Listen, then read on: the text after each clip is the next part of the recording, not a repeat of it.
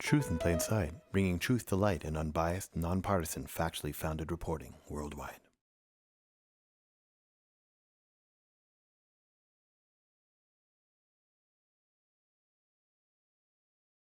Live and remotely. We have been having a lot of technical issues remotely, so thank you for being here because you actually will get everything uninterrupted, and hopefully today will run much smoother than yesterday. We're going to blame it all on the heat today because we're running hot and we want audience participation out here, so give us some love, people! We are not doing this just in our basement today. We've got an amazing lineup for you guys today, starting with the media panel. Oh my gosh. We have a media panel. We have Stand United, Marcella and James Davidson joining us remotely. We've got Chris Weisdorf, Chris Vleck, Kellyanne, Nelson Thal, and I am embarrassed to say I had no idea who Nelson Thal was, but you all are going to find out today, and you're going to be just as shocked as me if you don't know that name. Then at around 5 o'clock, we have a legal panel coming in. Vincent Gircys, Chris Weisdorf, Daniel Freiheit. We have Reem Tedros, we have Jean Belfour, Richie Marks, Kingsley Cato, and another special guest that will be joining us remotely. So we have a jam-packed day for you guys today. You're not going to be disappointed. And we're going to start the day off with the media panel, but before we do that, Kellyanne is going to grace us with her voice as we start the day with O Canada. So if you don't mind rising, please. And Lamont, you better sing, my dear. I'll help out.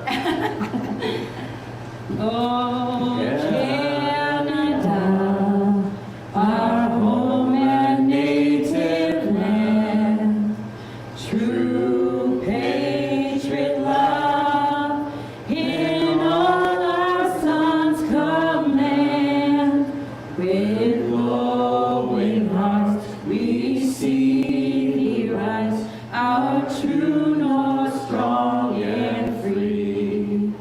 From far and wide, oh Canada, we stand on guard for thee.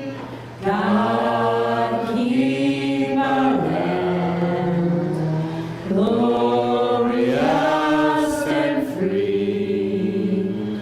Oh Canada, we stand on guard for thee. Oh Canada, we stand on guard for thee. Woo! Thanks, and Jody, and Jody's going to open with a morning prayer just to start off our day because it's always good to do so. Yes, we believe, especially after all the issues yesterday, we need God's blessing on this more than ever. So, our Father, thank you for putting on this production. Thank you for giving Kelly the insight to know that today is the day that we need to start changing the world for the better. Please bless everybody that is here. Keep them safe and in your love and in your heart. Bless all those who are close to them. Keep them under your guidance and your protection. Please continue when the event is over to make sure that everybody has an uneventful drive home. Please bless our technology today, that it all work, that our remote guests can hear us and we can hear them. Please bless this establishment for giving us a place to breathe and speak freely. Bless all of our guests today. May the right words come flowing from our mouths. May the ears that are here and remotely hear what you need them to hear. In Jesus' name, amen. In Jesus' name. Thank you. So, how's it going, Lamont? Doing just great. It's awesome. I'm loving being here at this great location. Once again, we want to make sure that we understand how grateful we are for the people here to have us and to, a lot has been going on in 4 years, and it's actually a real gift to be able to speak freely in a place where we're here to educate the people. And I heard you got this new media company going on. Well, TIPS Media, which is the acronym for Truth in Plain Sight, it has been going on since January 2021, but as we know, 2.5 weeks into them doing really great out there with Truth Media, they got shadow banned and destroyed.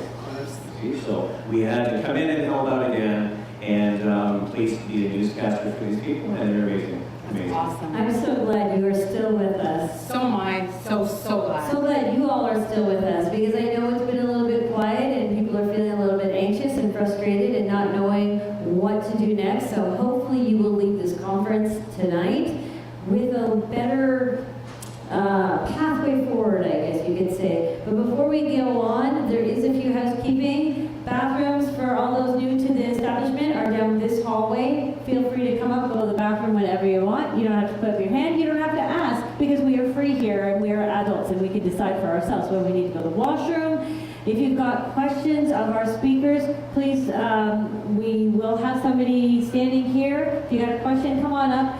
Especially those of us who are here live and those who are remote. They love engagement. So if you've got a question, come on up, stand at the corner. We will know you have a question and we will bring that in. There's a few snacks at the back, but the bar is a full cash bar. Please purchase your drinks. If you're hungry, they have food. They will serve you. They want to serve you. And their food is delicious. It is. And there's a donation box at the back if you feel in your heart that you wish to help provide some funding for the food, for the venue, for all this technology, for the production crew. Please feel free to leave a donation in the back, because we all know who puts on events. Things aren't free. We like them to be free, but they're not. Where are we?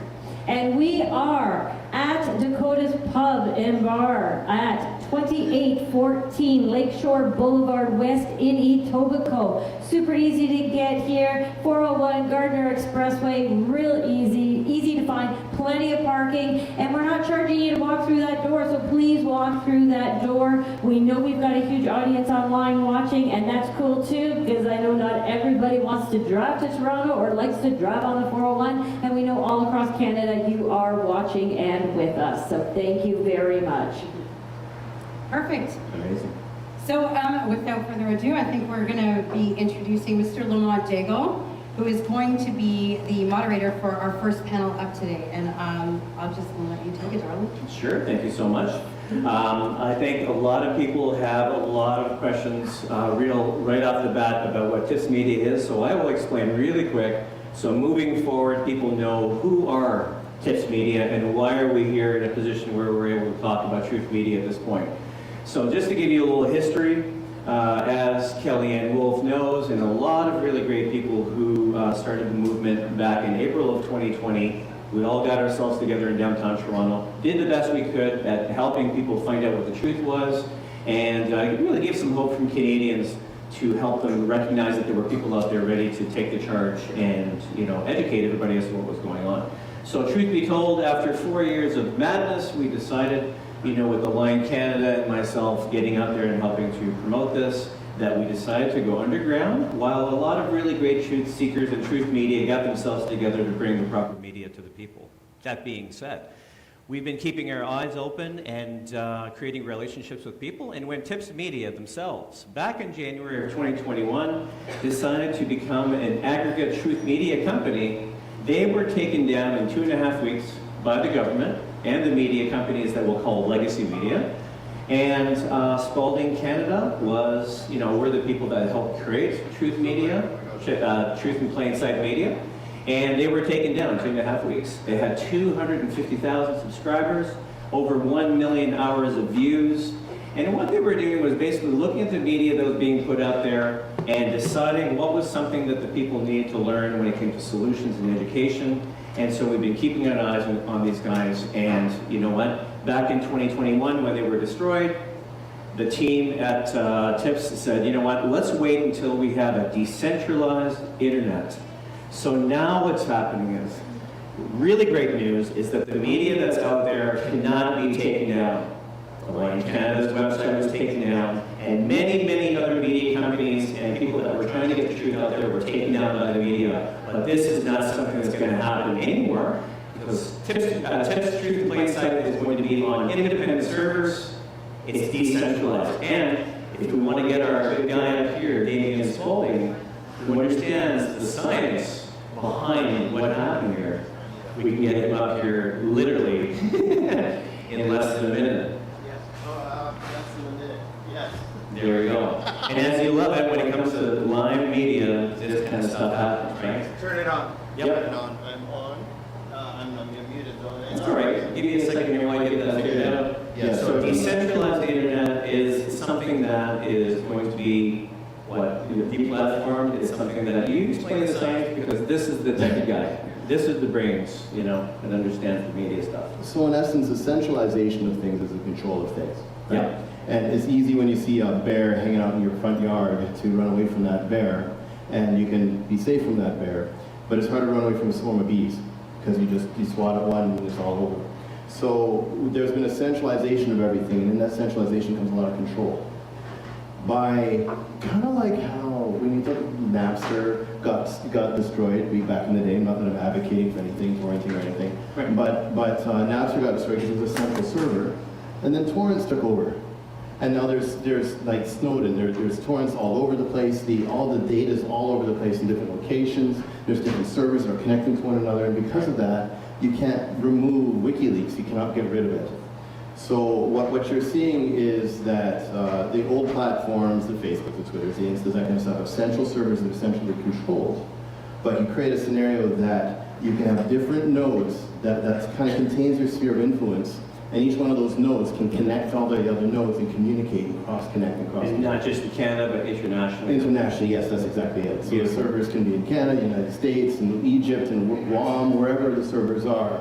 And so you're not even lost to one jurisdiction or legal structure even in a certain country, right? And you just move information as you move information and share as you desire. So the beautiful part of this media today is that it's not going anywhere, it's indelible in history, and it can't get taken down. Correct, because there's no central point of dismay, right? Everything is so decentralized that you can drop one country, it's okay. The next country will pick it up, and those are going to synchronize and communicate and get everything done that needs to get done. Beautiful. I think that explains it all. And you know what? We're getting a break. How long have we been waiting? How long have we been waiting for media that cannot get taken down at the behest of the powers that be that want to control the people? Yeah. So truly, I want to say thank you for helping us get to this point. Yeah, no, my pleasure. And thank you for being here today to No, cover this thank you. event. Thank you. Thank you, David. Thank you. So as the lady said, with no further ado, let's start introducing some of the panelists for the media panel. Let's bring up the ladies once again. First of all, I'd like to have Chris Vleck. Is Chris Vleck available to come up here with Jody Ledgerwood?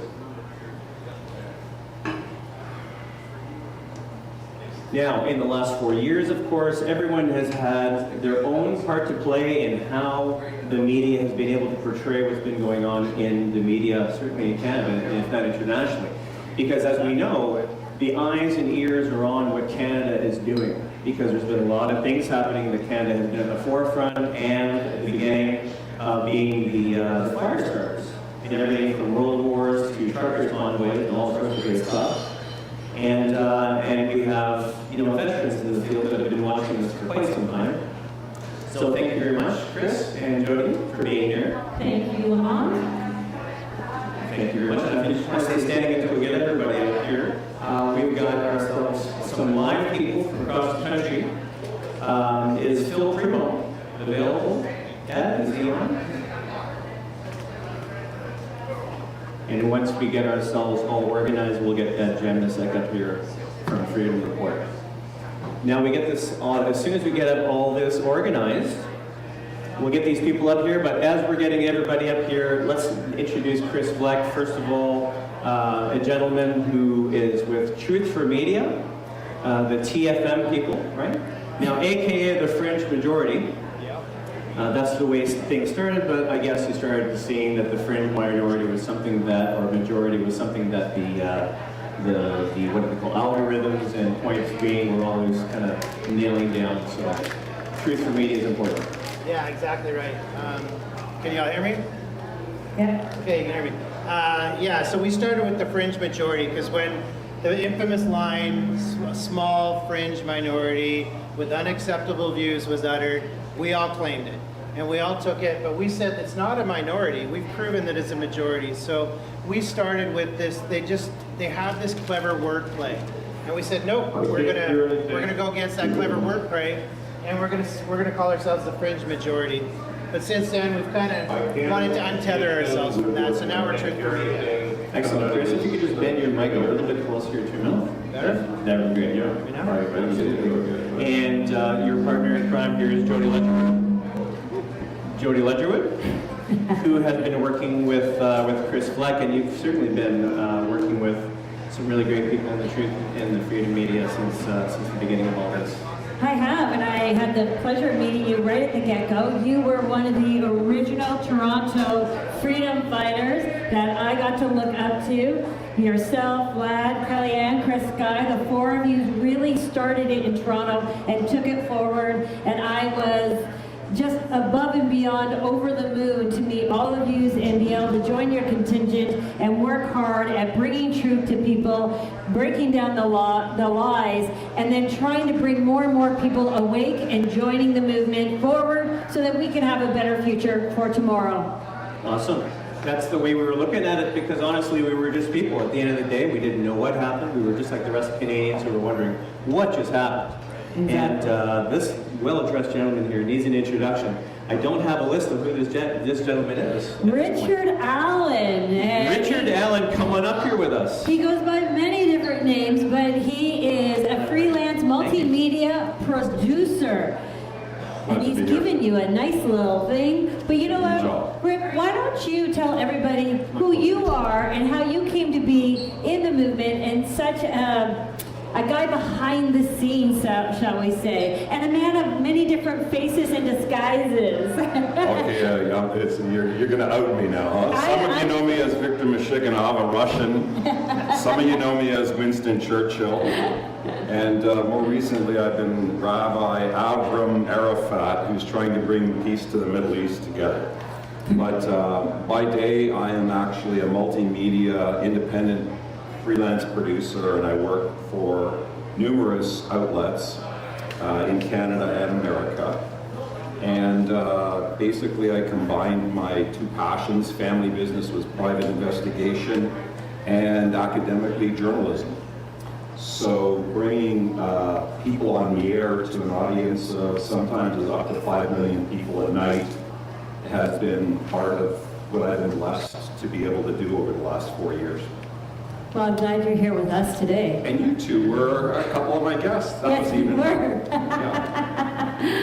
It is a blessing to be able to have the kind of media that people look up to, because honestly, not everyone has the skills to be able to stand up here with these lights on and the bright lights of the media and the speakers and all the things. And your experience, my friend, I mean, is a testament to being up here and helping us out. You know, we all have a job to do, so when we get the call and the opportunity to do it, you have to rise to the occasion, and there's a lot of people out there that I hope we can inspire, because it's really not that difficult.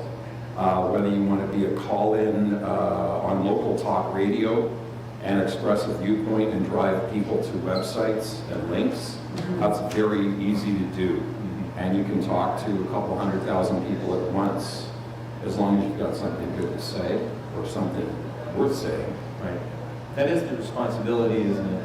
And at the end of the day, we're going to get into and touch on this thing called legacy media. And I've always really disliked saying that word, because to me that's almost like legends. And I don't consider these people to be legends whatsoever. But legacy does kind of, placate them and label them as for having been there. But the responsibility of the words to the people for long enough, I think. And we're going to get into some great questions, which is going to open up some people's experiences for why we're doing what we're doing here.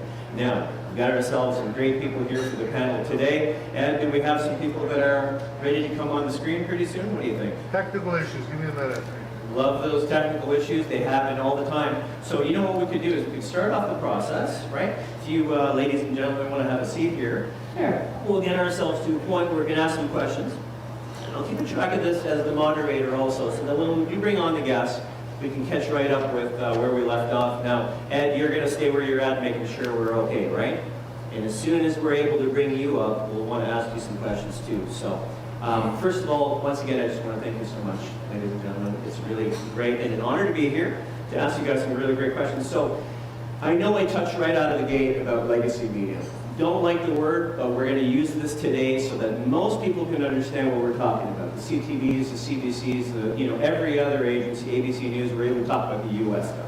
Because if you know just as much as I do, is that Canadians do consume a lot of American media, okay? Yes. And I think I want that to change because I want this legacy media to have a more responsibility of giving us something that Canadians can be proud to watch, listen to, and spend their time. People spend a lot of time on their phones, right? Consuming this stuff, and I think, I want to be a part of the future where we give these people some good stuff. So let me start right out of the gate with Chris, because we'll try to work ourselves forward here. Now, why do you think, Chris, that the legacy media lies? If we can use that word, do you agree or disagree that the legacy media sometimes shadows the truth a little bit? What do you think? Well, 100% they do. Part of my job during the convoy was to actually take the mainstream media stories and debunk them, because I had to research them and we would put out the truth. So we were almost firing salvos back and forth at each other during the entire time of the convoy. One of the most notable lies Global TV told was when that lady was run over by a horse. Global TV came out and they said there are reports coming from US media that somebody had been trampled by a horse. That is absolutely not true. And it had gone around the world already 100 times when they got up and said that's not true. They denied it flat out. I don't know what you call that, but to me, that sounds like a lie. Right. What would your version of that be, real quick? Lady got trampled by a horse badly when she was crying for peace, and other police officers who heard about it were laughing about it on social media. So, and I would have to agree with that, because I think enough of us were there to actually be there, film that, see that, feel it, and hear from our people, because we do know who that lady is, and that's exactly what happened. So thank you for showing the truth on that one. Jody Ledgerwood, does the legacy media lie? Of course they lie. Legacy media was bought off by the pharmaceutical companies, by large corporations, and now we seem to have a monopoly happening on legacy media, where it's the same 20 companies that own all the legacy media. And what we're finding out by doing some deep dives, Chris and I anyway, what we've been finding out is that choke points are what is controlling the narrative going forward. And one of the choke points is the media. And what we learned back in World War II, when this isn't the first time this plan has come to fruition, but what they left out back in World War II and the Vietnam War was the media portion of it. They had everything else in place but the media. And when they realized that everybody's glued to their TVs and everybody's glued to their radios, they listen and trust the media celebrities. Well, now they've captured the media. They've had 40 years to buy up all the media, conglomerate it together, work together, and now we're finding that journalists, legacy journalists, no longer go out and get the stories and report on the stories and do the deep dives. What they do is they go to the Associated Press first thing in the morning. The Associated Press puts out the story, and then all 3,000 medias across the world report on the exact same story. So there is no journalism, there is no deep diving, there is no research anymore. And those that were doing the research, the Edward Snowdens of the world, the Nathan Falls of the world, they ended up getting canceled. Much like today's media, the TFN reports, the Pot of Gold media, the tips. Those who are telling truth, those who are doing deep dives, they are being canceled or shadow banned or visibility filtered. Right. And I know you brought up the fact that propaganda has been a lie that's been happening in history since we've been able to see media. And just for the people out there that are like, what does she mean by that? Well, all you got to do is look at Operation Mockingbird. Yeah. Right? Exactly. There's paperclip, there's all sorts of operations out there, but I think that's perfect for us to mention Mockingbird, right? Take a look at it, folks, because if you think that the legacy media are sometimes talking puppets for an agenda, you can see the same media that's out there every day by these people. They're all mentioning the same thing, and they're all towing the line for some agenda, of course. So the next question will be, of course, your version of this, Richard. What do you think? Do you think the legacy media lies? Well, let me put it this way. I have a good friend who was hired when Oliver Stone made the movie JFK. And I don't know if you folks know this, but Oliver Stone despised mainstream media so vehemently because they were constantly parroting the narrative that the president's head jerked forward violently over and over and over. Nothing to do with it going back into the left, which was an obvious clue. So Mr. Stone hired a friend of mine named John B. Wells to be his newscaster for that very reason. And if you look or listen at the beginning of the movie, there's a reason for that. That's also, that whole era is where the conspiracy theorist name came out. It was given by US government agencies to disparage anybody who should dare contest the official narrative. And it's kind of a neat thing that we're going to have Nelson Fall join y'all a little later, because Nelson is actually a Torontonian. His family were part owners of the Toronto Star, so he's well versed in mainstream media. But he's also the person who's responsible for bringing the Zapruder film to Canada, which had not been shown in the United States for 8 years.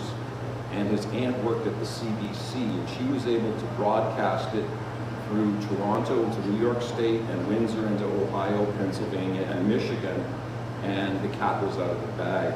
He's also gone on to do some other amazing things, but that's essentially where it all began. In Ottawa, I happened to run into, at the protest, Evan Solomon. And Evan Solomon, if you're familiar with this, Evan Solomon was caught pointing out fake bullet damage in the alcove of the House of Parliament hallway. It was pre-existing, proven so by a Google Earth tour. And it was supposedly happening within, it supposedly happened within a gunfight that was highly touted and very dramatic. But it didn't happen that way. And Evan Solomon had to be retracted, so did the CBC at the time.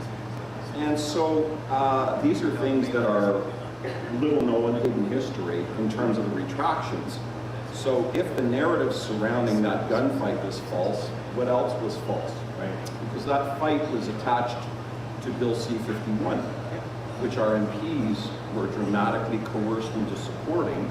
And funnily enough, Bill C-51, our anti-terror law in Canada, is what was used to seize bank accounts on truckers and people associated. So there's a cause and effect for a lot of these things that don't actually happen right away, but over time, that's how it rolls. I think I appreciate your viewpoint on that, because I think we can all agree that in the last 4 years, a lot of people's minds have been open to watching the fact that and I appreciate the fact that you said that some of what they have to say and do has something to do with an alternative agenda or a viewpoint, but I would say that almost everything they have to, they're not going to waste their money. You know, they're not going to waste their time. There's always a reason. If you take a look at what they're doing, if you're patient enough to look at the wisdom behind what they're doing, because it's brilliant stuff. You know, I will not discount these people for not being brilliant as to what they've done in the last 4 years. It's that we've got a lot of people out there opening their eyes now, so it's perfect time for truth media. Absolutely perfect. So thank you for your viewpoint. Might I suggest that we all crack a bottle of water open? We're all there for you, because water is the whole best of life, and we need to hydrate today. It's a warm one. Absolutely. So next question. How are we doing, Ed? We're doing good? People start to know we are actually doing really well, but I think we have some great guests here that we're going to concentrate on. Let us know if anything changes. Next question is going to be, once again, for Chris. Thank you for answering that first one. So why is it generally accepted that the legacy media is always telling the truth? Why is that accepted by people? Well, that's a great question. I mean, if we could crack that nut, then this thing would be over tomorrow. But Right. I think it's a lot of conditioning for starters. I mean, you talk about Mockingbird, which was generally 50s, 60s that started, but you go back to William Randolph Hearst, who destroyed hemp for his buddies. Right. Hearst had a lot of power, and he used that power. He wielded that sword the way he wanted. So you add on to that CIA and ex-Nazi scientists who are adding in things like neuro-linguistic programming and repetition of words. So they're predicting and programming the entire time, while at the same time there is no accountability. And we assume there's accountability. We assume that it's put upon them that they have to retract a story if they tell a lie. Sometimes they do, if you catch them. Sometimes they do somewhere in the back page. But they know what they're doing. They know what the headlines do. And there seems to be, in the last 10 years or so, there seems to be they've unburdened themselves from trying to stick at least to the truth and trying to tell half-truths. So we have grown up in the era of the Walter Cronkites and the Watergate scandal and whatnot, and we just assume these journalists are there to find the truth and they're there to expose the government if the government does something wrong. And that has been abandoned a long time ago. Like you say, CIA got themselves into most of the boards of most of the newspapers and news media outlets. So it's been a psychological operation for way longer than we realize. It's virtually impossible to stay on top of a 24-hour news cycle. It used to be where somebody, if we desired to, could actually sit down and mediate what these people are trying to say to follow and investigate what's going on. I mean, wouldn't it be something that would be great if we could always have some kind of agency around that would be able to look at what we're going through here in Toronto, for example, right? Where we're able to take a look at everything City TV has said all day and actually be able to pinpoint where that's going, almost in a beautiful mind document, to follow that along. And maybe someday we could do that, because I know someday we will have enough people to kind of manpower this through, where we can keep these people accountable and stop assuming, because the word assume is of course making an ass of you and me, right? And they're doing a really good job of that. So Jody, thank you very much, Chris. Jody, what do you think? Why are they generally accepted as being the truth tellers? Oh gosh, I just think when radio started, because obviously we didn't have TV forever and a day, but we did have radio. And I think there was a time where the radio did have integrity, and it was the way that people got their news, and you came to trust that, because I think back in the day, and when I say back in the day, I'm talking like the early 1900s, right? Back in the day, people trusted those voices that they heard because that was their voice to the outside world. We were more community-based, so one, we got a lot of our news from the community, the local community, but then if we wanted something outside of that, we trusted our radio broadcasters, and that trust was passed down from generation to generation. So it was sort of an inherited trust. And I know myself, I was an avid news watcher. I would like to watch the 6 o'clock news, and I would watch global news at 6 o'clock, and then I'd watch CTV news at 11. And I trusted what they had to say, right up until about 4 years ago, when I kind of, wait a minute, something's wrong here. Something doesn't make sense. And then I started watching all the news, CP24, CTV News, the Global News, the CBC, and I noticed all of a sudden it wasn't different stories, because what I used to watch at 6 o'clock was different than what I watched at 11, and on two very different channels. So I got two very different perspectives and two very different news stories. Now all of a sudden, all the news stories are exactly the same, the script is exactly the same, and a bit of my historical background is theater. So I understand scripts and how they don't change. And when I started seeing that from different news broadcasts, different news stations, and different news reporters, all of a sudden the news is exactly the same, presented the exact same way, I kind of went, whoa, something is wrong, they're lying. And then I started doing my own research, and that's when my mind was blown, and I kind of went, we need to do better, and we need a better space. And now obviously we have social media, because we're living in the 21st century, and we can do better. You start watching the Facebooks and the Instagrams and the TikToks and the Twitters, and you start realizing that the news that is actually going on, and people videoing with their phone, like people journalists, citizen journalists, have become the real news, and what they were reporting is completely different from what any of the legacy media is reporting. So I no longer watch the news, and I feel awful saying that, because part of me believes that to be your enemy, you have to know your enemy, and you have to know what they're saying and what their agenda is. So really, I'm glad that there is people that still watch the news, and call it out on their social media, but I've kind of given up on the news, and I now watch these folks that are here, the Prime Gold Medias, the TFMs, the Bright Light News, the tips, I'm now watching these guys for the real news. Truth. Yeah, absolutely that. And I'll have to admit, the reason I backed out in January 2021 after the arrest was I realized that I was fighting an uphill battle by myself. I was the talking head on the mic, leading protests in the street, where I felt that protests weren't happening the same way, they weren't working the same way for me anymore. And I was seeing that the media was going to be the next level.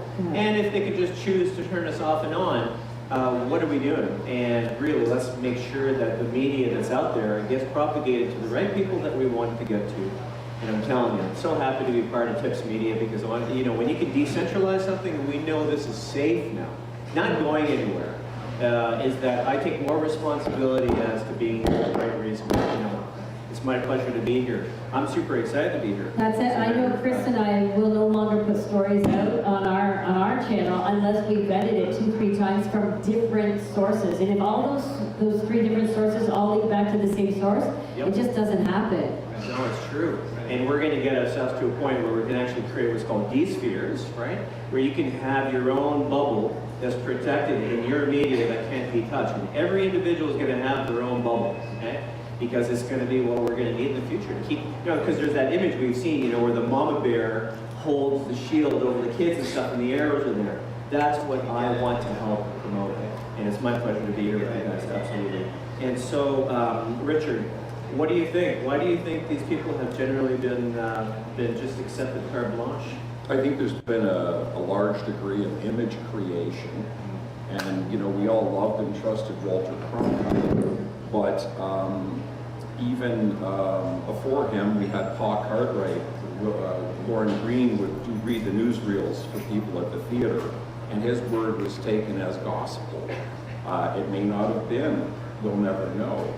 But just the same, there's people today who believe in the word and the truth as spoken by Wolfe Bullshitzer or Propaganderson Cooper or even Don Lemon Squeezer. 3 of my favorite people. Did you practice that? No, that's part of my regular oratory. So, and we don't have to go that far to that type of outlet. We had our own Dr. David Williams and Dr. Barbara Yaffe, who were caught on a hot mic saying, I just read whatever they hand me. But no one stopped to ask, who's they? Right.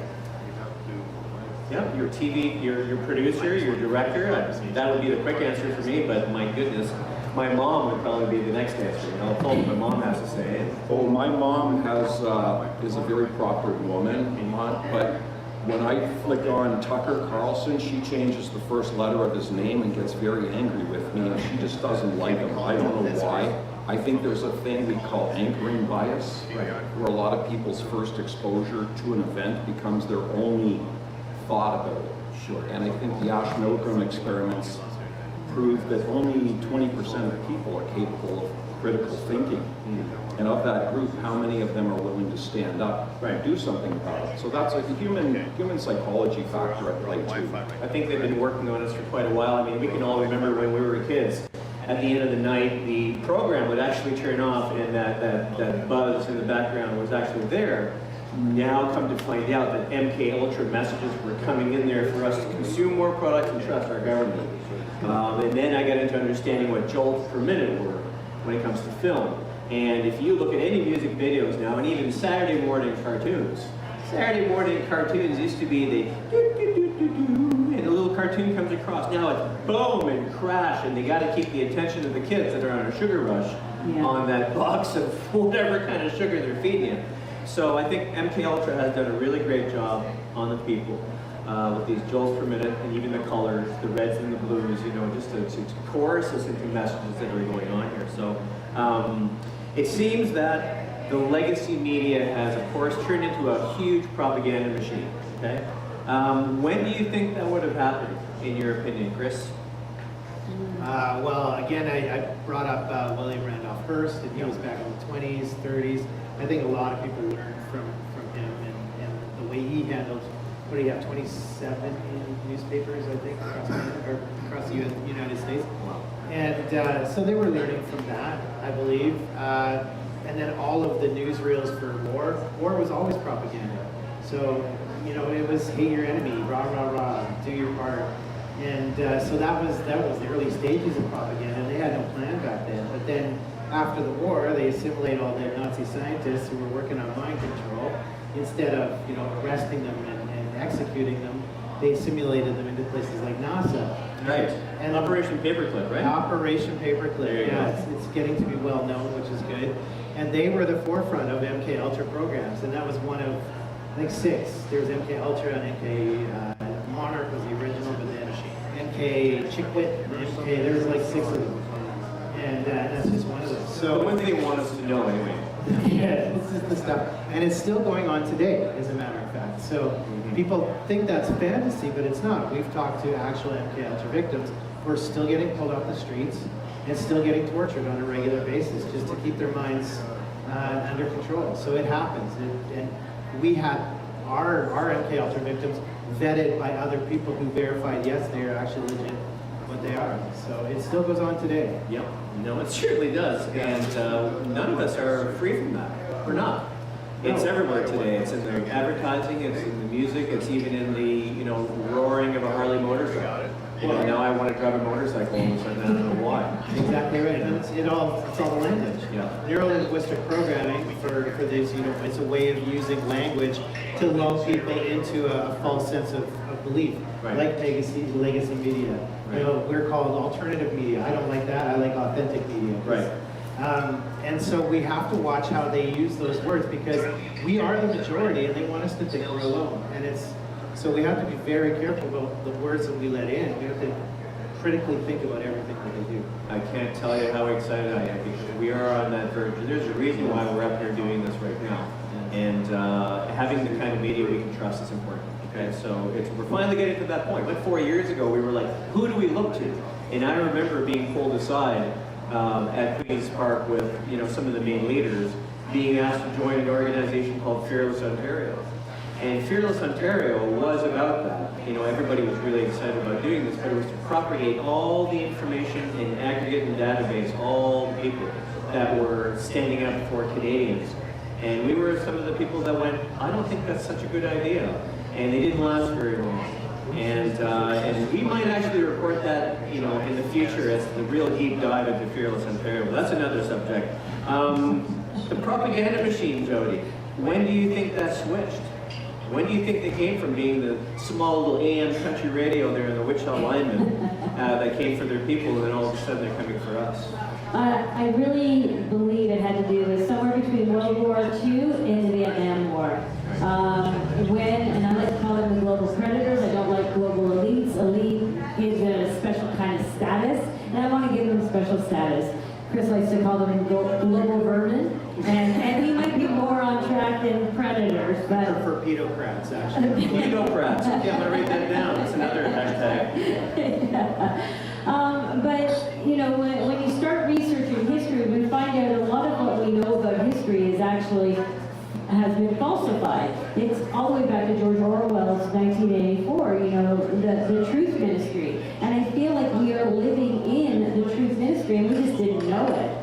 But the illusion is being lifted. The truth is finally starting to spill out. And the best people to get truth from is our ancestors. What happened? What did you see? Read the diaries. And you find, Chris and I have made it a practice the last 2 years to go to old bookstores and pick up books and history books and old encyclopedias that were written before 1970. Because I think in 1970 they even started editing books that we're aware of. And all the publishing companies, again, another choke point that the global predators own. So they started editing books to say what they wanted to say or reflect what they wanted to say. So we've been looking at stuff 1970 and older. And what we're finding is, people's diaries don't necessarily match the words in the history books. And now we're learning, my 3 kids are all young adults now, but I'm learning that as they went through school, and each of my kids is approximately 2 years apart, but even at 2 years apart in schooling, they stopped learning certain things.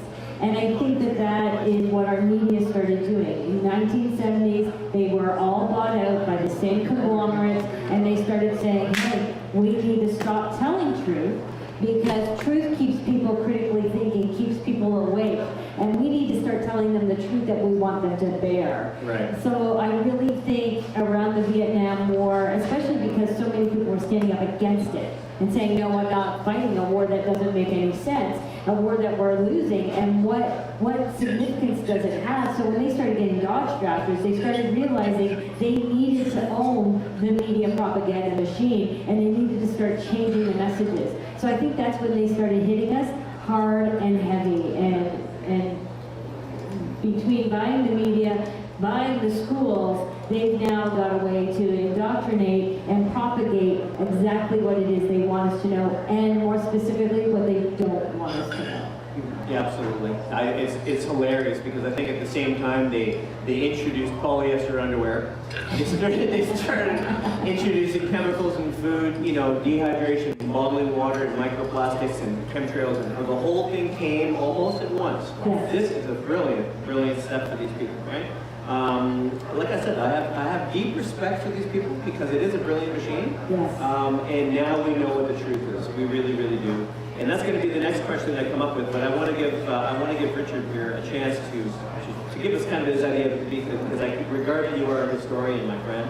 Oh, you sense that, do you? A little bit. I'm going to take a little further back on the Jeopardy answer of when it all began in my perception. But first, you've talked about Paperclip and you've talked about Mockingbird. Everybody should look into Operation Northwoods. Northwoods. Operation Northwoods is very important because it was the pretext as mapped out by the Joint Chiefs of Staff to invade Cuba. And I've been accused of saying some terrible things about certain psyops in America and Canada, which include fake school shootings, crashing airplanes into buildings, fake attacks on military bases. And by the way, if you read Operation Northwoods, all of those and much more are within Operation Northwoods' pretext to invade Cuba, psyops and false flags. So don't look at me, I didn't write it. They did it in 1962. So going back in the Wayback Machine on the media, even before radio, there was horseback couriers.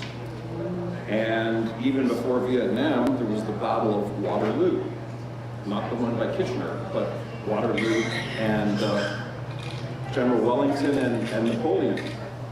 And horseback couriers were used by certain people to get the news of who won back to England. And the people that dispatched them took the news and inverted it to cause panic on the London Stock Exchange. And then they went and bought up all the stocks for pennies on the pound. And those people, their name was Rothschild. So, as Paul Harvey would say, now you know the rest of the story. And that's where it all began. So, you know, it's the same formula, follow the money, and you'll see. And so there we have how the media of the day began. And we've seen everything else in between now get falsely reported. Right up to the Middle East, people get very incensed when we talk about one side in that Middle East conflict should have their own immunity. But funnily enough, that side was responsible for a false flag and attacking an American ship, the USS Liberty, to try and drag America into the Six-Day War. That happened. That is not anti-Semitism, and anti-Semitism is not what most people think it is to start with.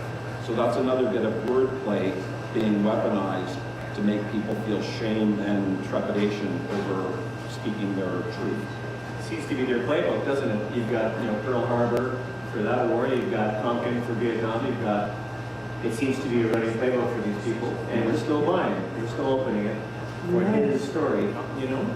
Exactly, and that's where we have to look into the news story there and then. Trauma bonding is something that happens when people are shocked at the side of the road and don't have clear recall as to actually what happened. And that's when they start creating the narrative, and it's almost hypnotic. And it's been working so far for most people. Trauma bonding brought us here today. Exactly. You know, there's always a positive to these things because we wouldn't have found each other this way, and quite frankly, I wouldn't have changed a lot of what's happening in my life. I mean, my whole family dynamic has changed. All the friends I had before this has changed, and I'm a solo shooter pretty much with, you know, some really key individuals that are around me that I can trust in. You know, don't say that because they'll think you're affiliated with Lee Harvey Oswald. And we all know what happened to that guy. So no, I don't even know that name anymore.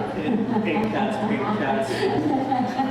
So Chris, I mean, we've given enough energy towards these people. You know, we call them the vermins, the pedocrats, you know, and every other operation we can bring under the sun here. So besides putting our name and our thoughts to these people anymore, what do you think the new responsibility is for the authentic media moving forward? Well, I mean, first and foremost, equal time to whatever offender. If you're liberal-minded and you're not calling out the conservatives and the liberals, then, you know, you're not being responsible. Like, going back to being non-biased is first and foremost. Second, vet your stuff. Don't put it out unless you're vetting your stuff. What we have right now are a bunch of journalists who are forced to perform and get click rate. So basically they're click whores, and they've even come out and said straight out, said, I don't have time to research stuff. You know, I've got a quota. So vetting stuff, it doesn't go out unless you can verify 100% that it's true. Number three, if it's beneficial, if you're just doing it to propagate fear, then how are you benefiting people? Somebody said it was Walter Cronkite, but now they tell you, on the news, they tell you how to feel. Back then, you just told me the news and how you feel. Let you decide how you want to feel about it, right? That's responsible journalism. And right now, we're taking a biased approach because we're telling all the stories that mainstream or legacy media, they're not telling, right? The propaganda media, they're not telling it. So we've been accused of being biased, and we're like, well, damn right we're biased. You know? Sure. We're the only ones telling the other story right now. You can get that other narrative all you want, right? But what we do is, if there's deception, we'll call the liberals out, we'll call the conservatives out, we'll call everybody out, we'll tell them like it is. And most of our sources come from the government's own website, so we have no problem saying it, and we have no worries about that. I really think that's our responsibility. I mean, having had to defend myself with 3 different representations for my cases, is I finally just went on the website and looked at what they're explaining. It's in plain sight on their website. They're admitting it right there. We have the right to do this. Yeah. We have had the right to do this, and this is really, I think, a good reason why people are taking a look at the imposition of their will on us in the last 4 years. And things not making any sense whatsoever because they're lying about what they're putting out there themselves, and it doesn't make any sense. Now, you've answered the question of the responsibility, but I might as well stay in the same vein here. What do you think the biggest challenges that we're going to face with authentic media? What do you think we're going to face? The biggest challenge we face are algorithms, basically. That's what we face. You know, we see it every day. Like on Twitter, for example, we'll have a certain watch count. We can see the watch count, but then it tells us our reach is like 1/3 of that. So they're messing with the algorithms. There is something called visibility filtering, meaning they just turn down the volume and not a lot of people can see you. So they're doing that. There's still, Substack seems to be playing ball, and they seem to be all right. They don't seem to be trying to plug up anything, but Twitter's horrible.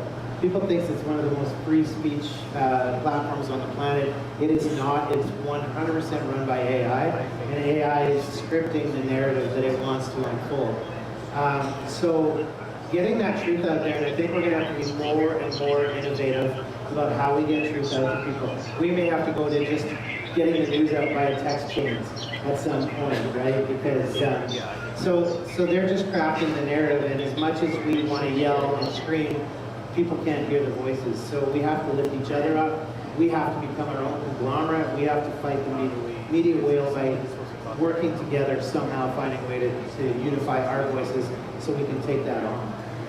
Well, I really accept the responsibility of that too, because at the end of the day, the reason we're here too is because we do now have this decentralized internet, right? Because I think what Tips Media was doing at the very beginning of January 2021 was really aggregating the media that we could see. So, you know, taking that 1 hour, 2 hour, 3 hour video and really getting to the punchy meat of it, taking that clip out there, discovering really to save people time in a 15, 20-minute clip, where they can find the research, putting them towards the organizations that are actually making the change. And I think that's why we got that 250,000 subscribers in 2.5 weeks, which is incredible. But once it got shut down, I think the masterminds behind it went, wait a second, why don't we wait until we can come back and have that answer? So I think that's a really good answer, is to be able to, I think that's the thing, for us to not get shut down, not get censored, you know, not giving them an opportunity to launch themselves off of whatever algorithm that way, right? So, Well, out of the box thinking too. For example, we're promoting Day Live, which gets shadow banned everywhere on YouTube. They got cut down. So we did a cooking show. Jody did a cooked up cheesecake, and we had you live in the background the entire time. So there are ways around it, right? I gotta remember that cooking Did you show. bring any cheesecake? Yeah. I didn't. I had told Kelly I was going to bring cheesecake bites, and then I just didn't. We know of a great place down the street that we just found that has incredible gluten-free and extra gluten cheesecake, which is amazing. I always ask for extra gluten. So Jody, what is the responsibility of the new media? And you might as well answer the same question. What's the biggest challenge? So responsibility is definitely making sure what you put out there is real. You know, if we're going to call ourselves authentic media, then we, gosh darn, better be authentic media. It's got to be real, it's got to be current, and if you can tie it back to the bigger picture, then fantastic, because not everything works in a microcosm, right? The microcosms makes the macro happen. You know, everybody wants to look at the federal government, but what's going on in your own municipality? Because what happens there is actually setting the stage for what happens outside. So definitely truth. If you can back it up.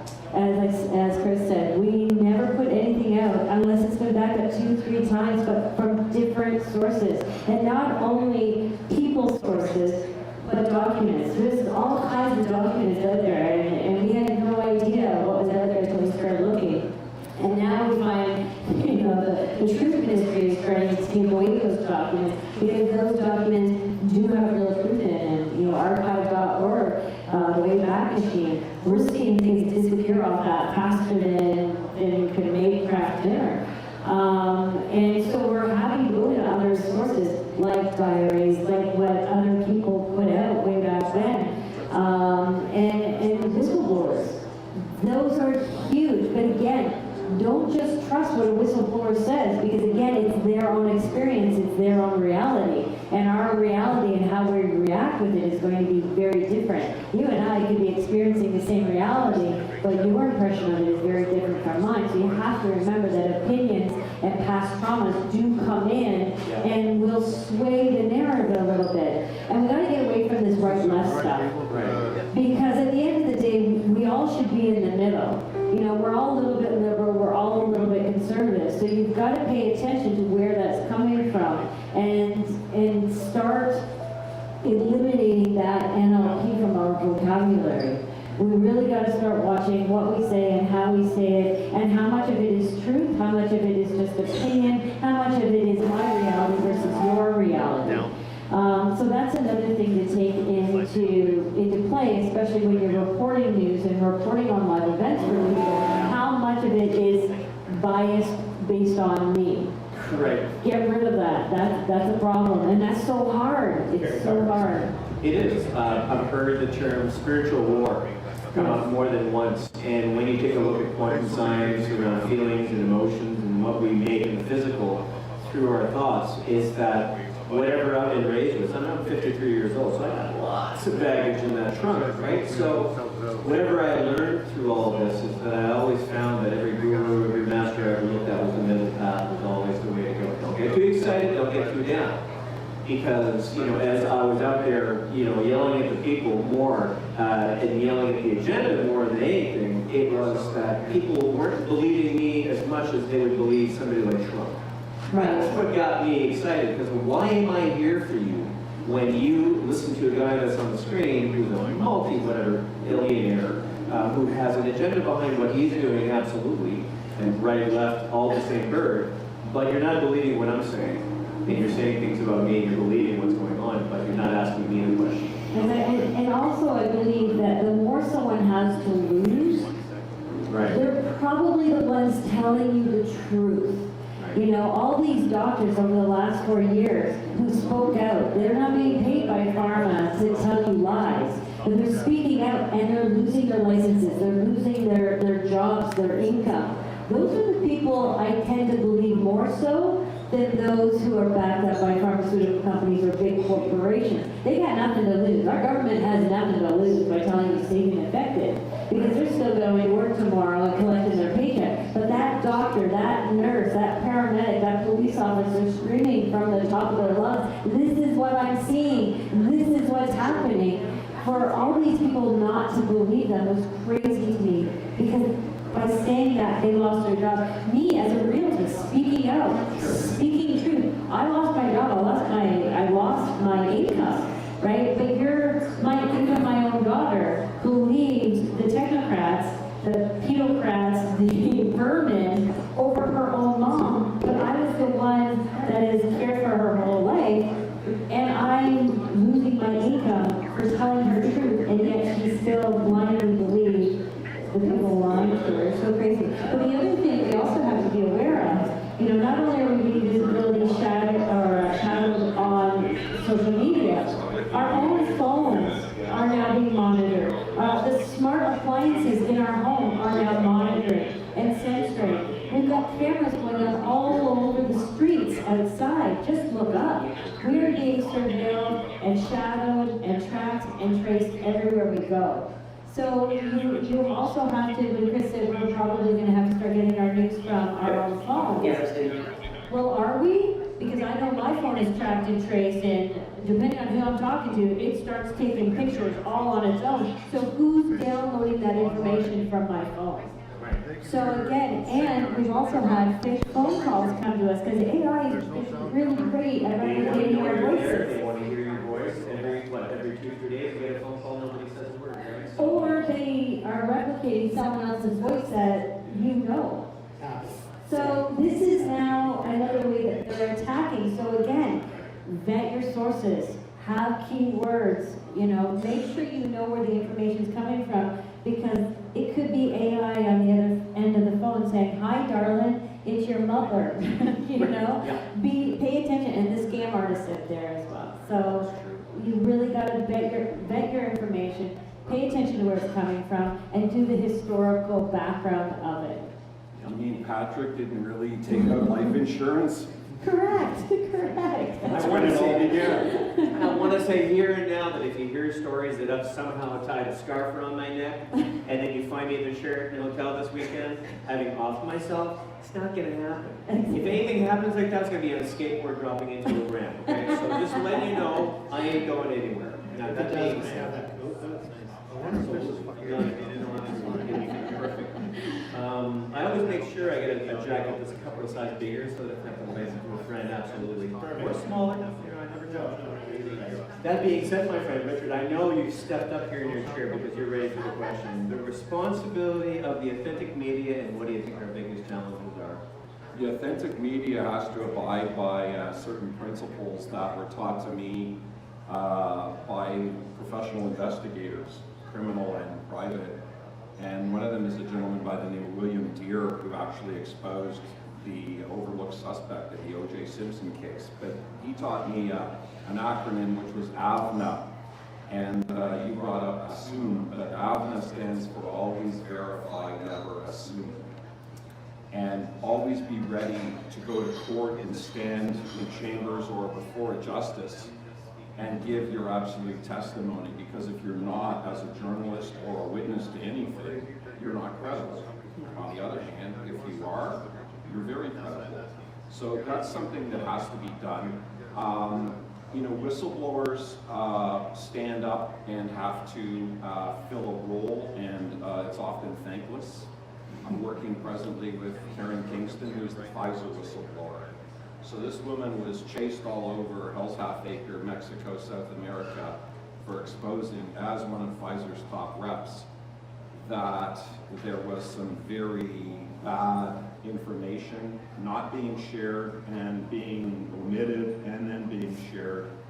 And this is the lady that put Viagra on the map. So she is very credible. But when it came to exposing her vaccine information, they literally tried to kill her. Now, having said that, we are in a battle between good and evil. And it's being exposed. So there's actually now 6 states at the state level where the attorney generals have picked up the mantle and are suing Pfizer for conspiracy to withhold information and negligence in what they've done. So let's all hope and pray that that kind of thing can happen here at the provincial level. And hey, why not start in Ontario? Because I think this precedent in America is going to tumble forward much the same the tobacco industry did, etc. And there's also another gentleman I'd like to give a shout out to. His name is Sergeant Mike Rood of the Canadian Airborne, retired. Mike is exposed that our soldiers were poisoned with an anti-malarial called mefloquine. And it's caused psychotic reactions. And we've talked about PTSD in our troops being the cause for their suicidal ideations and suicides. This goes beyond, this ramps up suicidal behavior and homicidal behavior. So if you're inclined to look into it, just research Mike Rood and the Rood Awakening Tour. And then we'll ask ourselves the question and help get through to our mother-in-law, our brothers, and all the skeptics. If they were willing to give that drug to our soldiers, do you really think they care about what they gave to you and I? And how do you spell Rude? R-U-D-E. Okay, the way it's spelled. Yeah. Okay. Well, thank you very much for that information. My pleasure. Thanks for letting me get it out there. My pleasure. This is what we're all about. You know, it's we shoot off in in lots of different directions, but ultimately we're all trying to circle back to the truth. We're getting it there. We're finally here, which is really exciting. That being said, you know, let's go past the heavy topics of the stuff that we know and we need to get out there for the people, because now people can do their own research as to lots of great information. And I'm pleased to be here to listen to this because we get busy and I don't always have time to be watching shows. So it really helps to be in the middle of one, and being the panel director of this, it's exciting. So that being said, my friend, Chris, so you are, of course, Truth for Media. You are also, AKA the Fringe Majority. However, you can't talk too much about what you're doing. What is your favorite go-to show? What do you consume to like kind of give you some hope, some faith that people are heading in the right direction and that you're doing the right thing? Well, there's a few. James Rogusky's doing really great stuff right now. Not just because he's on the WHO pandemic, but he really researches and deep dives. Does that guy ever sleep? No, he doesn't. And so we really respect the researcher, right? 2 guys drinking coffee, some of our friends out of Rhode Island. Those guys, they do their show in a coffee shop, and they're very laid back, but again, know their stuff really well. And I love watching those guys, and some independents. I know you want to say the Joe Rogans and Sure. Redacteds, and there's a few of them that are playing for the other team, and we've got to be careful about who we listen to, but our show is more patterned after Joe Rogan and Redacted, and so it'd be a cross between those two. So we've got to give them a shout out as well. And then there's some podcasters who are just doing really funny stuff as well. We try to avoid the news media that's talking more about what's happening and less about why it's happening, and the ones that really want to feed into division and anger and feed that beast, and that's just something we really don't want to tailor ourselves to do. Yeah, there's no end to the food porn that's out there for sure, right? No, not judging it, everybody has their place. but it's just something we just don't want to add to build on. The Joe Rogans and the Redacted, I mean, they've done a great job doing what they're doing. There's a reason why they are. It's entertaining, and you know, we find that our stuff is just more about the meat and potatoes, which is a terrible business plan if you're trying to build well, let's be audiences. honest about it. It's not the stuff you're going to wake up and, smoke a big joint and want to watch. Exactly. If you're thinking about getting into podcasting, don't. Just don't. It's no fun, Awful honestly. career choice. You have to have an agenda wherever you love. Yeah. And I use that word for a reason. Yourself, Jody, what do you consume? What's your favorite go-to media? You did do the Chris Vleck, I love that guy. TFM report? Well, before we got into podcasting, I was religiously glued to the High Wire, Del Bigtree, Children's Health Defense, Amanda Forbes, Nicole Serotech, what they were doing, and I think they're called Tea something, I can't remember now, at the Tea Party, and that's probably not right. But I used to watch them religiously. Russell Brand I used to watch religiously. Stu Peters I used to watch religiously. I never watched Alex Jones. I didn't like the antics. It was too much for me. Too much. Over the Top was never my thing. I wanted the meat and potatoes. Dr. Sherry Tenpenny. I watched all of those. Right now, I don't have as much time now that Chris wrangled me into podcasting. I find we spend most of our days researching, so I don't have a lot of time to watch what other people are doing. But one of our favorite, two guys drinking coffee. I love Jim and Jim. We've been on their show, they've been on our show. Wade Peters, What's Up Canada? He's become a really good friend of ours, and we've had him on our show, and we've been on his show. We've been doing a lot of back and forth. What is it? A guy named Mark? I think. Paul. A guy named Paul. I'm horrible with names. He's funny. And he's been on What's Up Canada, and that's how we've gotten to know him. He's pretty funny. Clyde Sings Something. He's pretty funny sometimes. And he does a lot of commentary on politics. And I love politics, so I like what he's doing. But also, recently, Carrie Madej, she has, twice a week, she has a Wednesday and a Thursday. And she does like a prayer show and just looking for peace and what's going on in the world and looking for good and positivity and telling stories. And I've really come to like that part of the week. That Wednesday it's just a way to calm and relax and get back into a positive headset. So I would say that's probably... You'll kick yourself if you don't say Catherine Austin. Oh my God, I love the Solaria part. Oh my gosh, yes. I get a lot of... it's not just about economics. She's talking about everything. I love Catherine Austin Fitz. I'm Gaga.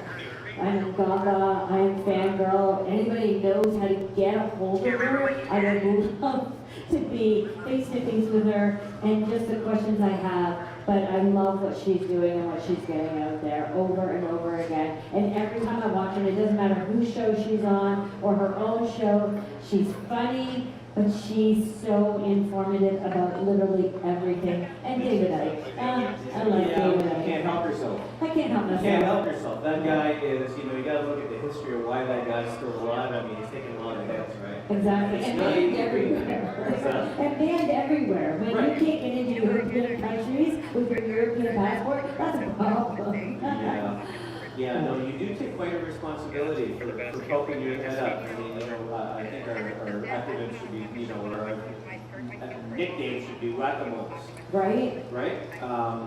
Because there's so much to consume out there, and I think, time is a real, that's what your currency for so thank you for your, people are going to really take that to heart because a sense of humor is important. Humility is important. I think humility shows a real sense of intelligence because intelligence, as you know, is not really the precursor for personality.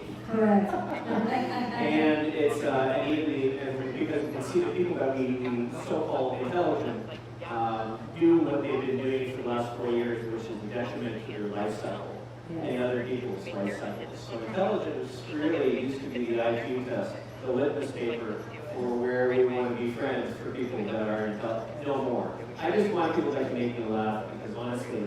The more you make me laugh, the less I think you have to hide. Canadians, right? Canadians are the ones that, and get some real messages out there. Rest in peace, my good friend Alan Park. As a matter of fact, Alan Park, if you guys remember him, he was the best Obama impersonator on Air Farce. CBC TV. He was a really good friend. I love that guy so much. We're going to be best friends. Nice. I found this guy. But Alan Park, amazing comedian.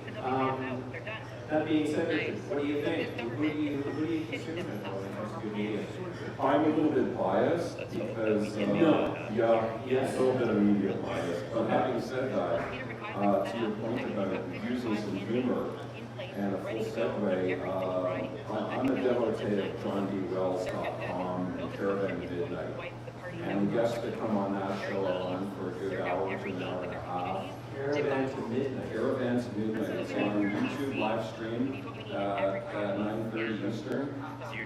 And there's an hour of news, and then a guest will follow, and you'll see everybody from Dr. Robert Malone to Pastor Henry Hildebrand. And I admire Henry has a sense of humor and stuff like this. Henry has a sense of humor. You will get it, yes. So Henry actually is just one of a few Canadians that they brought on that show. And it's quite interesting because they're really behind the fight in Canada and promoting how much tougher it's been in Canada than America. And John used to be the host of Coast to Coast Radio. And he was fired because, dare he say, that there's communism emerging in California 10 years ago. Well, guess what? So, there's a price to pay for some of the people in the media that do put it out there.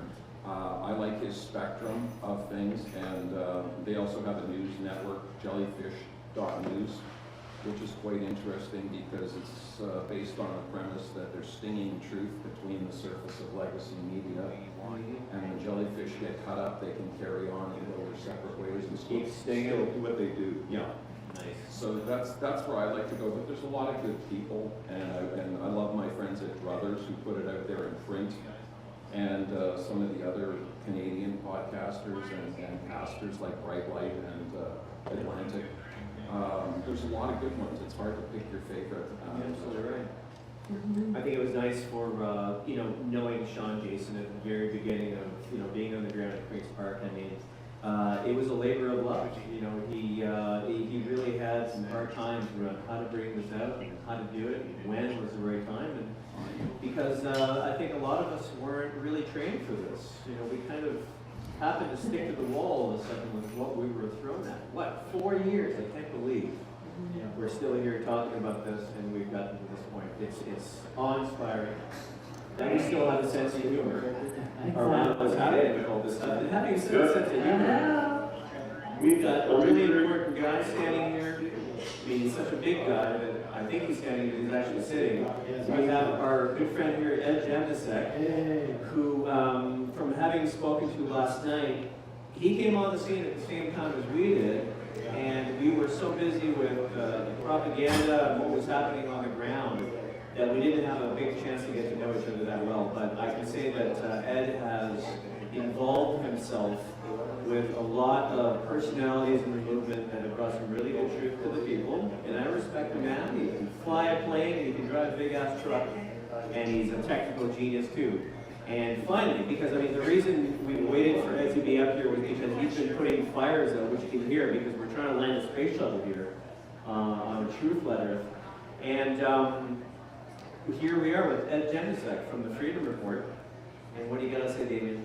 Just letting you know that we now have everyone online. Yes. There's going to be a 5-second delay. So we're old school, we're like a satellite radio. Okay. But I'll try to bring them in now. We can include it in the conversation. Okay? Like when they landed on the moon? Yeah! Oh. So yeah, we've been putting out fires since the broadcast started. Everything was great before. What happens, we don't. Right. Well, and you've created and worked with the Freedom Report. Now, how long has the Freedom Report been out there? Actually, Kevin J. Johnson started Freedom Report because he couldn't get a job as a white male in Ontario. They heard you. Okay. Okay. Beautiful. And I started complaining about that, and then I figured, hey, I might be able to make a living doing YouTube videos. That was back in 2014 to 15. Right. And I started watching him in 2017. Helped him out a few times. Next thing you know, he's in jail because he's getting tickets at we ran the mayor came second back in 2018. Right. Helped him with that. No, I remember when Kevin came on the truck there at Dundas Square, and we gave him our own little ceremony and put some ashes on his belly and, you know, prayed for him through all the stuff that he had been through.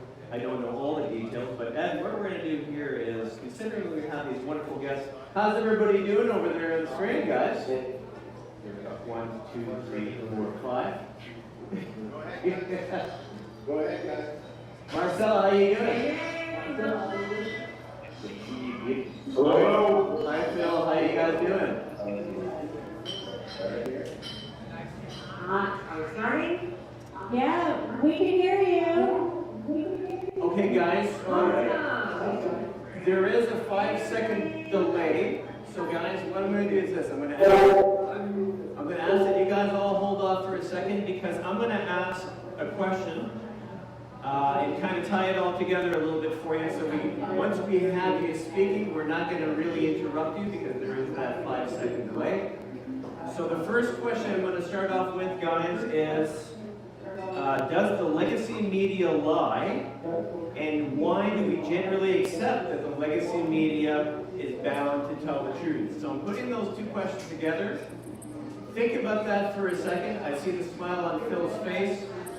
But we're going to let Ed Janasek answer that question first, and then we'll ask Phil, then we'll ask Ed, who's on the screen. We'll ask Marcella and who is this? James. James, nice to meet you finally.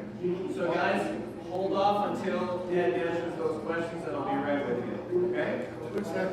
Bottom right-hand corner, full screen, and she's just Everyone needs to mute themselves. And if you're not speaking, please mute your mic and use Okay, as far as Thanks, guys. Please mute yourself, but not me. as far as me, we lost our audio. Go ahead. So let me ask you that question one more time. Legacy media. I don't like the word, but why do you think they lie, my friend? What do you think? Why do you think we have to listen to legacy media? Why do we generally accept these people as true? We've been taught in school who, what, where, when, why back in the early days. We were taught mainstream media, they're always trying to get all sides of the story. Newspapers used to do the same thing back in the 50s, I believe. And I think that was the beginning of the end. So, do they lie? Sometimes they do, but lies of omission are even worse. And that's the big thing. They do that all the time. So, vaccines are safe. Well, sure, but how about the vaccines that haven't been tested yet, that haven't been officially proven to work or the benefits? The ones that used to take 10 years to test and stuff, and now they're out in a year on 4 different companies. Meanwhile, you find out, yeah, they were invented in 2018, they have stock back in 2019. No, this dose is ready to go, but we need Operation Warp Speed. So, Big Pharma's been lying to Trump, quite frankly. Right. Fauci, anyone in here think Fauci is telling the truth at all? No, man. And I don't know, it's all been propaganda. I've been dancing around this thing, where do we go from now? What do we look at? What do we trust? Question everything. Question what we're saying, question what the mainstream media is saying. Question your government more than anything. And last point, follow the money. It's all about the money, who's making money, who's profiting. We're all pretty much broke. I don't know about you. Right? You're not supposed to tell my secrets from my Toyota Yaris. No, we spend a lot of time, energy, our own money. Yeah.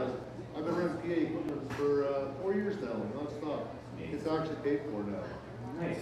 After 4 years, you would think that we could actually support ourselves a little bit. But it's a lot of digging through the truth, doing the research. Right. You guys, Jody and Chris do this full time. I don't know how they can get all the truth out, but they dig in, and it's all stuff that you don't hear in MSN. Sunday mornings, once a month, I'm on, I go worldwide. And I'm at the Bear from Canada, and I'm talking about what's not covered in the MSN, what's falling below the cracks, what people really need to know about what's going on in Canada, because people in other parts of the world, what they hear on their MSN is what our MSN is feeding us, and we know it's not even close to being true. So, and the mayor comes on and says, well, yeah, we've gone communist, yeah, we got Bill 63, 98, 337, and once a month it's 4 different things. They can't even cover all the corruption and all the communism that's coming into this country. And then if you read into a history book, gee, didn't this happen in the Soviet Union by certain little hat people? Right. And how long before the murder starts? That's what I want to know. Oh, voice. Well, we're not going to get into which and whose murder we're going to be talking about in the very near future here. But what we're going to do is we are going to try to get ourselves to the, thank you for answering that question as the best you could. We're going to speak to some of our panelists that are up on the screen here, because these guys have been sitting and working with yourself and the rest of our crew and getting you here live for the show today. Thank you all for being up here, guys. Thank you for being patient with us as we deal with this live media. And let's start off the question with our good friend there with Prime Gold Media, Phil Primo. How are you doing, my friend? Pretty good, you? Great. It's great. Really hot here in downtown Toronto, so I really didn't want to wear a jacket, but I wanted to look fancy because, you know, when you sit next to a guy like Richard here, you gotta look snappy. And, you know, Phil, it's an honor to have you here, my friend. So a quick question, my friend, as you can hear that I asked our good friend Ed here, why or how does the legacy media lie? Do they lie? What's your opinion on that? And really, why do we believe that we have to believe these guys? Why do we have to believe legacy media still? Why don't you give us a little bit of an idea around, really, are they lying? Okay. Well, they're not incentivized to tell the truth. They're incentivized to sell products. And now we've gone into this dangerous territory where the government is basically incentivizing them to also continue selling rather than upholding the interests of the Canadian public. Here you go.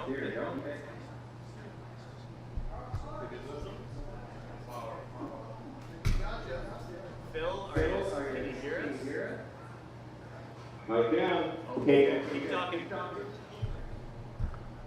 Well, that was my answer. I mean, it's just they're not incentivized to tell the truth, and we've now got the government involved in this thing, where they're also incentivizing us those same lies to people rather than incentivizing people to tell the truth, which is, you know, ultimately that's what we expect out of CBC News, because it's a state, it's always been state funded.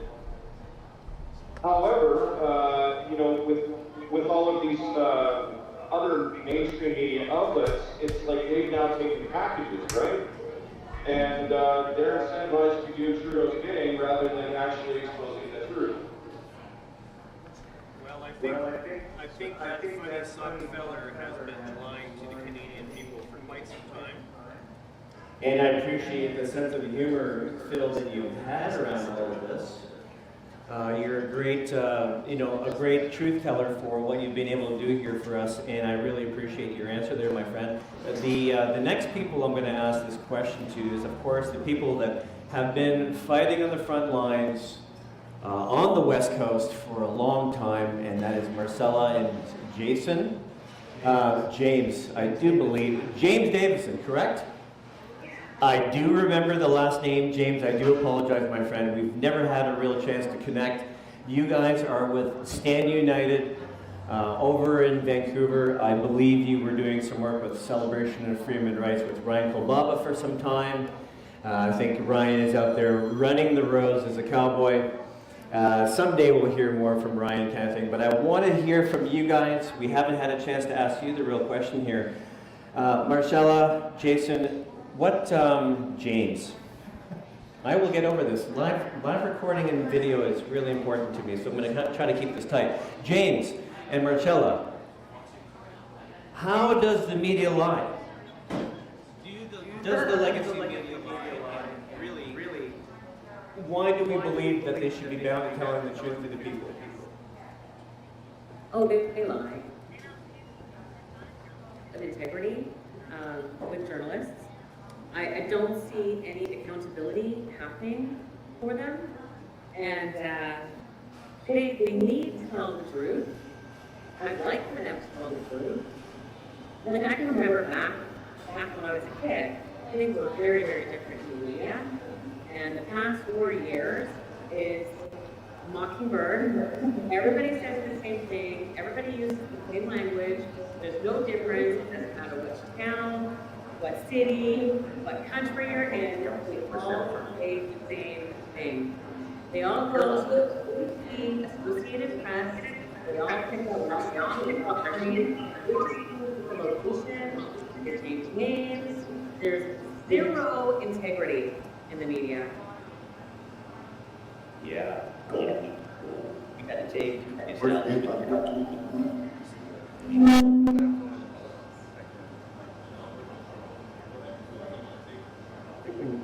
What am I taking, Damien? The next question, James is talking right now. James is talking right now. James, please keep going. Let's figure out the audio here for a second. Ed, can you take this phone for a minute? I'm going to try to do one thing at a time. This is ridiculous. Ed's phone needs to be muted. That's what it is. You're absolutely right. When you're not speaking, you... There you go. You got it. We're all worked out. But, you know, we've lost sound, though, on his phone, haven't we? Or have we? No, you're good. Keep going. No? Okay. Yeah, so what it really boils down to is if you want to make an impact and, you know, create a change, you have to confront the establishment head on. And mainstream media was a huge part in the success of propagating the COVID-19 narrative. And why they had so much success was that you can't scare a nation into doing what you want to do unless you have the same message on repeat. And we knew for a fact that starting out with, you know, stay home, stay safe, you know, how many people could be at a business at a time, funeral, weddings, all of this other kind of nonsense, the new normal. When you hear a word like new normal right off the bat, like, no thanks. You know, anybody who's been following the narrative of the World Economic Forum and the World Health Organization, you know that we're being led now by non-governing organizations, and basically our politicians are puppets on a globalist stage.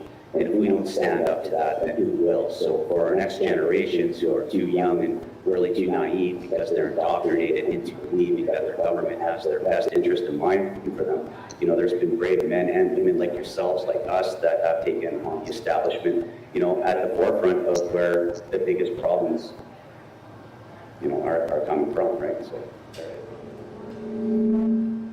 Thank you for that. Thank you, James. I'm glad I can hear your viewpoint. That's number one, is hearing your viewpoint, seeing your faces there smiling. I know that you guys have been through a lot on the West Coast for quite some time. So the fact that we're able to do this East to West Coast is super exciting, even though we're dealing with 3 or 4 different types of technology right now. We're doing the best we can. And I am on Ed's phone. Is that the Ed Jebnisek that's sitting right next to me? Is that whose phone I'm holding right now, just to make sure? Yes. Okay, so there's then another Ed that I'm supposed to be talking to up there. See, these are all the things I like to ask. So, next question is going to be to Phil Primo, and I'll come back to you in a second, Ed. So, Phil, the propaganda machine, when did the media turn into this? Because, you know, we've been talking a little bit about history here as to how this happened, you know, around after World War II. Hitler used it, the Americans, the Allies used it, Vietnam, you can go on. There's so much material out there. But why don't you give us your viewpoint, Phil, as to when the media turned into more of a propaganda machine? Well, you guys covered a lot of it earlier in the conversation. You know, in Canada, my view is that, you know, the total takeover is just the more recent. Since the Trudeau administration has, you know, come to office. Obviously, as we all know, the mainstream media is completely incentivized by government, and that obviously, if you've got a government that isn't looking out for the interests of the people, instead of looking after their private financial interests is a big problem. In the bigger context, like I've listened to people speak about all of these various things, Mockingbird and Paperclip, and the truth is I don't know. That's all before my time, so I can only trust the consensus of the masses to understand exactly how we got here. But I think the most important thing to do is focus on what's happening in the here and now, and stop the criminality that's happening in the here and now. And unfortunately, the mainstream media is complicit in that, and it's a matter of figuring out, who's making these decisions.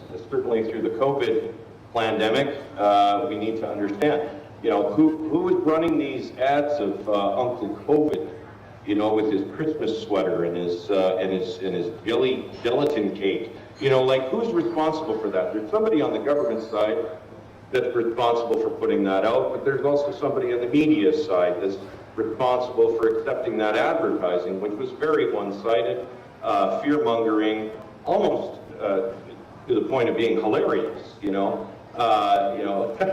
like, I'm terrifying, why is nobody scared of me, Uncle COVID with his sweater, right? So back to the question, I would say it's a more recent thing, at least in my personal experience here in Canada. I felt I could trust the media 10, even 15 years ago, but unfortunately, since Trudeau's come to power, the formula for incentivization on what you're actually doing as a journalist has been just completely taken away. Nice. Thank you, Phil. I appreciate your answer on that. I have been watching your media for quite some time and agree that you've been keeping an eye on this for quite some time, and the hilarity, like you said, we keep bringing up the humor about this because honestly, the humility and the humor is the only thing really keeping us going. The illegalities and the sheer nature of the absurdity of what they're doing here is insurmountable. Absolutely. Now, Ed, yourself, my friend, when would you say that you've been able to see the fact that this propaganda machine has turned from the media to something now that we can trust to be a full-out movie on the side of the wrong agenda? The first taste I got was with Rebel Media back in 2013, and once you start to question, is there another side to the story, and why are CBC, CTV, Global, why is it always the same story? What happened to the alternative? And when we started to question, people weren't questioning enough. Big problem. And that's why today, even I say today, question everything you hear from all of us, because nobody's perfect. But why all the shadow banning? Why all the suppression? Why all the lifetime bans on Facebook? YouTube pulling people down. The deplatforming is unbelievable. But there's still a lot of people out there, and here's a challenge to our audience. You see good content coming from alternate media, ourselves, right? Why don't you share it out? Or why don't you put it to someone and say, hey, come watch this. Let's have a conversation about this. But don't make anyone wrong for having their opinion, because they've been brainwashed by MSN. And the job we have to do is to get more people to come along with us. There's a lot of people that are still calling us behind our back, that is conspiracy theorist. And I wanted to wear that shirt. I'm not a conspiracy theorist, but you're a bleeping idiot. Right. And you got to dance around all sides of the issue, and then decide what's true and what's not, because there's a lot of lies being put out there. And the worst thing is the half-truths. Right. You witnessed it yourself, have you not? That's quite an open-ended question at this point for me to answer, but I can tell you one thing is that the people have been overloaded with a world where no one has the kind of time to live their lives, to take care of themselves anymore. Nobody knows how to sleep properly. There's medications for that. There's the 24-hour news cycle, the social media in their hands. These phones themselves tap out our energy every day. Kids, school, trying to survive in a world where it's so expensive to live. And what we were talking about earlier around when do we have time to research the news? So the reason I don't forward stuff is because I don't know half the stuff I'm forwarding half the time. I take my time to listen to shows from the media that guys like you send me, because instead of watching somebody like Redacted or Joe Rogan give me news, I depend on the fact that through my Facebook Messenger, I've got 100 people every day sending me stuff that they think I need to see. And so I hear about it, I see it, and I let you guys kind of filter it out for me a bit. Has anyone heard of the Great Barrington Declaration? I've heard of it. Chris, can you chime in on it? And amazing, okay, tell us the numbers of doctors and health people. 3 years ago, why isn't this worldwide news? Why was it never on MSN? Wow, just like the doctors that stopped in front of the Capitol Hill, they'd all got, shadow banned. That Great Barrington Declaration, last time I checked, it was 350 signatures, but I haven't checked for years now. So doctors worldwide came out and said this whole thing's a hoax. And they were credible doctors, world scientists, world doctors. And we've got Richard here that knows a little bit about, being the historian that he is, the Great Barrington Declaration.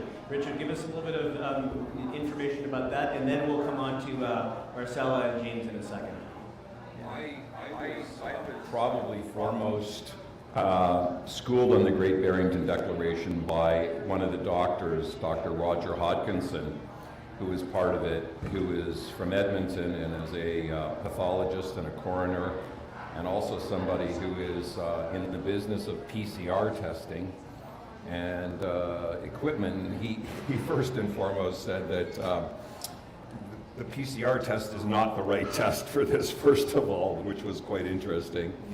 And he basically said in front of the Edmonton City Council on a live Zoom call that this is nothing more than a bad flu, and if it's treated in its ambulatory state, it will be fine. And I find it's tragic now that we've had more doctors die suddenly than signed the Great Barrington Declaration, and maybe if the ones that had died suddenly had signed it, they wouldn't have died suddenly. Wow, that's quite a reach, but it's the truth. It's the truth, right? It's what we do. It's a very important declaration, and I think it would be important for us to pay attention to a little bit of the history around why we had to come up with that declaration in the first place. Richard, maybe we can speak a little bit more about it later, because that document does. Does it even have something to do a little bit with the Victoria Declaration? Are they at all comparable? They're alignable, most Yes. definitely in spirit and intent. Absolutely. Right. Okay. Absolutely. I'd like to know a little bit more about that.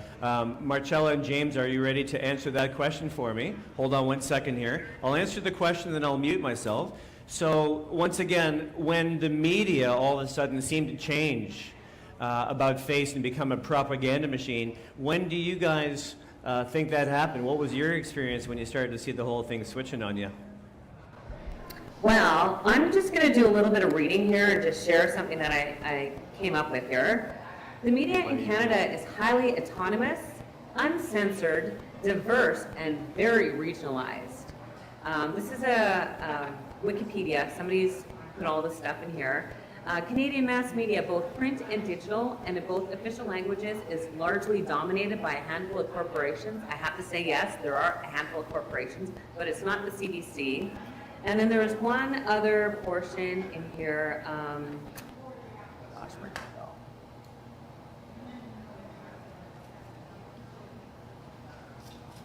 Oh yeah, sorry, I can't find it right off the top here, but for me, I would have to go back to 2020, and I would have to take that regionalized media, because here in BC we had Bonnie Henry every day at 3 o'clock, and everybody sat down and listened to her speaking in her monotone, lull you into submission, complicit obedience, talking. And every day I hear this lady, and I'm saying to my daughter, there's something not right here, but every day the media put her on, and then they've got all of their modeling and all of these fake numbers they're pulling out of I don't know where, and that for me was like the beginning of, there's something wrong in our media, something's not right, they keep saying the same thing, and 2020 for me. The mainstream a very long time ago. From time to time, I'll kind of pick up on what's the narrative they're pushing out there. As it is, I really haven't been scrapping against the mainstream narrative, the establishment, anything like that before 2020. So I'm fairly new at this in the last 4 and a bit years. But at the same time, I just found that the mainstream media was always pumping out aggression. Whether it was in the fishing industry or forest fires, it's just always constantly bombarding me with a depressing narrative. And to me, it's just a prescribed response from our population to keep us all kind of down and, realize or think to ourselves how terrible everything is in the world when that's really bad for your vibrations. So I just didn't get into it. But, when I realized they were completely corrupt, I don't know, man, like 9/11 was pretty crazy to think that, these planes were hijacked and that kind of stuff. And then, they went into Afghanistan and the way that, what was his name there, the guy, not Saddam, Bin Laden, they offed him on a ship and then got rid of his body in the water and stuff like that. There's so many tangibles that don't make sense with the mainstream narrative. The CIA had a lot to do with Pablo Escobar and all the drugs that were being shipped into Panama and Florida and different things like that, Tampa area. The system is corrupt, and basically knowing that our government is paying huge bailouts to like the CBC, of course they're going to continue to say whatever it is that their bosses are dictating they should be saying because they're bought and paid for. So I would recommend anybody who is interested in learning anything about what's really going on in the world, stay away from the mainstream media. Just keep up with it from time to time to see what kind of a narrative they're trying to trick you with. And to me, like, you got to go underground. You got to go with the media's like real agreement. And I need a Christian. Yes, that's where we're at. Well, I'm watching Phil and yourselves because you've been able to, because I'm originally from New Brunswick, I'm from the East Coast and stuff, but I have lived in Toronto and Ontario for 25 years, and I seem to have this feeling that Toronto thinks that's the only thing going on in Canada. But it's not true. There's so much energy and passion happening all across the country, and I just want to say thank you to both of you, both groups in BC and Alberta. So good. You guys are so amazing for having stood up. And you know what? We're going to do more shows like this to open up these other people that are out there helping you guys out. Now, James and Marcella, hold on. While we've got you here, why don't you let us know a little bit more about what you guys have been doing for change? What are you guys doing over there that can give the people of Canada some hope and kind of have them reach out to you with Stand United? Awesome. Okay, let me just finish one point, and then we'll flip it into that. But the other portion that I was looking for when I was speaking a little earlier is in 1991, the Broadcasting Act declared that the system should serve to safeguard, enrich, and strengthen the cultural, political, social, and economic fabric of Canada. That's what our media is supposed to be doing. And over the past 4 years, as we've heard our Prime Minister speaking and as we've heard the news talking, we've had such a divisionary attack on families, on identifiable groups of people in Canada, and that's one thing that the media needs to be held accountable on. The Broadcasting Act, they're not sticking to the standard. And so, I'll transition over into what Stand United is doing now. James. Again, we have to confront the establishment where we can be the most effective and have the greatest impact. So for me, I never really thought I would turn into politics in my life until about 3 years ago. As it is, we've hosted at least 50 initiatives across, in Vancouver, but we probably somewhere close to 20 nationwide initiatives, and we've been at the most appropriate places, as in the mainstream media, with many cities across Canada to do the Stand United events. The media is the virus. We went to the College of Physicians and Surgeons nationwide. We did the RCMP on informed consent inquiry, different things like that. Very, very important issues, and we've got absolutely nowhere as far as getting to accountability. And that is exactly where we have to get to. So, the only way that we're going to be able to see integrity and accountability back in these institutions like the RCMP, our healthcare, our universities, our education system, all of these different institutions that get in line with our legislation. So where do you want to be? You want to be in one of those seats in the legislature and the House of Commons. You have to take into consideration that the people sitting in those chairs are truly the architects for what the future of our provinces are going to look like for our future generations. So as it is myself, I'm running as an independent candidate in the provincial election that's coming up here in BC, October 19th. So wish me luck. We have a lot to take care of in our own country, in our own backyard, in our own provinces. So get involved at that level. If you know people that are involved and you have the ability to support them, surely get on board and give them all the support they're going to need, because we are basically your last line of defense before things truly get communistic here in a real big way. Amazing. And I knew that you guys would have something like that to tell me, because I know that I've been consuming. I have been watching what you guys have been doing over there, and you've always got a common sense approach, a grounded approach to what's happening. Marcella, James, I don't know a lot about you just yet, but I'm sure that's going to change in the very near future.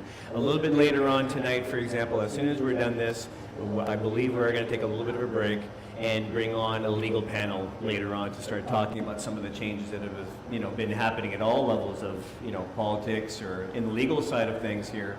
That they will introduce a little bit later on, but I want to continue. Thank you guys so much for the West Coast kind of update. And now I would love to hear from Phil Primo.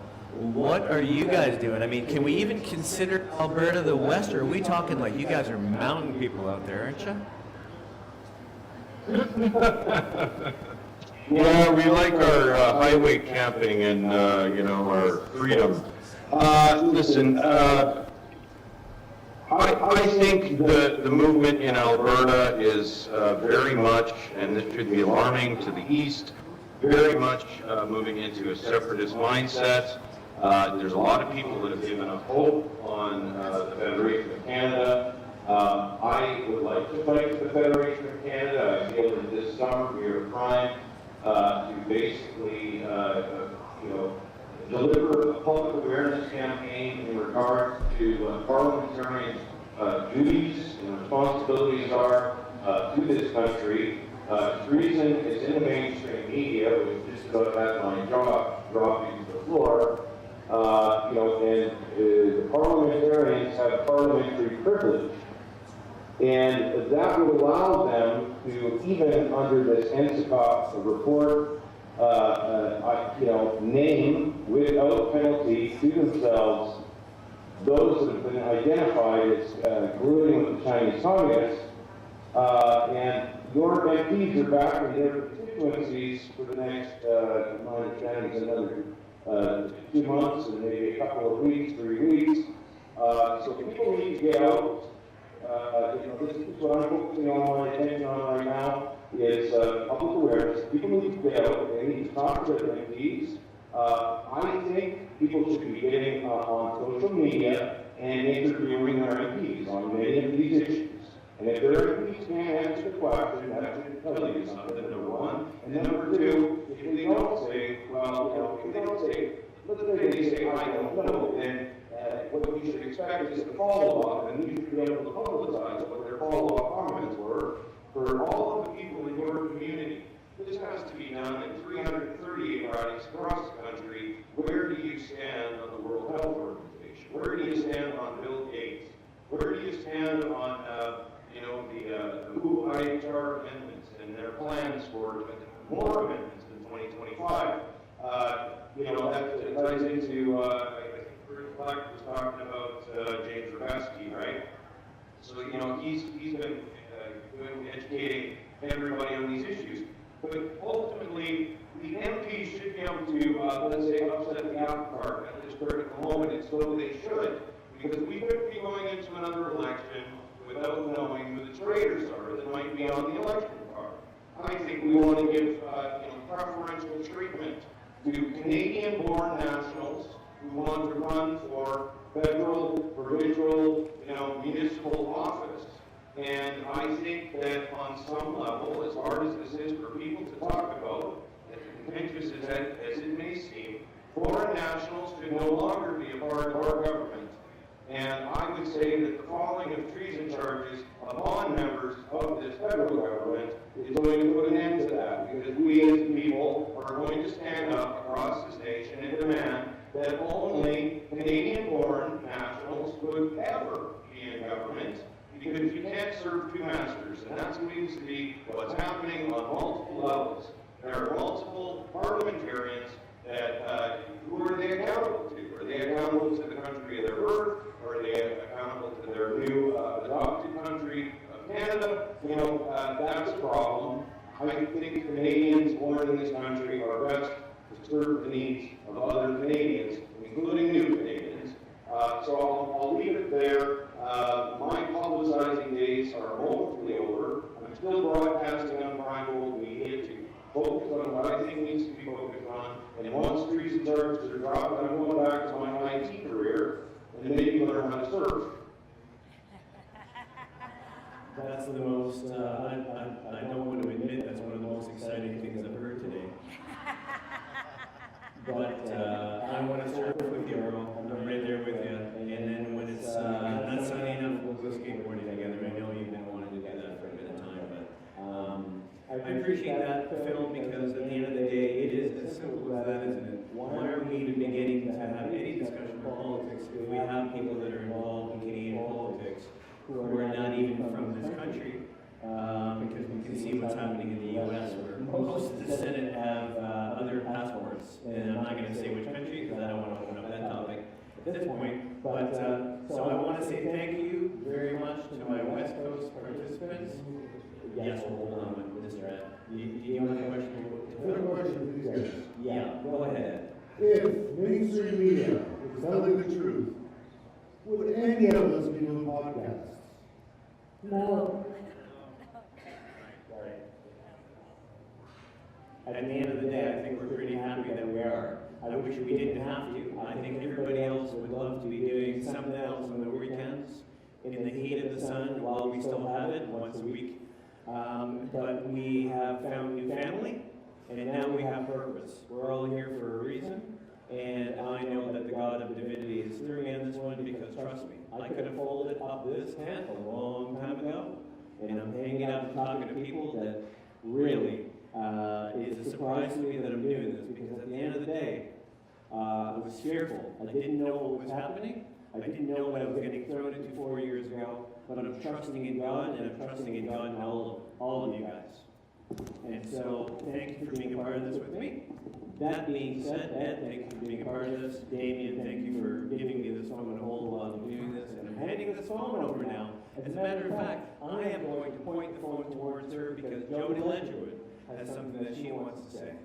So I just wanted to say thank you, Marcella and James, Stand United BC, for coming on and joining us and sticking through all our technical issues. Thank you, Phil Primo. You were supposed to be here with us right from 1 o'clock, going forward with Prime Gold Media. Thank you for sticking it out. I know it was a long hour of trying to get the technicals worked out, so thank you very much for joining the media panel. Ed, thank you from the Freedom Report for joining us after working out the technical issues. Thank you to Richard Allen for coming forward, our producer extraordinaire on many multimedia platforms. Lamont Daigle for moderating the panel for us. Thank you for persevering. It wasn't easy with all the technical issues in the background. And thank you to my partner, Chris Vleck, for joining us up on stage as a representative of TFM Report and doing all the technical stuff you have been doing this whole weekend and every day on our show. And so that is our media panel for today. Thank you all. You're more than welcome to leave the stage. Thank you, we will. Thank you to the audience for joining us for all this wonderful stuff here today. Ultimately, we're here for you. Thank you. Thanks, guys. There we are. So we now have a very special guest. For those of you who have been involved in the freedom movement, you may have seen her on stages, you may see her at events. She's always running around, she's organizing, she's helping. She was one of the nurses who was speaking truth, who lost her job for speaking truth. She has now had to recreate herself and change the world or her world for sure, from the inside out. But while she's doing that, she is also helping everyone else to change their lives for the better so that they can get along in this world that we are now trying to create anew. So please help me welcome to the stage, Jenny May.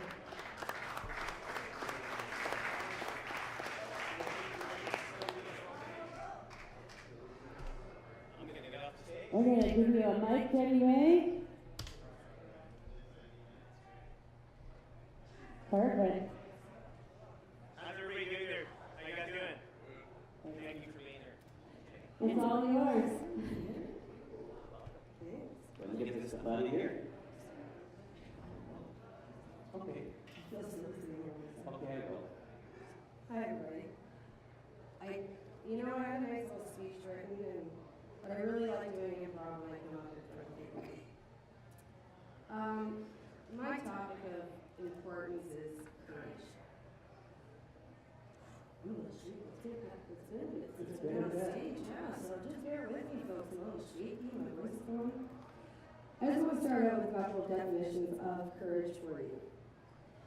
It's the state of quality of mind or spirit that enables one to face danger, fear, or vicissitudes, which definition is a fake or forgery, and things what are not presented to be, with self-possession, confidence, and resolution. The Merriam-Webster Dictionary says, a mental or moral strength to venture, persevere, and withstand danger, fear, and difficulties. Synonyms: bravery, heroism, gallantry, courageousness, prowess. Lovely to meet all of you. I've got chicken scratch that you can see. That's okay. As Jody said, I'm Jenny. I'm from Windsor, Southern Ontario. I was a late bloomer in my life, figuring out what I wanted to be. Decided on nursing. It was going great, and I was a good nurse. I've always been an opinionated, loudmouth for the size woman that I am. However, this journey the past 4 years has taught me that that has been one of my biggest positive traits. Because being that loudmouth, opinionated person allowed me to step into my courage without any hesitation, reluctance, or wondering how am I going to get viewed. Has anyone ever wondered when was the first time that you ever stepped into your courage? You ever thought, when was the first time that you really were scared for something and you're like, I gotta do this? I was 5 years old. I was at a figure skating competition. The whole arena was packed, and I was this big, going in front of all kinds of people in the stands. I was terrified. I started crying. Told my mom I don't want to do it. And she said, you're good, you're good. So I took a deep breath, and I stepped on that ice. And I loved it. Was that the first time? That's the first time I can remember. That I can really remember and going, wow, you know? And that turned into the first of many, many years of competitive figure skating because I took that one step, even at 5 years old. Courage is, somebody said vibration and frequency on the panel. And it is, it's a vibration, it's a frequency, which means it's contagious. It's energy, we get to exchange it. Courage is contagious, it grows, it expands, it brings people in, it gives the people that have courage even more courage because we're feeding it to each other. It's not a bad contagion, it's a beautiful one. I started speaking very early in COVID, it was probably the summer of 2020. I connected with a group of freedom fighters that had already started their groups there to the protest. Went on paper, went on record against my city hall. And I put my nursing career on the line right from the start. They did not like me because I had the courage to stand up at a very, very early stage and say this is wrong. And I'm not going to stop letting people know this is wrong. And I was a target. And I kept standing. I kept on standing in my truth. I didn't waver. I didn't throw hate, but I stood strong.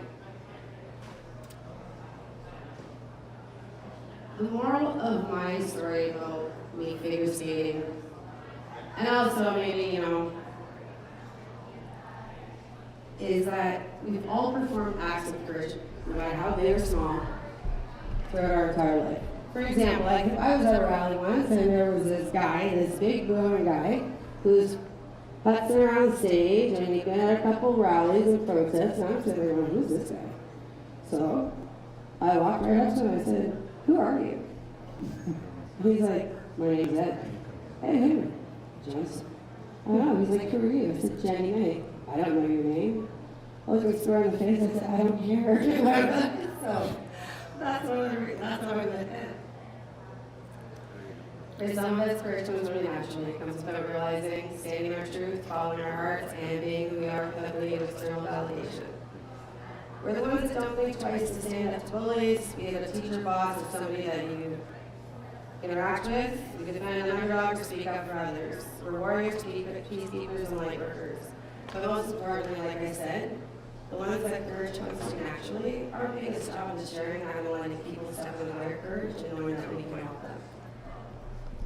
I look at how small steps of courage, tiny steps over the past 4 years. In 2019 to 2020, there was a very small group across Canada. There's groups that are forming, but it was small.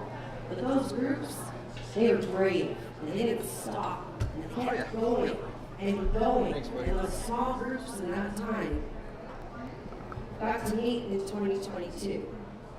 And they brought everybody together. And it kept on growing.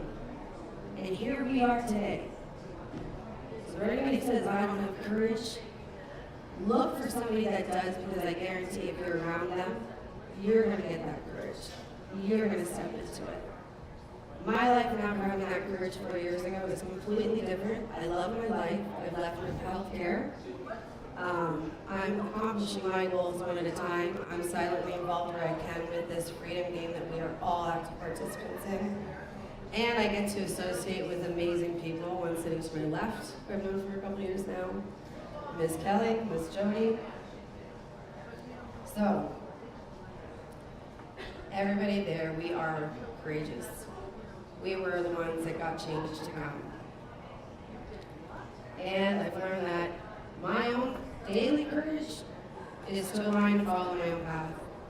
To know what resonates in my care, or my core, and being and going for whatever I need to.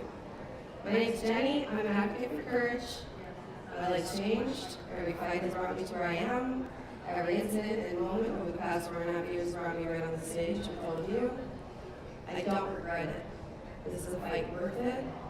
And you know what? The people that are brought in my life and where I am, I wouldn't change it. So, I will end by saying thanks to all of you for your courage, because it's helped so many. So, thank you. I was supposed to have a presentation, but I prefer speeches. Because courage isn't really something I can put up on the board and say, this is what it is, and this is how you get it, and this is what you can do with it. Courage just means that you're being authentic with who you are. You don't try to be anything else. You stand in your truth, and you know you're right from wrong, and you follow it. And then people who are of like you, they'll follow along. So, that's it, my lovelies. I don't have much to say, but you know what? Keep standing tall. We all are, no matter if you see us or not. You see, Jody May might not have a lot to say, but sometimes the voice creates echoes. And maybe if I talk really, oh, there you go. Let's turn that off for a second. Did you want to come up here and say? Come on up, join us. Ever since we met, Jenny, at the beginning of what was happening here in Toronto, I mean, when we first met you in Toronto, when you were standing for the first time talking about this, that you had been doing it for 3 years. That's correct. Yep, I remember. And that's where. Williamson, and Dundas. You've been everywhere.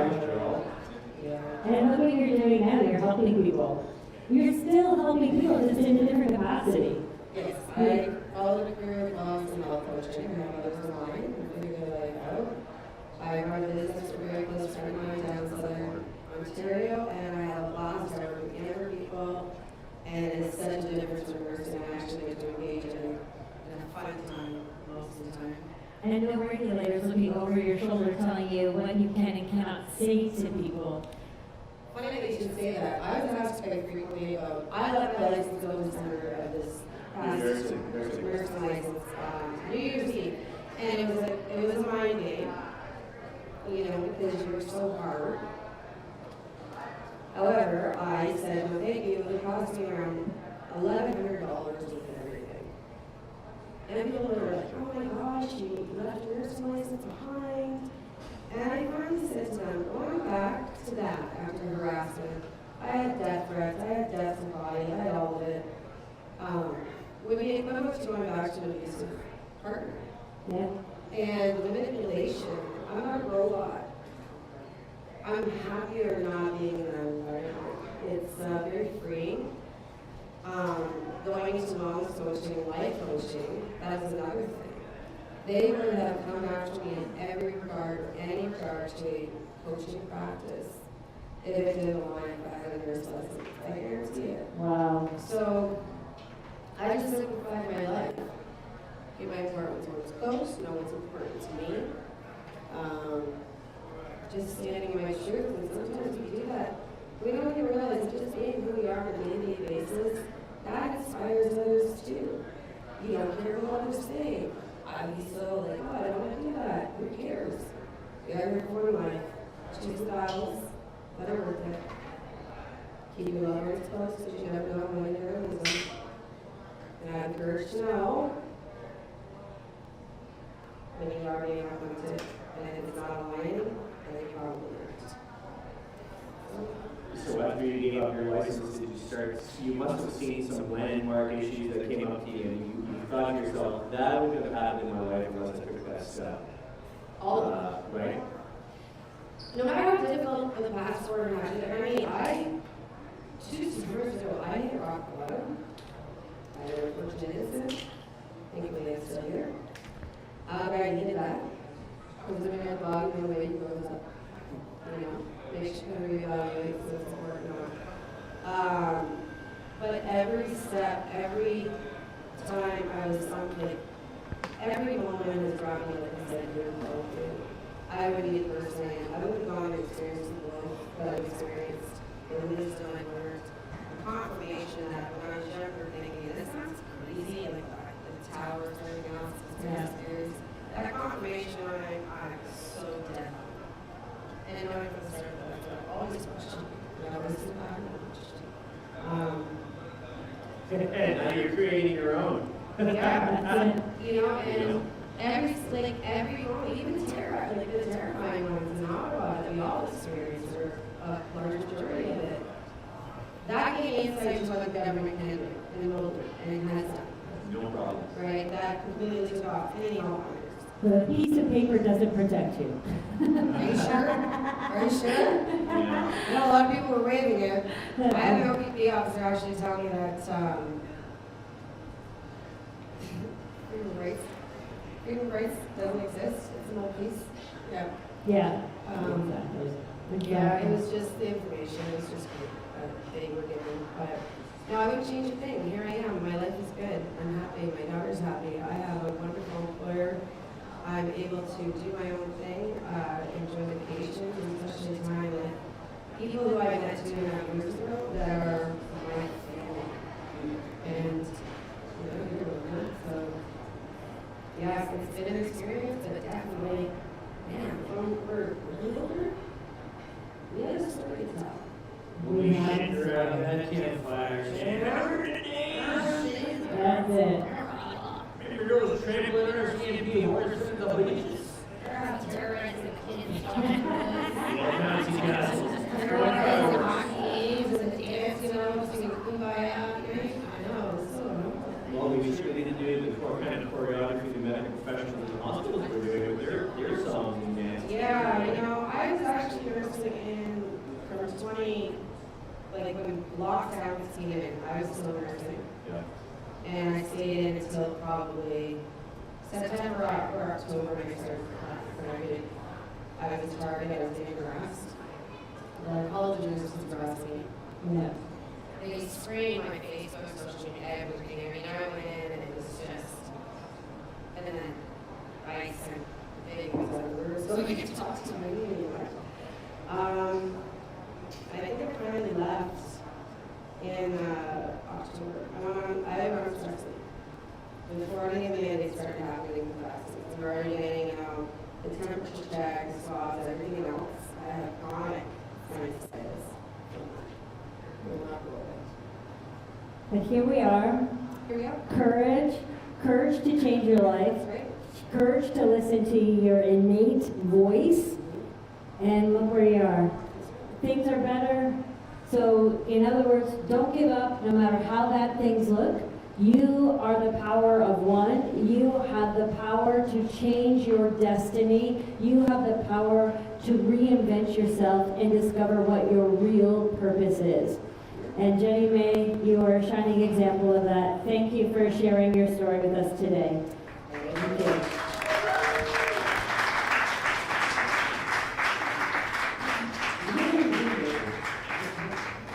So now, if anybody has been paying attention to social media in the last 2 weeks, you will know this man, you will know his name, and you will know what he has done. He is giving us new hope and renewed faith in the legal system. I'd like to welcome to the stage Mr. Weisdorf, who just won an appeal as a non-lawyer representing somebody else on the PCR test. Come on up, Chris. Hey, Chris Weisdorf. I'll leave you to the stage. Thank you. I guess, what should I do here? Should I stand up? Should I sit down? Whatever's comfortable. I guess I'll sit down because, or actually, I don't know. Let's see. That's this camera. So, I guess some people here know who I am, most people maybe. I've been around since, I guess, May of 2020 in terms of the resistance. My name is Chris Weisdorf, as Jody introduced me. To be clear, I'm not a lawyer, I'm not a paralegal, I'm not a legal professional of any kind, I'm not a licensee of any law society. I never went to law school.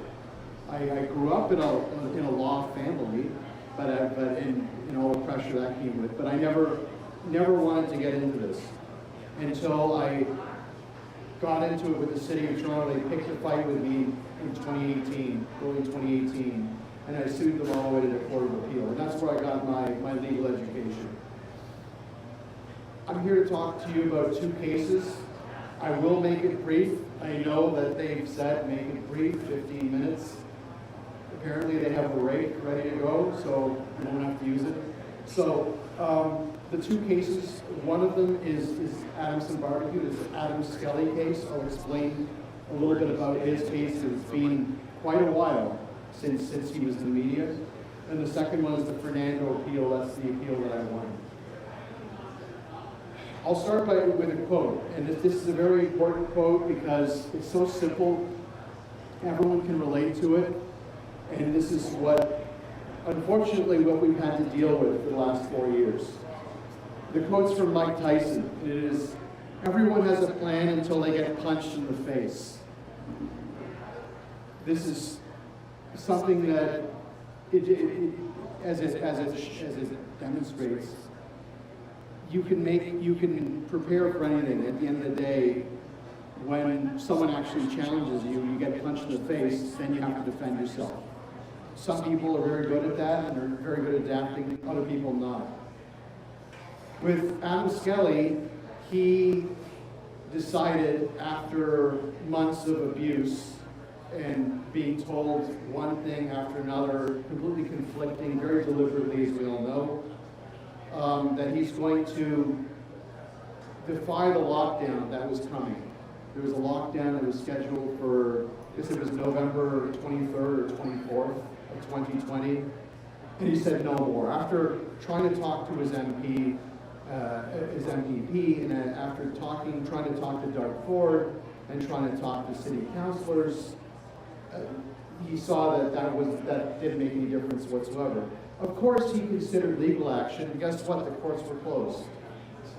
So you couldn't go to court. You couldn't do it civilly by talking to your elected representative. So what was he to do? His only option as a reasonable person would be to defy the law. I was told right before this happened at Dundas Square that on the weekend, because I was going to every protest, that there would be 100 businesses that would reopen, that would defy the lockdown, because they were implementing the lockdown. Next week, we were just told, and that they would stay open. And I said, you better have those 100 businesses that stay open, because otherwise, the few that defy the government are going to get crushed. It turned out it wasn't 100 businesses, but 3. 2 of them shut down immediately. Adams stayed open. And for Adams' defiance, they came down like 10 tons of bricks. They brought 6 separate legal proceedings on his head. They ticketed him under the Provincial Offences Act. They issued a Section 22 order. That's the medical officer of health out of Davila. They brought an injunction. They sued him for calling the cops on him, 250 police officers. They arrested him for violating public health order. He's the first business owner to be arrested for violating public health order in the history of North America. And as if that's not if that's not enough, they also went after him and his father for business license violations, of which there were many hundreds of other people in the same area who did the same thing as he did, but he got targeted preferentially. So what happened was there was a groundswell of support, and he raised $350,000. And I'm going to tell you how that money was spent, because a lot of people say, oh, he just used that to go and move to Alberta. And I'm going to tell you exactly how the money was spent. That's what happened. Of course, Adam, as I said, did not have a plan. He got punched in the face. In some case, in some respects, quite literally. He spent a day and a half in jail, and he eventually challenged us in court. When you're in that situation where the courts are closed, where everyone's scared, you can't find lawyers. There are no lawyers. There might be some lawyers who want to take the case, but they're too afraid to. Other lawyers who are not familiar with that type of law, or they know just constitutional law, they need to take another approach. So at the time, there were very few lawyers. Adam ended up retaining 2 sets of lawyers. One set stepped away from the case permanently at the end of March of 2020, or 2020, this is 2021. And the other set stayed on, and an outside counsel was brought in. And that senior counsel who stayed on ended up getting sued for professional negligence because he didn't follow Adam's instructions as the client didn't follow my instructions. And a settlement was reached very recently, a small settlement, to keep this case going. Because this case, the government has been trying to crush this case and prevent it from ever being heard from the very beginning. So what ended up happening was Adam's case was not heard because of the negligence of senior counsel. So what ended up happening was that judge said she had no jurisdiction to hear the challenge because the paperwork wasn't done correctly, because things that are, as she described it, very basic civil procedure were not followed, and that a lawyer with supposedly 4 decades of experience would know better. So what happened after that is 40 months of delay. 40 months. This case will be heard in October, on October 1st, 2nd, and 7th. Finally, it will be heard. What do we have? And what is next? So I'm going to tell you a little bit more about this challenge, but the bottom line here is this case has expert evidence that was submitted to the court back in April, May of 2021. There is no other case like this in the face of the earth where the evidence is from back then. Because if you won the lottery today, you won $30 million, cost was not any type of an issue. You could hire the best lawyers, get the best experts. You wouldn't be able to be heard. And I'm going to read this to you because this is why this challenge is so important. So there's 4 reasons. One is all other challenges are moot. You've heard it before. The public health orders that affected the lockdowns and mandates are long expired. Expired in April of 2022, maximum. So they can't be challenged unless there's a live controversy and or that there are provable damages to the litigant. So both conditions exist in this case. The prosecution continues against Adam 3 whole years later. They're continuing to prosecute him. They still want to put him in jail, and there is no end in sight. And his business and livelihood were completely destroyed by government action, just like so many others who are on the brink when their government loans come due. They keep kicking the can down the road, but these loans are hanging over people's heads. 2, no one suing today would have standing in court. To have private interest standing, one must be directly affected by the law and or government action.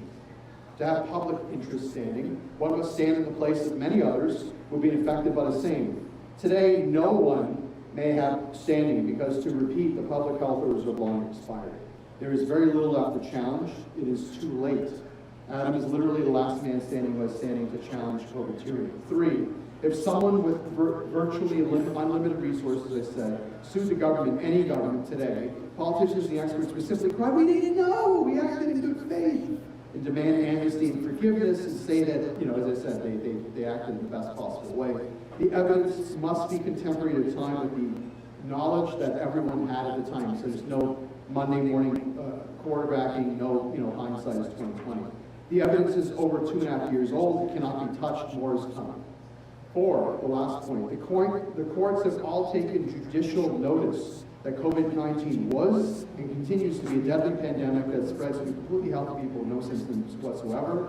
This is the great lie as it stands. Everything stems from it, including the vaccine mandates and all the destruction that came with them. To supplant it, the great lie must be called out with thorough expert evidence. And he has, with 6 experts, and the evidence must be heard. I should define what judicial notice is. This is from the Supreme Court in 2001. It says a court may properly take judicial notice of facts that are either 1, so notorious or generally accepted as not to be subject of debate among reasonable persons, or 2, capable of immediate and accurate demonstration by resort to readily accessible sources of indisputable accuracy. This is a pile of garbage, and this is something that we really need to not only change the law regarding the Evidence Act, but also we must amend the Constitution to not allow this for medical and scientific questions. You cannot say the government's always right when they've been wrong so many times. And I can name Rizulin, PFOA, Ketone, Vioxx, thalidomide, whatever. There's so many of these chemicals that the government, unlike the vaccines, the government properly went through review, with properly conducted trials, and they still killed a lot of people. The Vioxx itself was responsible for 200,000 heart attacks and or strokes and or deaths. So, and that was only the whistleblower came out, it was 2004, not long ago. So the government is not always right, in fact they're wrong most of the time. So the judicial notice is a pile of garbage. So I will say regarding the costs, and then I'll move on to the appeal. So people have asked, like, where did the money go? Come on, $250,000, that should be enough to defeat, people have trillions of dollars, right? That should be enough. You just grifted. I've heard that so many times I can't even count. So right before the end of December of 2020, $150,000 for the Section 9 injunction brought against them by the government.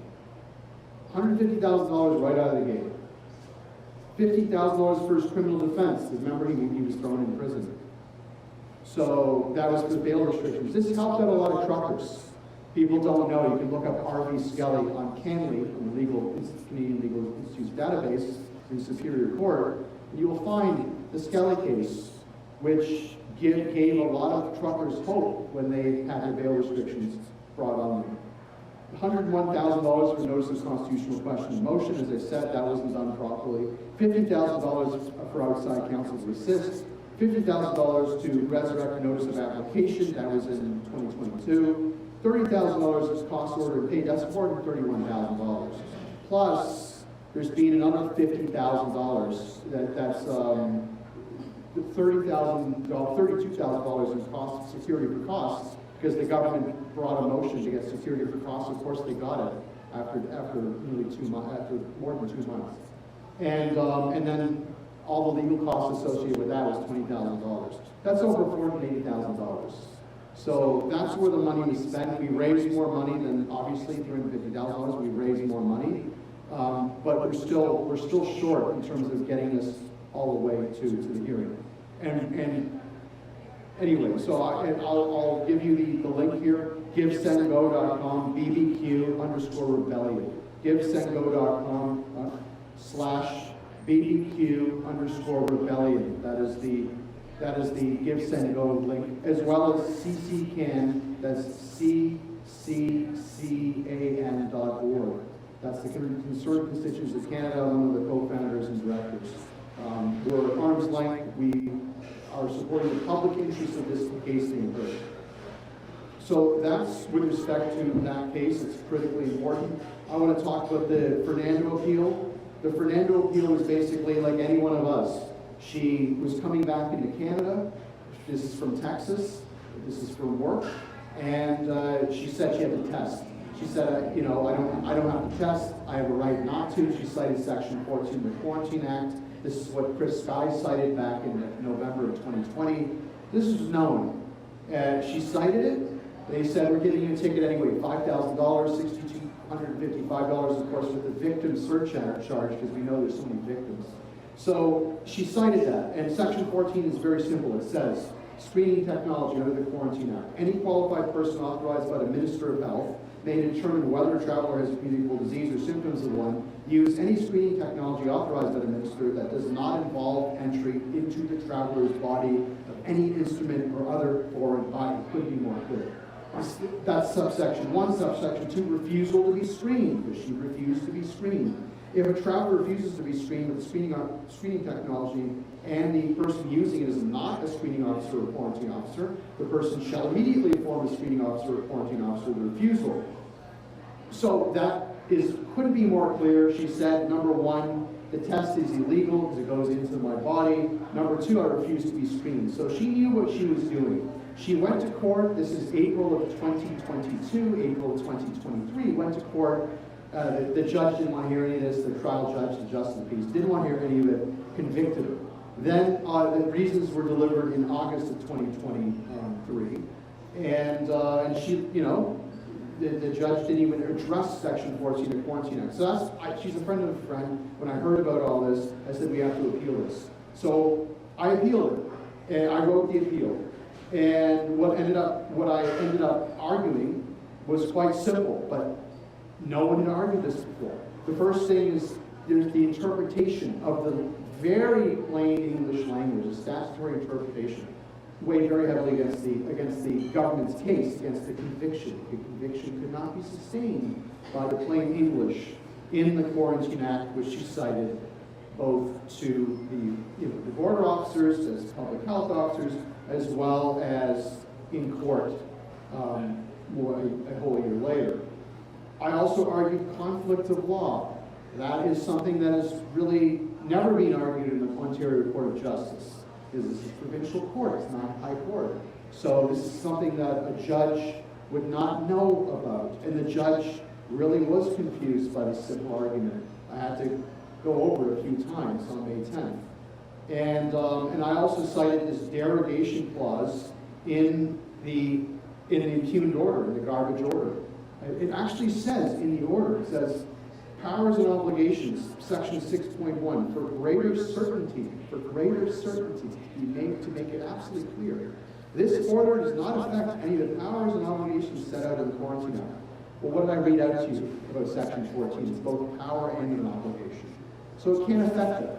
So I argued that. I argued the derogation clause. I also argued that removal rights may only be done by statute. So, meaning that it has to be done by Parliament. Parliament has to specifically remove the rights. It can't be done by an order. It has to be done by something that is convened before Parliament. That's 3 readings in one house in committee, 3 readings in another house committee. So I argued this, and we won. The conviction was overturned. This is the greatest victory. Thank you. This is the greatest victory in terms of anything. I know it seems right now it's lower court. This will get into a higher court. That's the next step. The reason why this hasn't been in the media yet is because the decision was not rendered in writing. We wanted writing, it wasn't, of course not. It wasn't rendered in writing, it was rendered orally.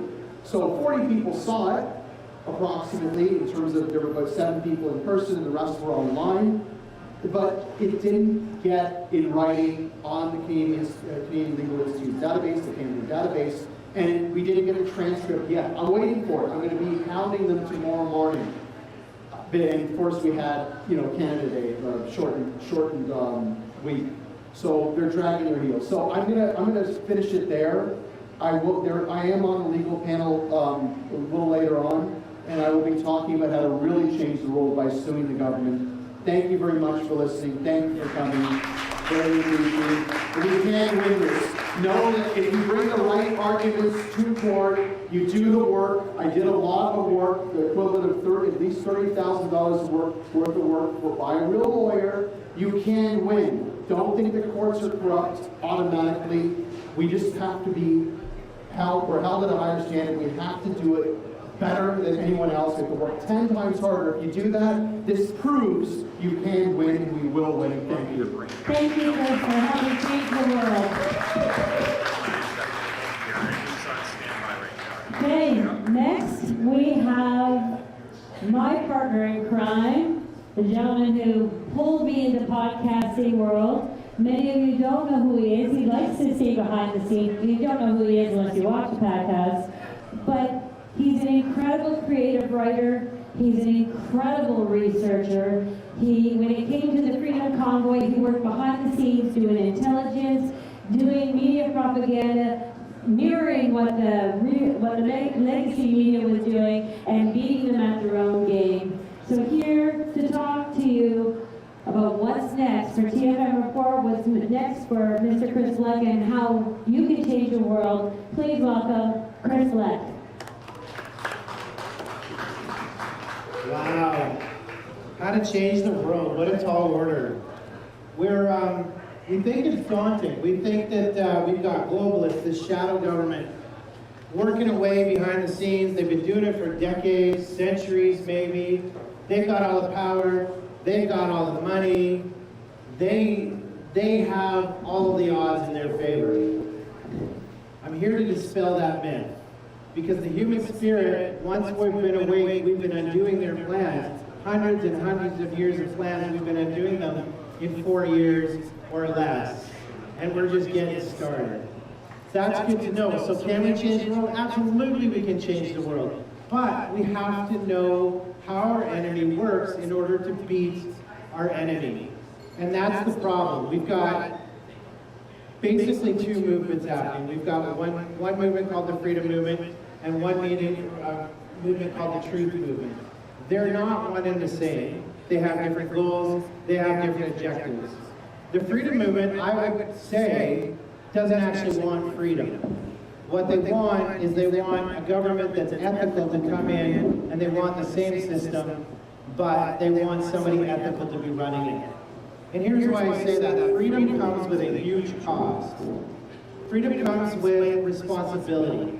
And we have given that responsibility away. We've been trained to do that. We give our kids mentorship and discipleship to teachers. We give our spiritual authority away to pastors, political to politicians, our medical autonomy over to doctors, scientists. We've given up our critical thought. We've given up our authority at every turn. Whereas the Truth Movement, they want something else.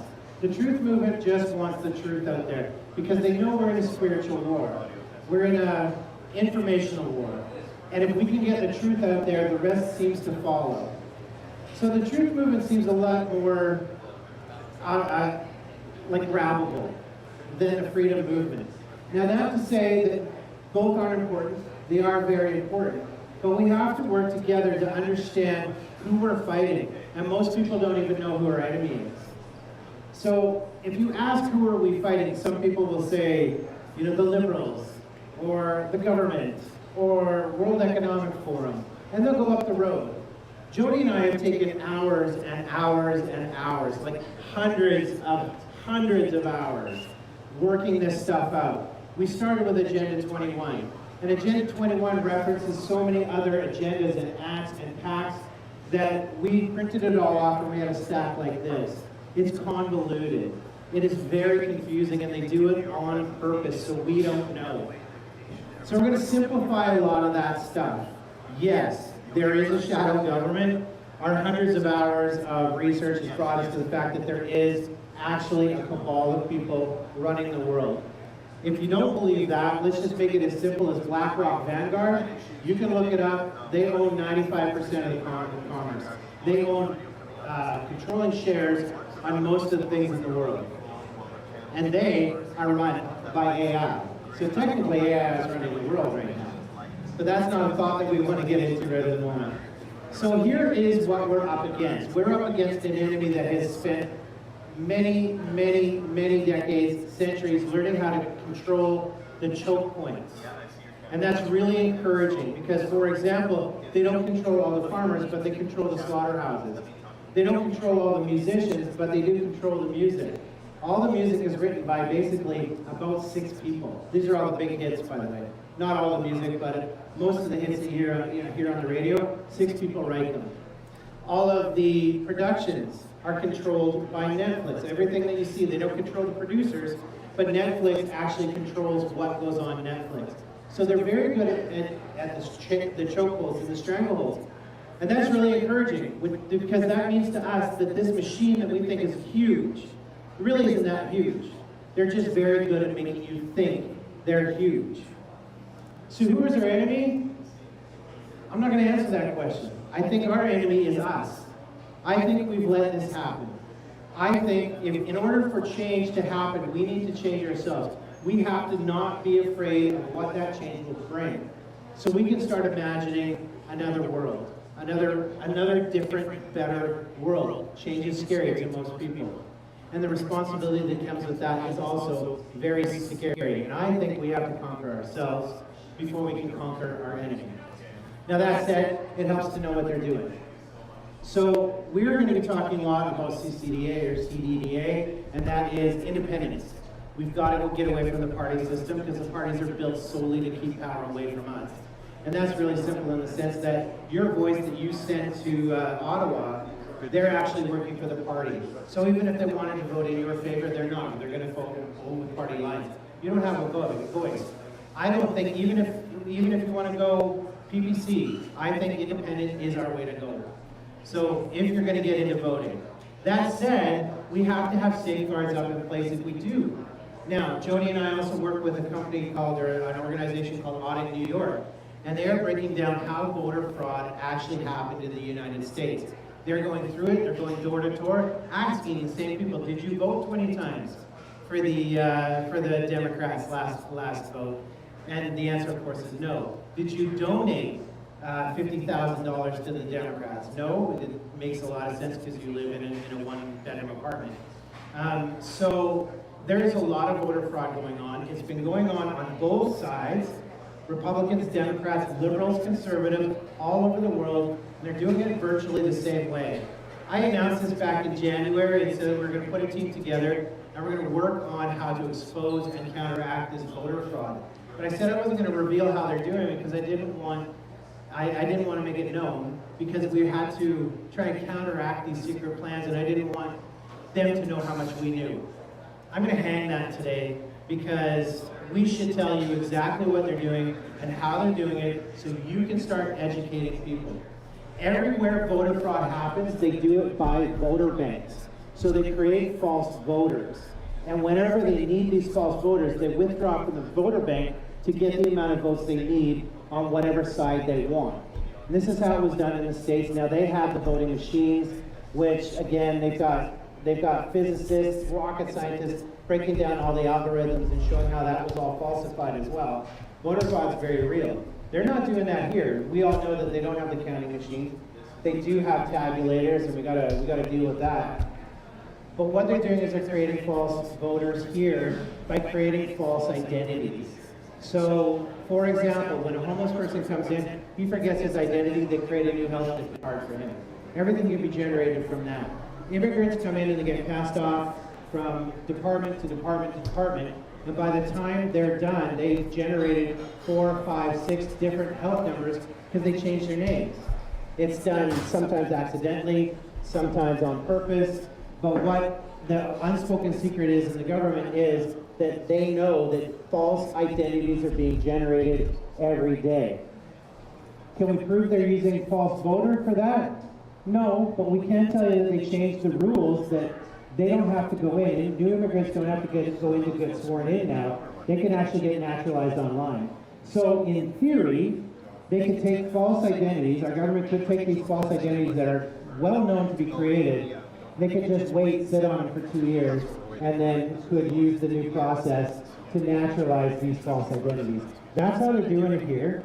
We are proving it. We are working through it to prove it more. But we have to be smart. We have to start educating people on the idea that voter fraud is going to be a big thing. It's not foreign interference as much as people want to say it is. It is our own government changing the laws, changing the rules so they can win. Look at what happened recently. The Liberals are now pushing through, and again, just to remind everybody, we're not Liberal or Conservative. It's a uniparty. We don't trust any of them. But the Liberals are trying to push through right now that you can not only extend the mail-in balloting, which is the big culprit there, extend mail-in balloting, but they also can extend the voting days. So there is a lot more time, a lot bigger window of opportunity for them to sneak in ballots without scrutiny, because you've got 3 days where they can do stuff at night.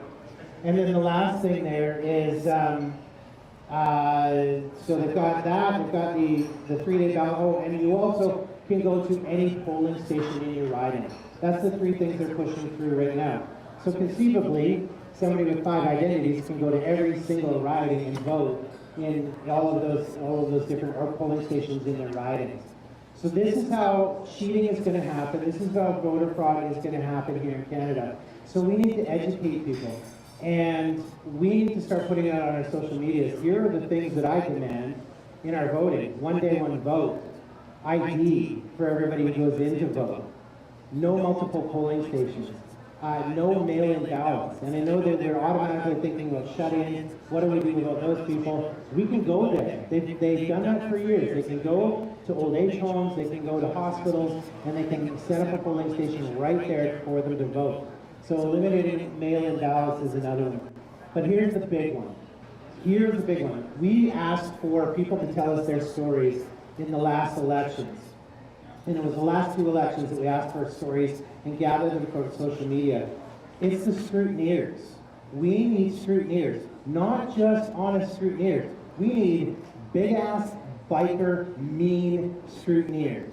And we need to go get them to go in and be willing to shut down a polling station and go to jail if any of the election fraud or election act is defrauded. And here's some examples. People will go to their polling stations and they found that their candidate was not on the ballot, particularly PPC. And they walked out and they were crying. They were on social media crying because their candidate wasn't there and they were cheating. It's like you gotta go in and demand that everything gets shut down until you get your candidate on that ballot. Another thing is they wouldn't let the scrutineers in the room where they were counting. This is an actual story. Not only did they lock them out of that room, and they could look through a window and watch them counting from afar, then later, whoever was running the polling station went and hung a curtain up over top. When they complained, they said, yeah, well, this is how it's done. We need people who will be able to kick that door down and tell that guy, whoever he is, that he's either going to sit down and let the scrutineers do their job, or he's leaving there, one way or another. And I won't get too much into that. So we need tough people to be scrutineers, and we need to demand them for every single polling station in every single riding. And if we can get those things, at least an education going with people, and tell them to be on the lookout for all of these things, but also these scrutineers in there enforcing proper, honest, true elections, then we have a chance. Because it doesn't matter how many independents get there, if they can't win and we can't get them into office, then the whole point is pointless. The whole thing is pointless. So we have to firm up fair elections, and that comes with education. We're still working with teams to prove what we can through FOIs and whatnot. We're going to prove it as much as we possibly can, but this is how they're doing it, and this is how we have to combat it. We can take our country back. This is one of the ways to do it. The other way is to vote with your money. We all want solutions. We have all been begging for solutions. I'm kind of with David Icke saying, if you eliminate the problem, the solutions kind of take care of themselves. But there are a couple things you can do with your money. You can take your money out of the banks. It is the banks that are setting up digital ID, our central bank digital currency systems. It's the banks that are actually working against us and doing this war against us, and they have the infrastructure. As per the World Economic Forum, they said it's the banks that are building this for them. The other thing is, once you have your money out of a bank, and there's a lot of details involved with that, but once you get your money out of that bank, now you can go after the big kahuna, and that is, we need to start withholding taxes. We can put them in trust funds, but we're going to start saying we're not funding a criminal organization anymore. We defund the banks, we defund our government, they're no longer funded into this war that we're paying for them to do upon us, and it is an act of war. So these are some of the simple things we can do, and if you don't like that, United Non-Compliance has always been available. You just need to do it.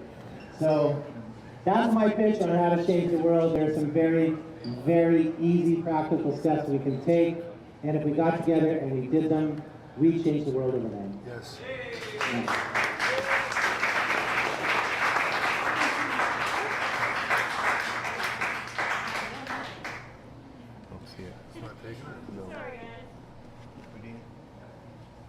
Perfect. Now I have a mic.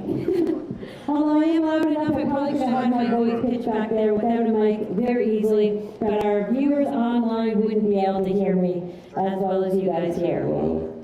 So thank you, Chris Vleck, for giving us some more hope and some other strategies for changing the world, which is what this conference is all about. And again, for new arrivals, bathrooms down this way, few snacks there, cash bar. They are serving food, so please have a look at their menu if you're hungry. And there are a donation box at the back corner. Feel free, if the mood strikes you, to throw a few dollars in, because putting together these productions do cost a lot of money, and it does come out of our pockets. We are not funded, and we are not sponsored by anybody, so your contributions are muchly appreciated.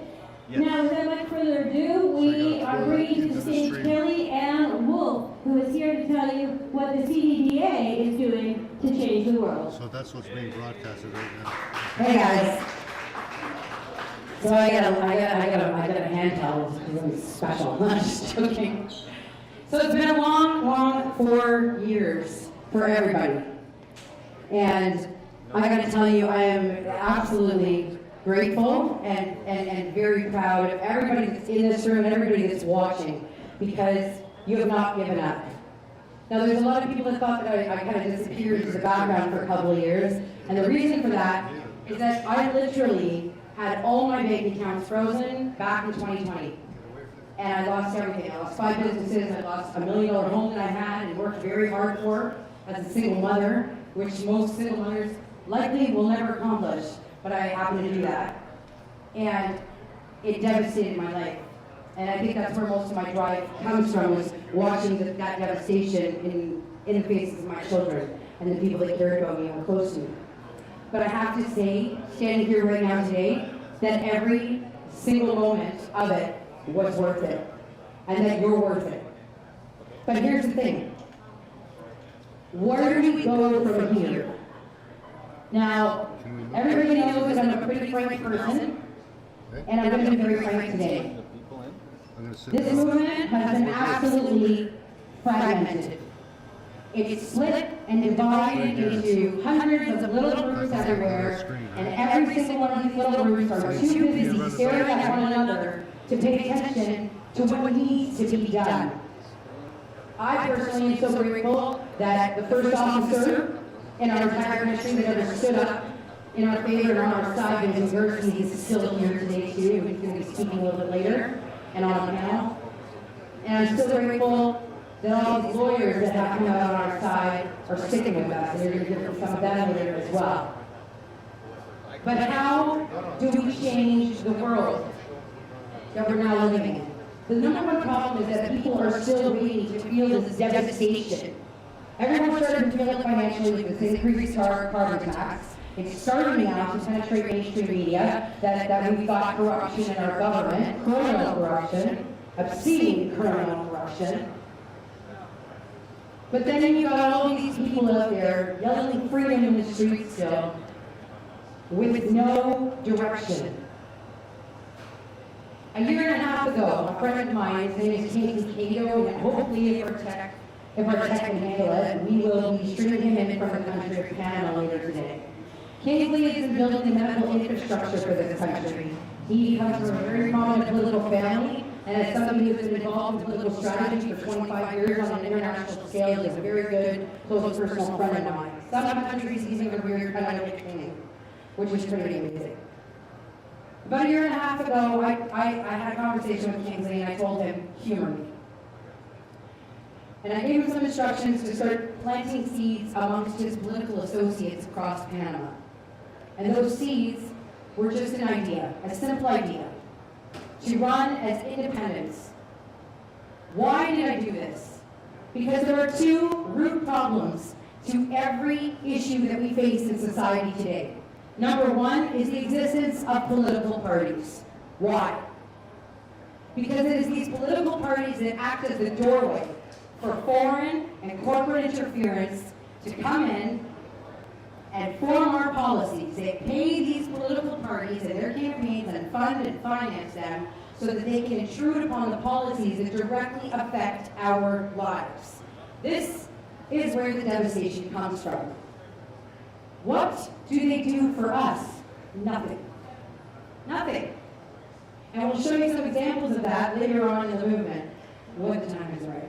For instance, though, when I was just out in Vancouver, I had an hour and a half lecture downtown Vancouver with Marcella Desjardlais from Stand United. It was their last Stand United rally. And in that hour and a half, I took a half an hour and I focused on the fentanyl on our streets and the 10 cities and all these narcotics that are going haywire and watching our kids shooting up and dying in our roads. They can get rid of ivermectin and they can get rid of hydroxychloroquine, but we're having a problem with fentanyl? Why? Because it's intended. Because it is intended. You need to comprehend that these drugs exist because the government has a hand in their production and in the profit of them. Nothing gets across that border without border security knowing about it. But when you own the media, which they do, they can lie to you. And you are being lied to. Every individual in society, no matter what their position, class, or profession is being lied to. Everybody, it's like a pyramid. You got to think about it kind of like a pyramid. You've got that pyramid, and every single block's got its own authorities and its own professions and its own obligations and civic duties to society. But no block knows the full extent of the authority, the position, or the expertise of the block next to them. And when shit hits the fan, and I'm going to speak frankly, you get this circle of blame that happens inside that pyramid.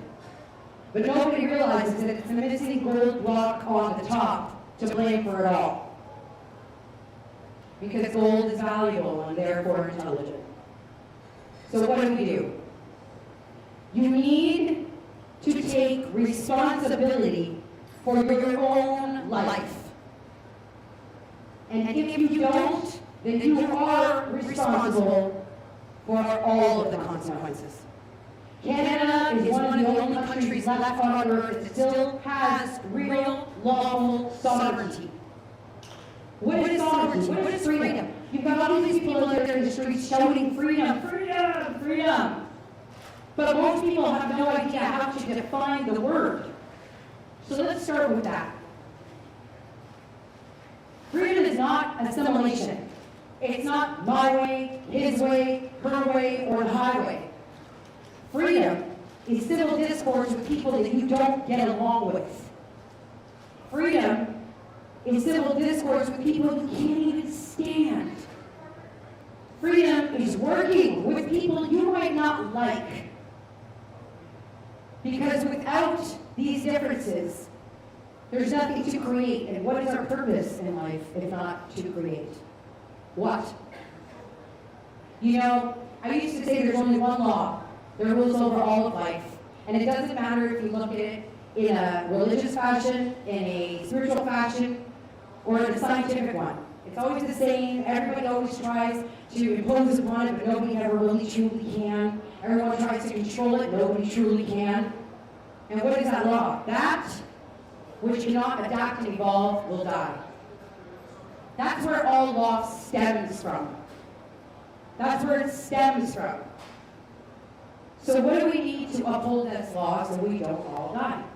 It's very simple. Freedom. Individual liberties. And that is what the structure of our society is supposed to be built upon. But it's not.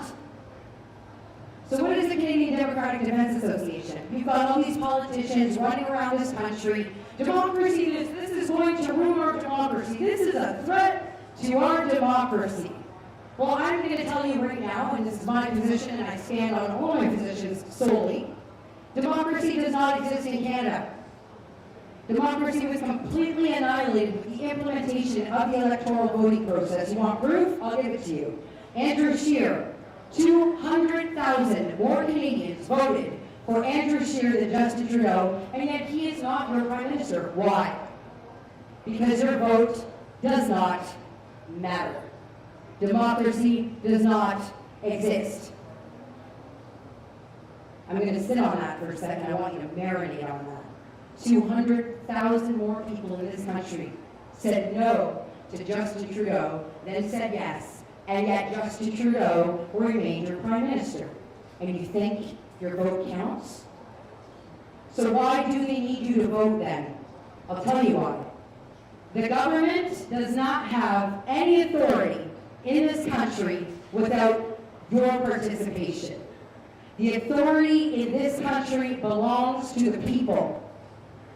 The government is not supposed to govern the people. They're supposed to govern the interests and affairs of the people, and not the people. Yet what do we have?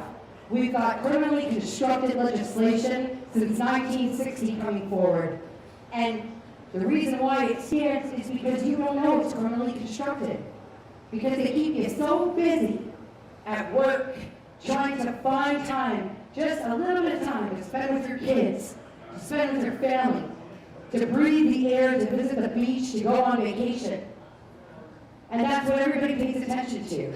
You know, as someone who has traveled the world for 25 years, I've been in every single country on earth, I've watched some fall, I've seen devastation, and I've experienced every culture. And that is why you won't see me aligning with these ideologies anywhere. I love and respect everyone in their horror and in their glory. Every culture exists because we need to create things, and without our differences, it's impossible to do so. So, you know, I want to take an example. Last week there was a big protest downtown Toronto, and it was wonderful. You got all the boots on the ground, guys out there thumping around, freedom. But then what happened? You've got other Canadians out there, other Canadians whose family members across seas are being slaughtered in a war. And you've got our university students who are our future out there. And what are they protesting for? They just don't want war. Our only obligation is to provide our children with a better world than the one we're given, and honor those who tried to do that came before us. Now, was that a display of those actions? No, it was not. I was embarrassed, personally. I was embarrassed. You know, people look at me like some, oh my gosh, you know, protests all over the country, blah, blah, blah. Yes, I am central to the movement, along with a number of other people. I could never have done it alone. She could never have done it alone. He could never have done it alone. Everyone needs each other. And right now, we truly need each other. So I'm here today to ask you a simple question. And that question is, what do you want? The biggest issue, underlying issue that exists in our society is the fact that people don't know how to define things properly. They don't. You've never ever sat down and thought, if you like corn or not, for instance. Do you like corn, or do you like one that's got salt and butter on it? Maybe it's the salt and butter on the corn that you like. When was the last time you asked yourself what your favorite food is? You are distracted from what you want. You're distracted from even pondering what you want. So I'm here to ask you and confront you. What do you want? Do you want to live in a world where you die and leave your kids behind without a fighting chance to have every opportunity available to them? Do you want to live in a world where you're taxed into the point of absolute slavery? Is that not where we're headed? We've got upper so-called class Canadians losing their homes. A man named Timothy, for instance, all winter lived in a tent just under the DPP. Just under the DPP. They had a brand new barbecue bought from Canadian Tire and a brand new baby during a Canadian winter. You know where he works? He manages one of the downtown Toronto Dominion banks, and he was living in a tent. What do you want? Only we, the people, have the capacity to change the things in this country that need to be changed. But you have to want it enough to get up and do it. Nobody's going to hand you your freedom. Freedom has never been given to anyone, ever, in the history of humanity. But it doesn't mean that you need to rise up and do things violently. There is a way to do them. And you have to allow the people with the expertise to get it done in each specific field to take the leadership. For instance, on the law, we have this entourage of amazing law professionals, from Vincent Gircys to Freiheit, and so many more. Listen to them. Take their guidance. Do as they tell you to do, and you will come out on top. You want to reach the people. You've got people like Jody, Ledgerwood. You've got myself. You've got so many others. Rena Malka. There are people that will guide you to do things correctly. But if you want to become the change, you need to first learn what you want and how to do it. So I want to thank everybody for coming out today. I'm going to have Jody come back up to the stage. This is not the Kelly Show. And I want you to visit the website, WEARETHECHANGE.CA. Because it's not my thing, it's not her thing, it's not his thing. It belongs to all of us, it belongs to you. And jump on board. In whatever capacity you can participate and get involved, it's time to do it. Thank you.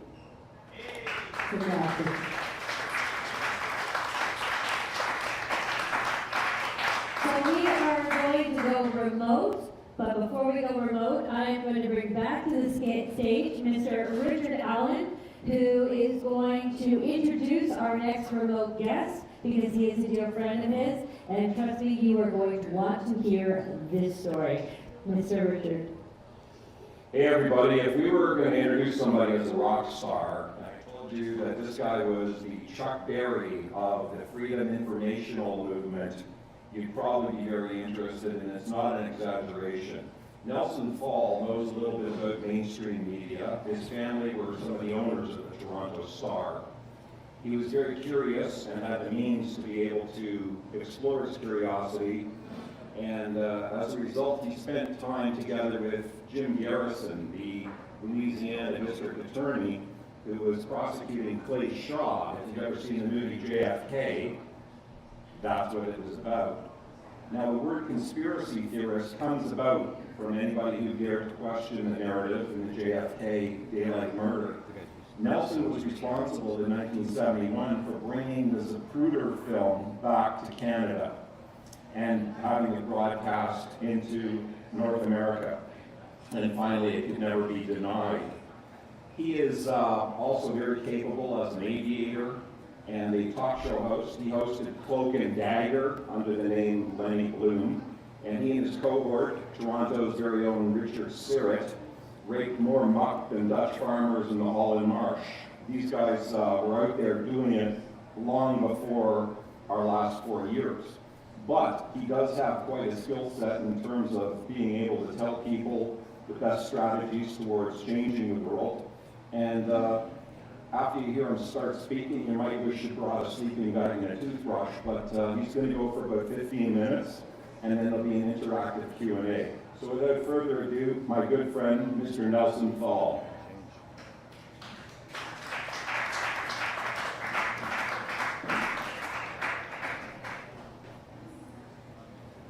He's muted. Is he up? Unmute.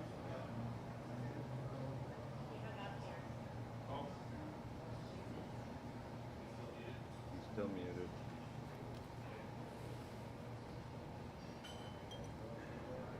I can't unmute.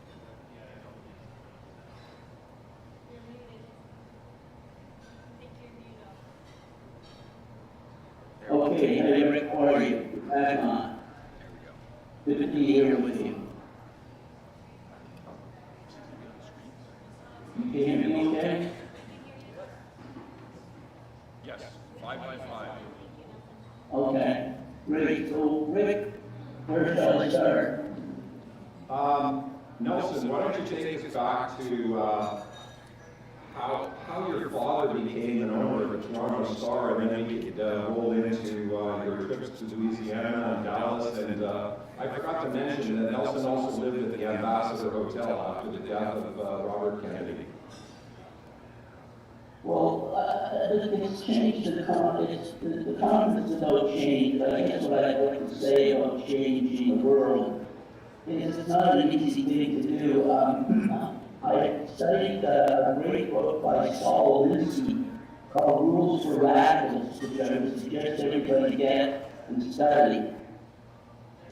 And basically, what I did was I was interested in seeing the Kruger film in 1969, when there was a police shot trial in which Jim Garrison, the district attorney of New Orleans, charged Clay Shaw, who was basically a Vatican agent, charged him with the murder of the president, John Kennedy, which he did on November 22, 1963. Now, Shaw was not a gunman, was not one of the shooters, but he was involved in the organization. And there was a film taken in Eden Plaza, which is where Kennedy was assassinated. And there was a film taken, 8mm film taken by Abraham Zapruder, who was a Dallas dressmaker who just happened to go to Eden Plaza with his 8mm camera. And he took a picture, he took a video, which lasted about 18 seconds, and really was unique, and it's very important. So important that the Warren Commission banned it so that Americans couldn't see it. Because basically, in a nutshell, it was a smoking gun that showed the president was definitely shot from the front, and yet the official government finding was that Lee Harvey Oswald shot the president from the rear, from the tower, from the sixth floor. So the film was sealed in the archives for 75 years, and people weren't able to see it. No one could see it. And I was in Toronto in 1969 reading the paper, and I see that Clay Shaw trial was coming up, and I wanted to get down and see if I could see the film, because Garrison had subpoenaed the film, Jim Garrison, the district attorney. He subpoenaed the film from the government archives so he could show the jury. And it turned out afterwards that during the lunch break, Garrison made an illegal copy. And he wasn't able to get any of his witnesses into court. Basically, they were murdered or thrown into insane asylums.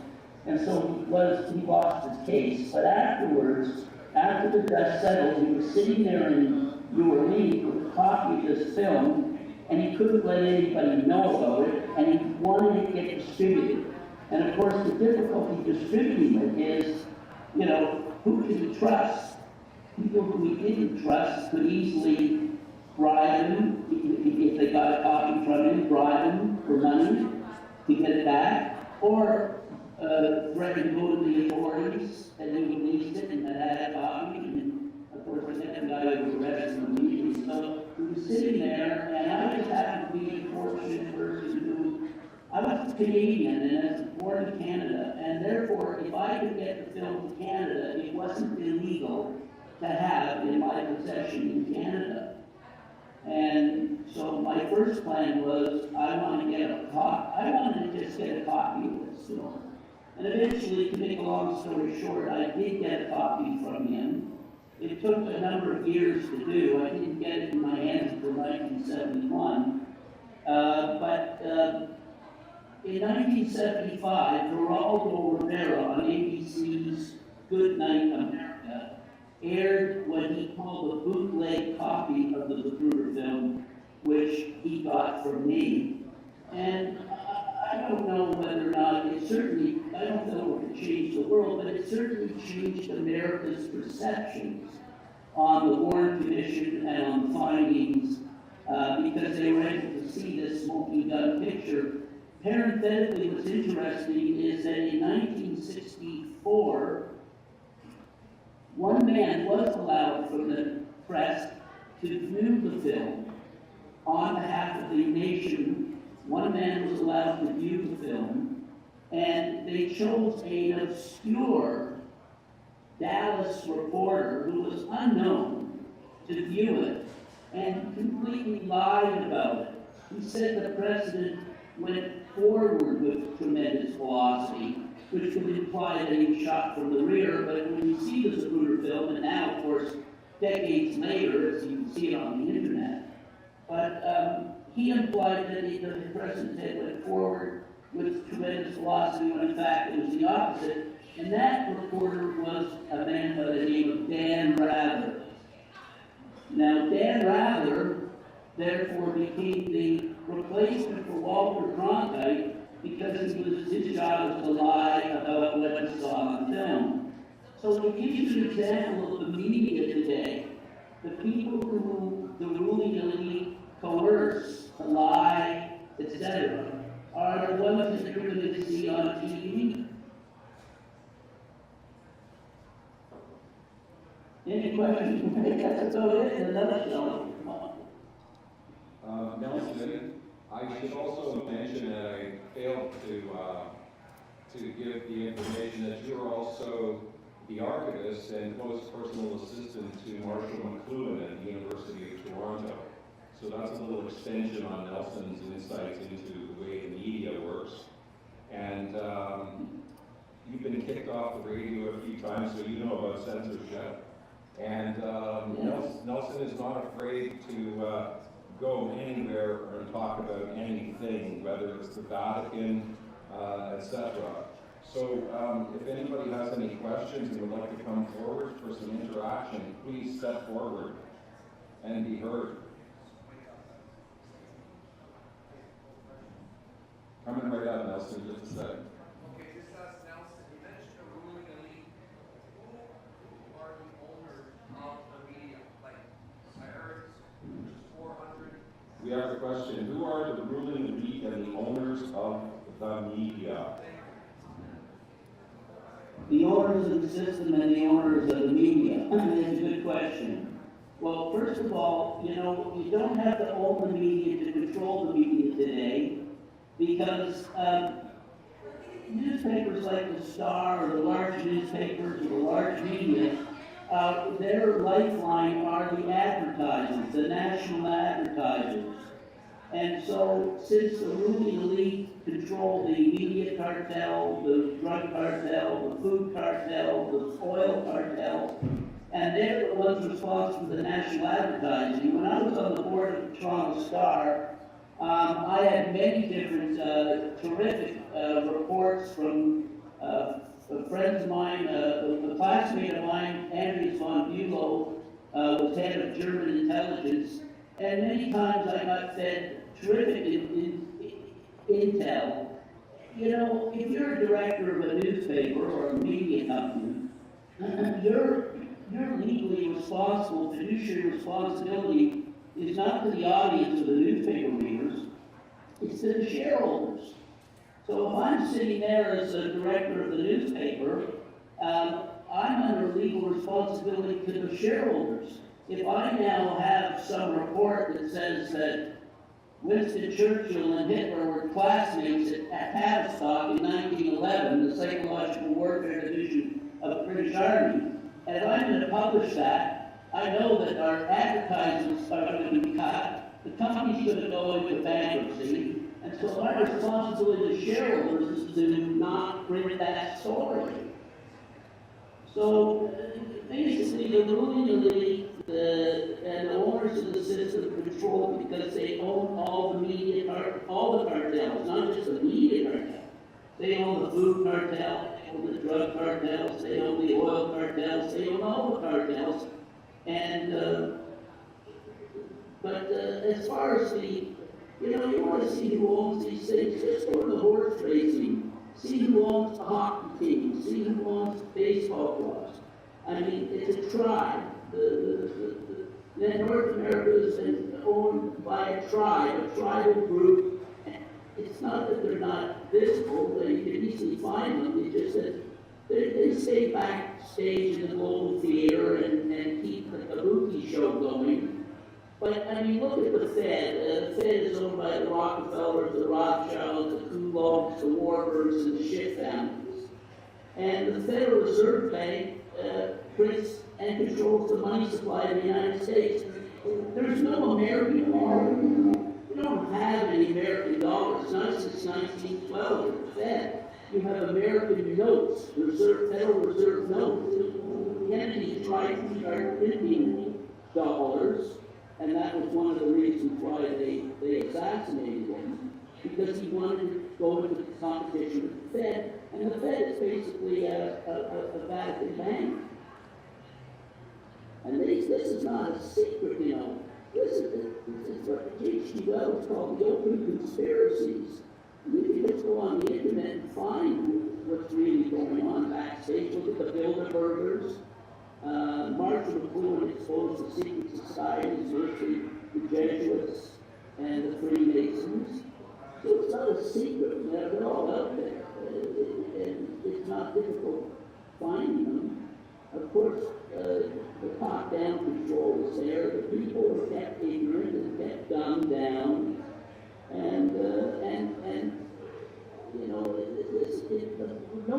We have nobody to blame but ourselves for our lackadaisical stance of not standing up and learning about what's going on. Because you know what these folks believe? They believe that if they tell you in advance that they're going to murder you, and you don't do anything about it, that they can do it. I mean, there was ample evidence that the pandemic was coming.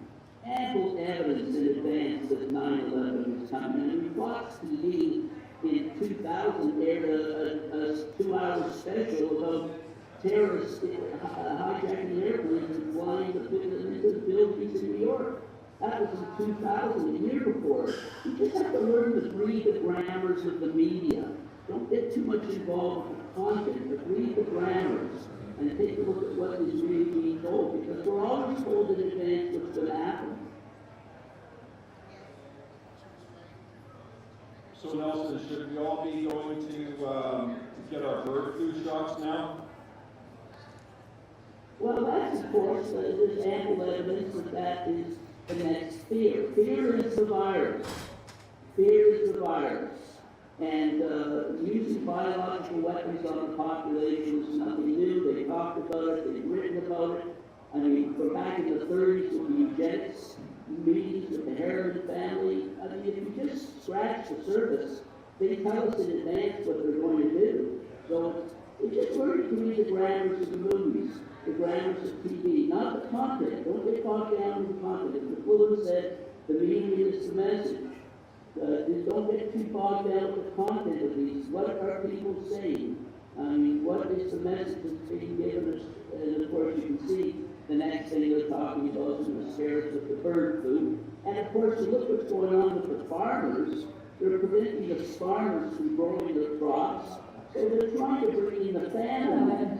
I mean, that's the next one that's, you know, I think the bird flu is probably there to scare people, but I think the next real shoe to drop is the famine. Because you can see it just go on the TikTok, they go on to these, and hear what these whistleblowers are talking about. They're starting to stop the farmers from growing, burning their crops, telling you that meat is bad. And, you know, look at global warming. I mean, the sun is increasing its intensity.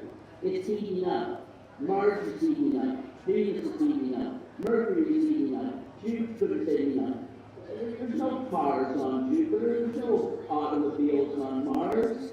The whole global warming thing is, there is global warming, but the hoax is that it's man-made. Nelson, we have a question here from Jody. So Nelson, I'm curious to know, I looked up your bio on Wikipedia, on the internet, and I see that your family is a major shareholder of the Toronto Star, and yet here you are spewing all of these truths. Do you not fear for your safety? Because you're still alive, and a lot of people who are spewing truths are not with us anymore. Is it because of your family that you're protected, or is there some other secret to your ability to outlive everybody else that spews truths? The sound is not great, but I got the picture of what you said. Well, you know, my father was a nuclear physicist and fell into ownership of the Star because the metal plates on the presses were breaking, and he came up with an alloy and saved the company his life, and so they had to make him an owner. So that was how that came about, and that happened long before I was born. As an owner of the newspaper, our job was to stay out of don't get too involved with the editorial policy, because actions and principles were such that the editorial staff should decide the policies of the paper. As I say, when I was a director of the paper, I wanted to print a lot of stuff that, as a student of the Queens, as an archivist, I had a lot of very terrific intelligence. I went on the radio and I was worried for my safety. Of course I was worried for my safety. I went on, that's why I used the nom de plume, Lenny Bloom, which came from Ulysses, Sitting His Wake, not Ulysses, James Joyce's novel. And I was on there for 2 years, and they finally fired the show when I brought a classmate of mine, Andreas von Bülow, who was head of German intelligence, and he wrote a book called The CIA in 9/11, showing that it was a false flag run by the Bush gang, just as an excuse, because Saddam started to sell oil for he wasn't going to price it in euros. And as a result, they couldn't have that, because that would just destroy the U.S. dollar, which is what's happening now that the Saudis have canceled their arrangement. But, you know, they fired me, and they ended the show, and within 4 weeks later, they came into my home without a search warrant, and they basically threatened me, and I made it out alive. They put me in jail for 2 nights and 3 days for charge of improper storage of a firearm. That was all a citation offense. They gave me a parking speeding ticket for 5 miles over the limit, and they put you in jail. I mean, they probably tried to kill me, but I was fortunate the Lord protected me. For those people who believe in God, the Lord protected me. Somebody protected me. But I certainly was afraid for my life. But that was, let's remember, that was 20 years ago. That was 2002 to 2004. Since then, I've just been writing shows with Richard Surrett and watching what's going on. There's a lot going on backstage in global theater. People have no understanding. I mean, you know, listen, there's so much out there. If you go into the Library of Congress, you'll see that in 1942, the United States government, Jacob Chapin, as a lawyer for the U.S. government, seized the assets of the Brown Heritage Bank This is not my opinion, this is in testimony before the court and in the congressional records. These brown-haired banks were supplying 90% of Nazi Germany's heavy machinery production. I mean, you know, there's so much the public doesn't know. Oklahoma was a tactical atomic bomb. All the stiff dogs died. Who says? General Ben Carton, who investigated. There's a lot of, like, I never give my opinion. I just go and find the documents and speak to the whistleblowers and get the documents. There's lots of stuff. We have to learn to be investigators and start to investigate these things. Go to the public records, because that's all I did. I never give my opinion on anything. I only talk from documents. That's why I was the police chief archivist. I had great memory. The vast amounts of information to remember. And there's a lot of great stuff out there. Just learn to get rid of your own opinion, your private opinion. Suspend your judgment and just go to the documents and look at this stuff, and you'll be shocked to find, the Hitler and Churchill were classmates. In 1911, at Tavistock, the psychological warfare division of the U.S. British Army. That's a fact. It's in the records. Think about it for a minute. Think about that. General Smedley Butler testified before Congress in 1942 that he was hired by, approached by DuPont to assassinate Roosevelt and take control of the U.S. government. He wrote a book called War is a Racket. There's a lot. Go and look for the stuff that's banned. I don't read New York Times, but I look for the stuff that is banned, that they don't want you to see, don't want you to hear, etc., etc. So based on what you have read, what you've seen, what you've been able to find to date, what do you think is the underlying reason for the, what I call the depopulation or eugenics agenda? What is their reasoning behind that? This is really a good topic, a good question, and it's old news. Since the 30s, the ruling elite have been writing about how to depopulate the planet. They feel that there's too many useless eaters, quote unquote, and they've been writing about it and planning it for decades upon decades, and it's just because the people are dumbed down. But, the ruling elite believe if they tell people they're going to do it, and then the people go along and don't do anything, they're justified with doing it. And this is what we're seeing now. Look, now they've got AI and robots, and now they realize we don't need all these people as laborers. Let's get rid of all these people. And that's what we're witnessing. We're witnessing with the vax, and with the coming famines, and with the wars, and with this and that. They want to reduce the population, and they haven't written. They've been writing about it for years. The ruling elite in England, especially Sydney Beatrice Webb, and Lord Whitehead, and it's all there in the writings. It's just that our education system has been usurped, and big pharma has weaponized academic research. They've weaponized the weather research. So they make you think that the weather is good, that all this global warming is coming from human activity, which is not supported by real science. It's a matter of waking people up and getting them to learn how to take the technique of suspended judgment and dig into the archives and start looking at what's really there, the documents. Read the congressional records. For instance, after the World Trade bombing in the first one, it was 92 or 3, the terrorists were charged tested. The FBI gave them the bombs. That was up on page 12 of the New York Times. You got to keep on and put these things together. It's hard to do, but you got to look for the fact.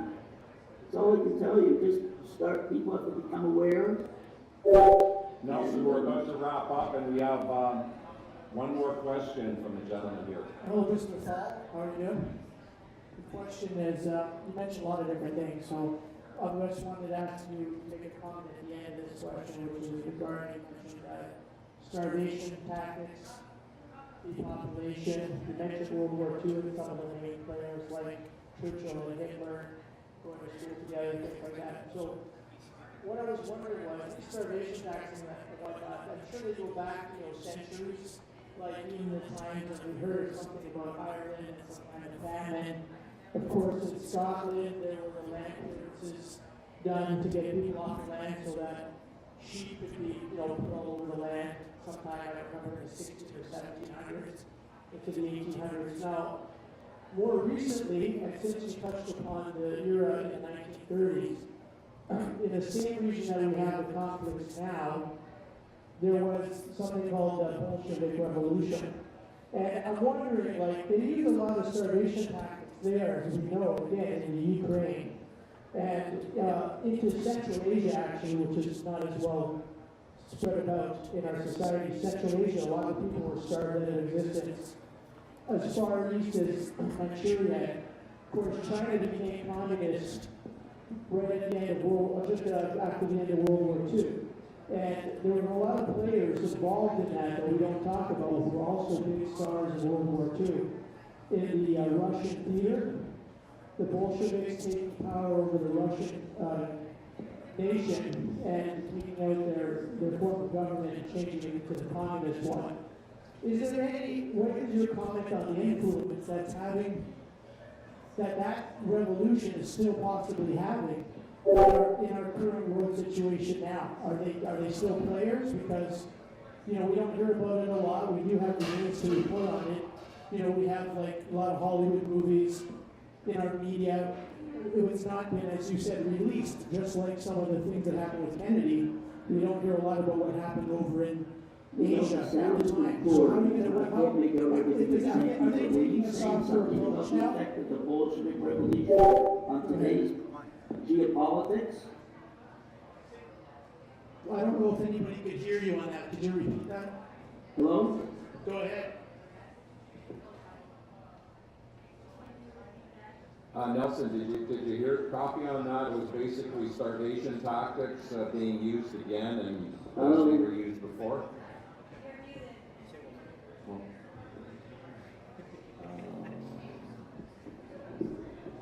If you can hear me, I lost all audio.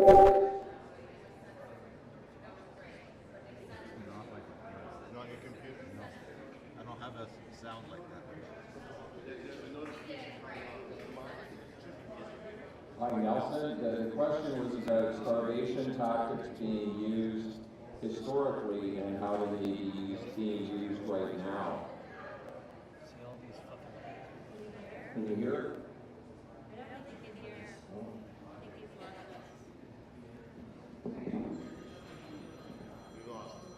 Yeah.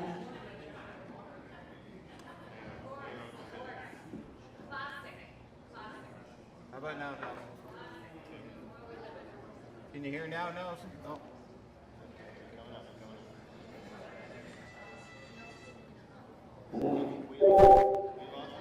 I guess we touched on some stuff that,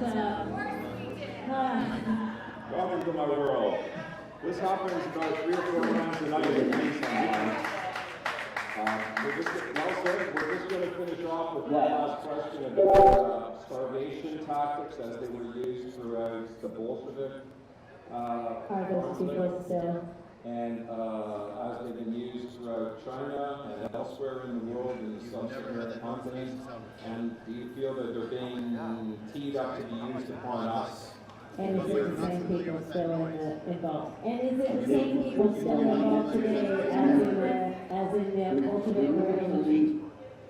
The ruling elite want you to believe that history happens by accident, but actually the upper echelons know that history is planned. That's the first thing. And yes, they're going to be using famine as a way of, look, these guys are dealing with their threatened of overpopulation.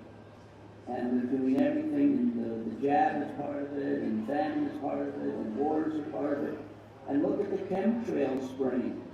I mean, you talk about a conspiracy, but how is it that people don't look up in the sky and see the chemtrails that are being sprayed upon them? I mean, you know, the people, there's no one to blame but ourselves. People have to wake up. We just got to start to wake each other up and say, look, what's going on? And stop getting mesmerized by the Google comes from. You want to go take over the search engines. Hard over Google, and Google, I mean, let's wake up. One last question, Nelson. Knowing what you know, do you have any solutions to offer us in order to fight back and change the world for a better tomorrow? Well, I think, you know what, I think the key is being aware of what's going on, you know what, get that book, Rules for Radicals by Saul Lindsay, and start studying power. Power made powerful by staying visible. If you see the Windsor family be visible, then you know they're powerless.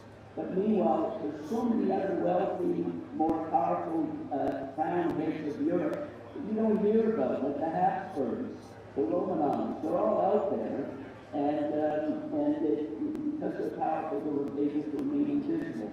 So start studying power and read Alinsky's book, Rules for Radicals, and become more educated and be aware.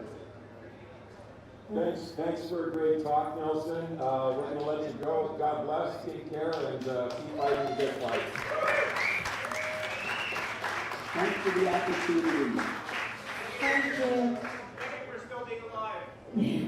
Thank you for still telling the truth. Okay, so we now have a legal panel for you guys. So I am going to pass this off to Kellyanne Wolfe, who will be moderating the panel, which will consist of Chris Weisdorf, who we heard from earlier from CC-CAN. We will have Vincent Gircys from Police for Freedom, and Mr. Freiheit from Lions Advocacy. Please come to the stage and we'll begin our legal panel. So it's good to see you guys. It's been a while. Well, you I just saw on the weekend, but it's been a while since I've seen you. Vince, why don't we start with you while Daniel gets all hooked up? What have you been up to these days? At the beginning of the COVID freedom movement, I used to see you everywhere. You were highly active, highly involved. You were one of the very first police officers to take a stand and speak out, and you were part of Police on Guard, and now you're running Police for Freedom. Do you want to tell everybody, just update them on you, your history, and what you're doing right now? Sure. So the update, I guess it started at Adams's barbecue.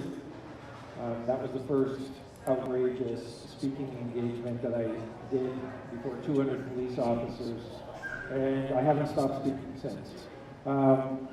That kind of fast forward to the Freedom Convoy with the freezing of my bank accounts and the bank accounts of over 200 other Canadians. A judicial review was filed before Justice Mosley. Myself and Edward Cornell had standing on that judicial review, and we know that the end result of that ended up being Justice Mosley's decision that the Emergency Measures Act was in fact unlawful. That is being challenged. It is under appeal, but our legal team is highly confident that we will be victorious in that appeal. Regardless of the decision of the judicial review, regardless of the decision, or I should say the result from Justice Mosley, our legal team has filed a civil suit against members of Cabinet, a number of members of Cabinet, the Prime Minister, the Deputy Prime Minister, Mr. Bill Blair, Marco Mendocino, Anita Anand, and a number of other Cabinet ministers. The civil suit includes members of the RCMP, members of the Ottawa Police Service, Ottawa Police Services Board, and the Canadian Anti-Hate Network. And I must say, all of the banks and credit unions that are involved as well. So that civil suit has been filed, and we just recently, as of last Friday, were in court on an anti-SLAPP that was filed by the Canadian Anti-Hate Network. We will be waiting for the result of that, and that's going to take some time. So the civil suit is proceeding, and it will be about over the next 2 to 3 weeks that those individuals involved in the suit will actually be served. We have a timeline on that, and it's going to happen over the next few weeks. Perfect. Good job. Thank you for being active. So that's kind of a highlight of what's happened. Yeah. So Daniel, the brother of the famous Viva Frei, for those of you who didn't know. That's my name now. It's Viva Frei's brother. Less well-known brother. How does it feel to be introduced like that everywhere? I take pride in the little guy because, he's 2-3 years younger than me, so I kind of take credit for his stellar performance online and on his channel, but even though I really can't. But I don't agree with all the things Viva says, just so we're clear. He has a different communication style than I do. I'm still a regulated professional, so I can't speak the way certain other people can speak. But it's good. It's good to be right on his coattails to some extent.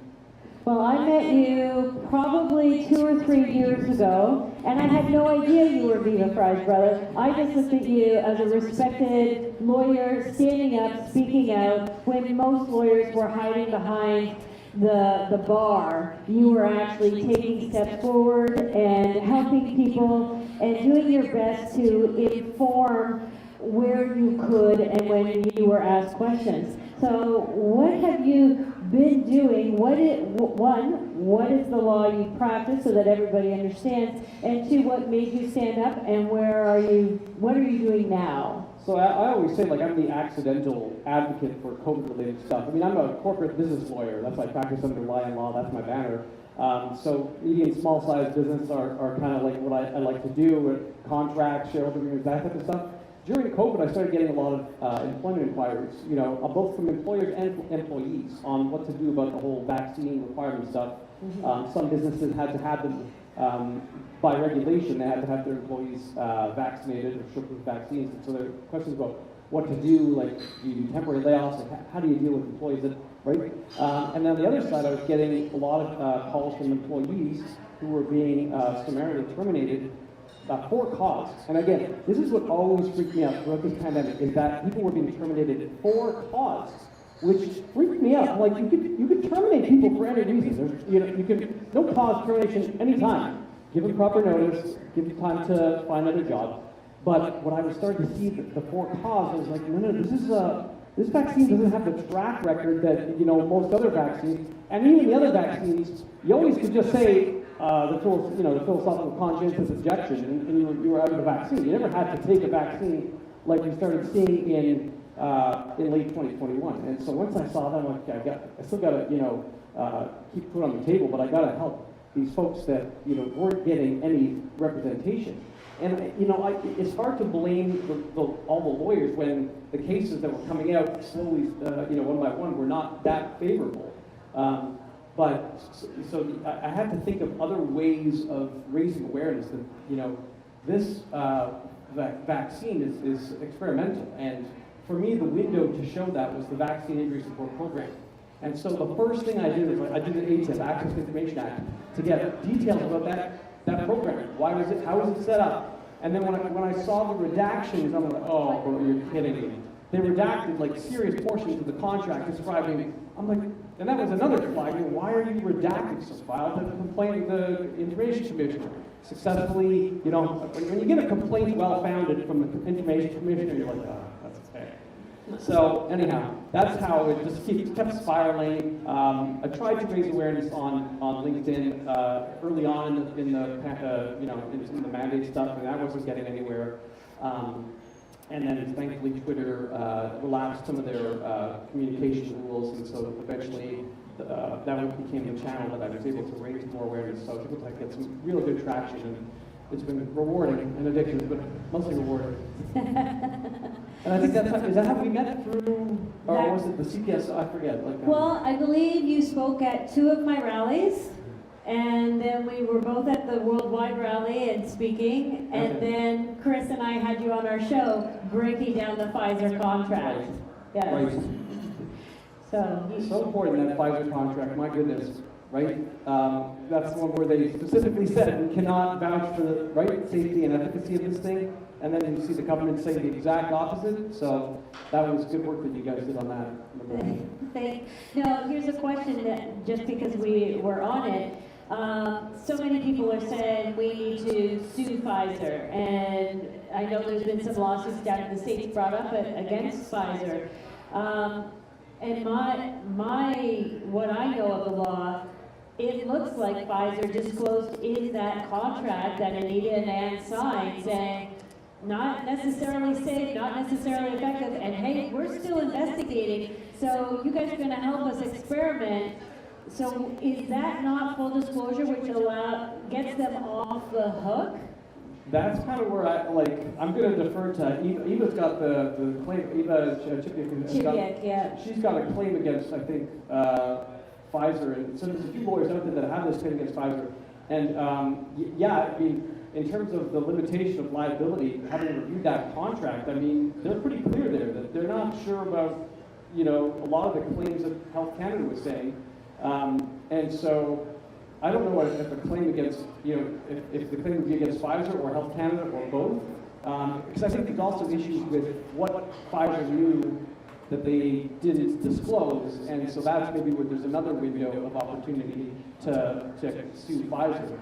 So, yeah, I mean, at the end of the day, the lawsuit, I mean, it's always comes back to the damages. Like, who's suing for what damages? And so this is the issue with the way they've set up the vaccine injury support program. If someone's suing because they're injured, easier, cheaper, and faster, you would think, to go through the vaccine injury support program. So, like, Pfizer's kind of, found their way out that way.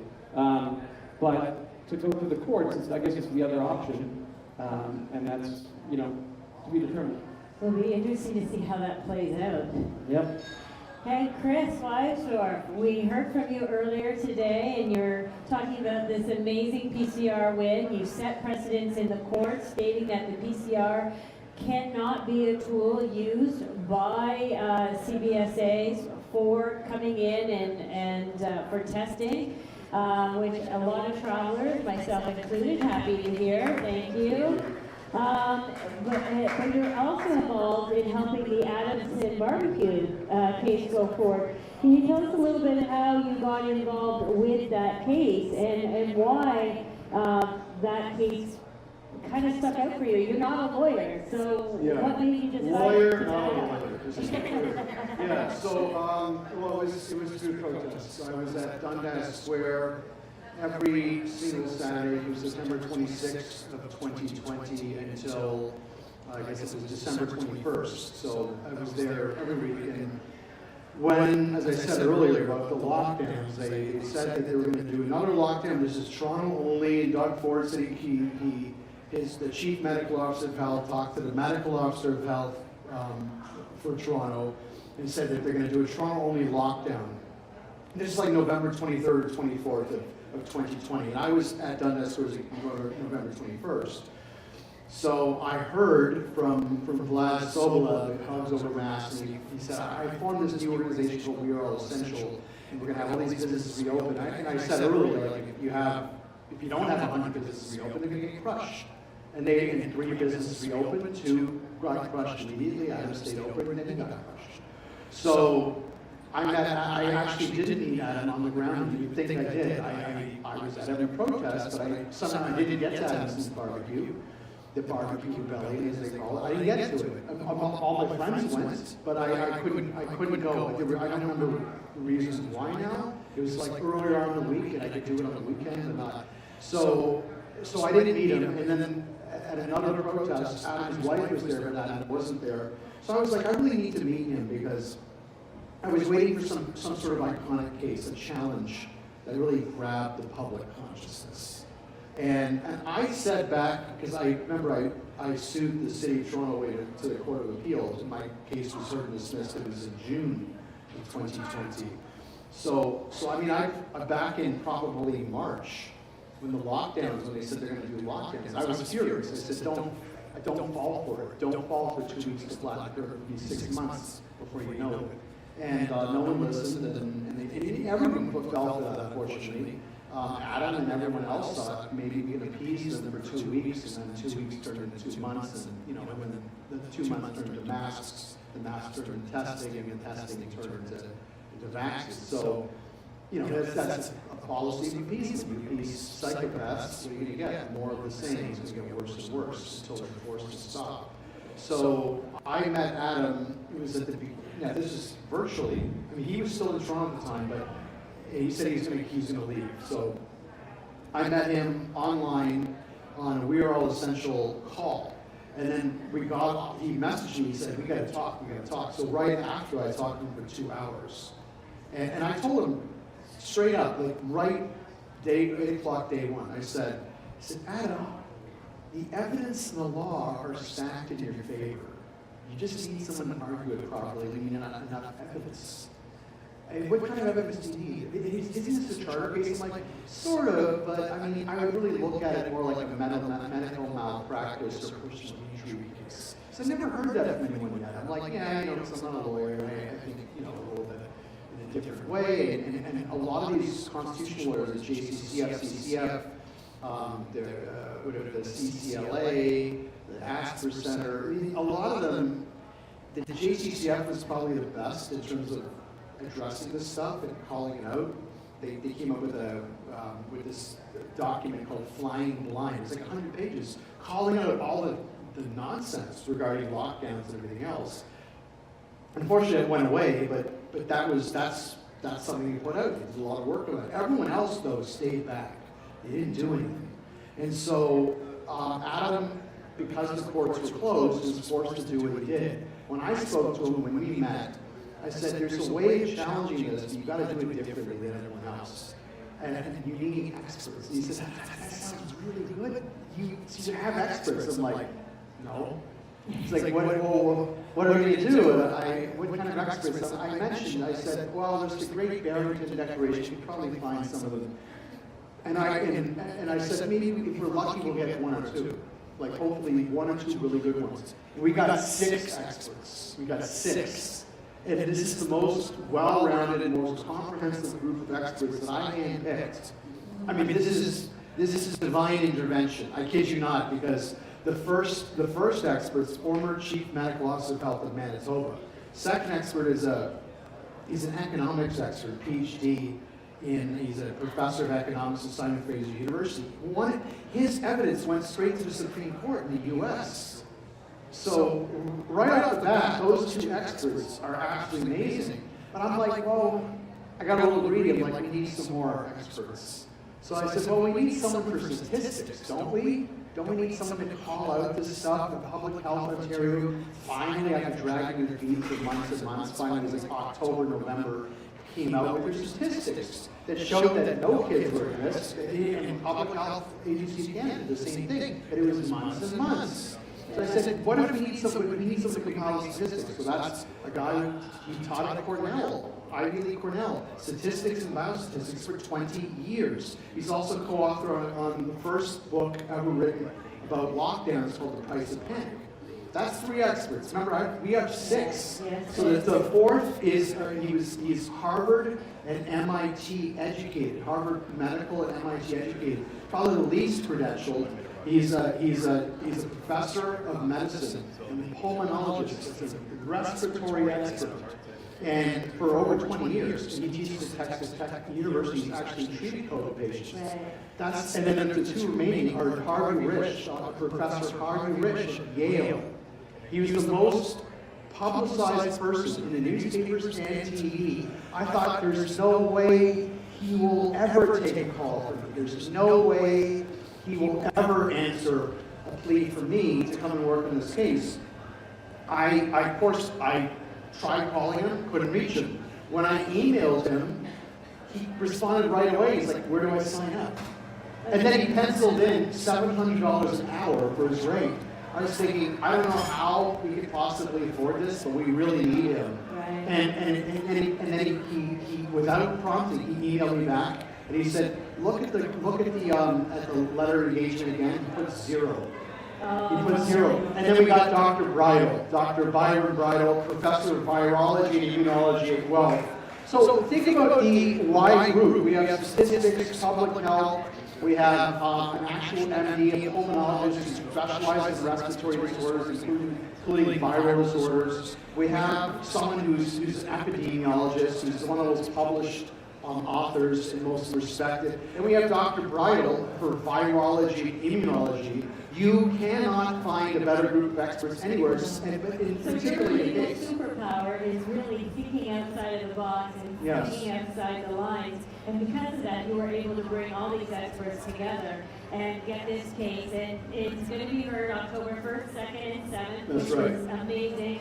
And concerned constituents of Canada is still fundraising for that case. So again, if you all feel obliged and want to help the case move forward, that's going to change the rest of the world, go to cccan.org and you can donate there, or go to GiveSendGo.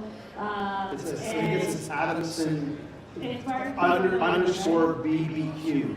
Adamson, no, it's the other way around. It's BBQ_rebellion. BBQ_rebellion. That's amazing. So we've got 3 very diverse gentlemen here on the stage from different fields of law, and I'm going to say that, and I know you're not a lawyer, but at the same time you're very well researched. You're just a normal Joe or normal Joe like myself, very well researched. But you get to grace the stage with these 2 men who their whole lives, their schooling, their training has been law, but from very different perspectives. So Vince, when you saw what was going on, and you saw lockdowns happen, and you saw your former friends, your colleagues, actually taking people down on the streets or in the stores for not wearing a mask or not staying home, what was the thought going through your mind at that time? I found it to be a complete failure of integrity in law enforcement. And that's the short answer. Right. It was a complete failure of integrity. It was morally wrong, ethically wrong, irresponsible, and a lack of courage. There have been a number of times in the course of my career that, I've been in law enforcement for 32 years. And when you're in law enforcement that long, sometimes there are issues that come up that question your own integrity. And again, it's a personal choice, it's a personal decision, but I never had a problem saying no to my senior command. Because when you know that morally and ethically you're being asked to do something that's wrong, you just say no. You have to do that. You have to say no with a higher. And unfortunately, I was extremely disappointed by those in law enforcement that could not have the courage or the integrity to do that. I will say that I have spoken to a number of police officers since I started this one. Since I started speaking out and pushing back, there are a number of police officers that were very courageous, that took courageous steps, that were definitely on our side on this position, and definitely people of incredible character and integrity. But you'll never know who they are. They are not people that were at the forefront of this fight. But an example of watching this teenager ice skating just outside Calgary somewhere and being abused in such a terrible, violent way by 2 officers of the Calgary Police Service.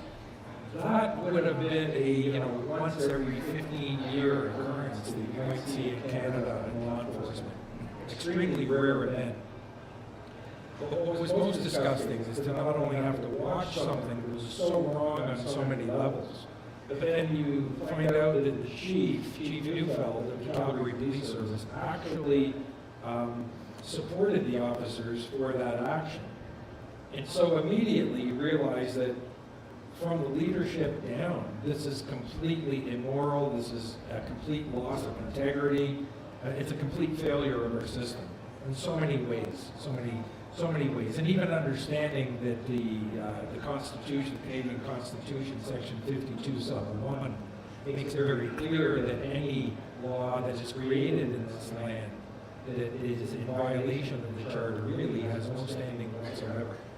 Before that, you're looking at the Charter, I believe police officers should be looking at the Charter issue that Canadians are aware that, you know, if the government is going to invoke the notwithstanding clause and say, no, you don't have those rights because we said so, then you had better, the government, the onus is on the government to justify that action. And then at no time did we ever see any justification. And as time went on, and on, and on, throughout the years, the information that has come forward has been fully supported on our side of this argument. There has been no justification for that type of behavior. So, very, very disheartening. Yeah. I know watching, you know, police officers, well, you were ex-police officer by the time this started, but, you know, Aaron Howard and Helen Bruce right now being persecuted the way they are for actually doing their jobs. I just think of people like yourself, and I think, wow, he was really lucky to retire when he did, so that he wouldn't have to face being brought up in front of their peers or their tribunals for doing the right thing, for actually doing your job and protecting civilians versus following absolutely tyrannical orders that don't make sense and don't even follow the law. So I think of you every time I hear officers standing up and being put on trial for doing their job. And do you know Helen Bruce personally, or so I believe that there's a funding or something going on for Helen Bruce, and she's in court right now. And did I hear correctly that they've actually put off her trial again for a few more months? That's right. It'll be resuming in the late fall and into 2025. Incredible. Absolutely incredible. So when you see stuff like this going on, and you see trials being pushed out, or they come in, they do 1-2 days of questioning, and then they push it out, what does that say to you is going on with our judicial system? Yeah, I mean, I don't know that in that case whether it's beneficial to the officer in that case to have it delayed, because it could be tactics on both sides. Maybe that's to the benefit of the accused to have it delayed, you know. But there's definitely a whole game of lawfare going on out there. Just the legal costs alone are enough to really put a dent in some of these folks, even when they're innocent.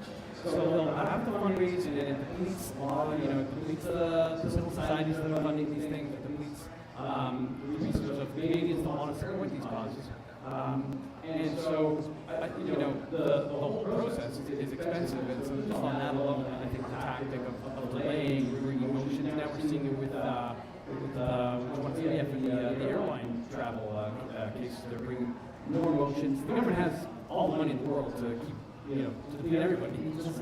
It's the biggest racket when they use taxpayer funds, and I think even the Emergencies Act too, they're using more taxpayer funds for a case they lost to keep dragging the thing on, instead of just saying, hey, you know, let's do a review. Let's do a review of what's actually what we've, like, the whole thing, like the whole COVID response. But nobody wants to do that, which is kind of another flag for me. So, yeah, I don't know. It's a bit disheartening that we haven't had full accountability, and instead we're still playing these games in the courts for some of these cases.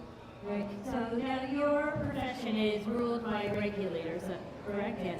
So have you seen anything come down the pipe from the regulators on how you as lawyers are allowed to behave, not behave, what you're allowed to get involved with, what you're not allowed to get involved with? So during the declaration of the Emergencies Act, and I want to bring this up in the next AGM, I was concerned for my own professional well-being whether I could go into Ottawa during the declaration, because anybody going into the certain zones was automatically arrested, detained. Once you get that on your record and you have to fight that as a lawyer, that's a big, you gotta be careful. So I tried to get in there because I wanted to help a lot of folks that were getting charged, like just some other detained, whatever it was. And other lawyers I knew that had already entered the zone, so they were there. So I was like trying to get in there. I had to create all this paperwork for myself in case I ever get like, what were you doing there? What capacity were you going there to?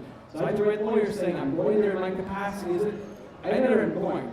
But the issue is that, and I even raised it with the Law Society at the time, like the implication of this Emergency Act is pretty dicey. Like the Law Society should be speaking out about now. Now's the time. And they were it's a bit, it's political. It's not really, now we see the implication of that act. It impacted lawyers because lawyers directly could have had their trust accounts, their bank accounts seized as part of the whole, RCMP shutdown. They were impacted in that regard. There were wiretaps. So unclear whose phones were being tapped at that time and in what capacity lawyers may have been impacted in some of those wiretaps. What else? There was a few other things I raised and that I still feel like we need to have addressed by the Law Society. But the Law Society themselves, they were, up until August 22, and I raised this at the last AGM, they had their own COVID vaccine requirement, passport requirement to get into the Great Library up until August 22, and I thought that was very bizarre. Because at that point, everybody dropped it. We all knew it wasn't right. And I couldn't get accountability for the Law Society whether that was actually legally justified. Like it was done through a corporate statement of the CEO. And I'm like, when you block the public and members of the Law Society from visiting the law library, which has resources for all Canadians, all Ontarians, you can't just do that with a corporate statement. I don't even know what that means. It has to be something in the ventures. They all come together and say, this is our policy. We have to do it more formally, legally. So I tried to challenge the Law Society on that, but at the AGM, there weren't that many people that actually attended the AGM. I didn't get the votes I needed. Plus, there were some issues. There was a new technology about how to vote. So I lost votes just on that basis alone, I think. So the Law Society, I think, needs to step in and do more. But I think, again, everyone's just so fatigued and we just want to go on and do other stuff now. Like, there's just other things on the agenda, right? So this is the issue. It's like how to keep things exciting, raising the funding, raising awareness, whatever. It's like let it go. So there were rumors going around that the government had basically contracted different lawyers, especially constitutional lawyers, and I know that's not your forte, but that they had contracted with different lawyers so that those who were speaking out or protesting wouldn't have legals to pull on. Did you hear any of that actually happening, or is that a nasty rumor? That I haven't heard of. No. Explain how that works. So basically, anybody who was out in lockdown, they got their $880 ticket for protesting or being at grandma's house when they weren't supposed to, or what have you. And people were finding it very difficult to find a constitutional lawyer to fight on their behalf, to defend them in court. And it sort of started sneaking through the grapevine that, hey, it's because the government has already reached out to these lawyers, and so now there's a conflict of interest. Because a phone call was made, they now cannot represent you. So there was like this massive shortage of lawyers, and this was different things. Now, I didn't have to contact one, so I didn't get that firsthand. It's just stuff I was hearing throughout the freedom movement. So people only had the choice of a small handful of lawyers that were willing to help because of this conflict of interest, because they'd already been contacted.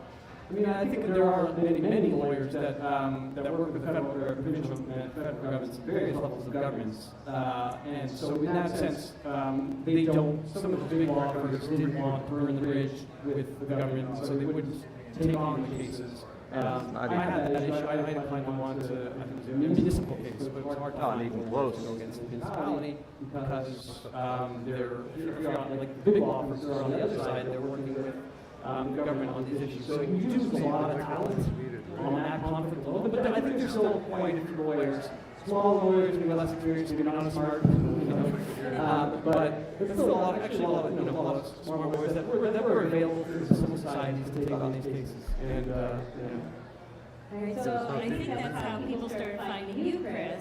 is there was this desperation for legal help and legal knowledge, but the lawyers just didn't seem to be there or available. There were very few. I mean, so I remember when I came across Dan's Twitter feed, I didn't make any connection to his brother. I just thought, here's a guy who's really speaking out. I'm like, I don't know who he is. This is really great stuff. He's out there. The only two others who were out there at the time were Ryan O'Connor, and he's here, and then David Anber, who's in Ottawa. There was no one else. And Eva Chipiak was later.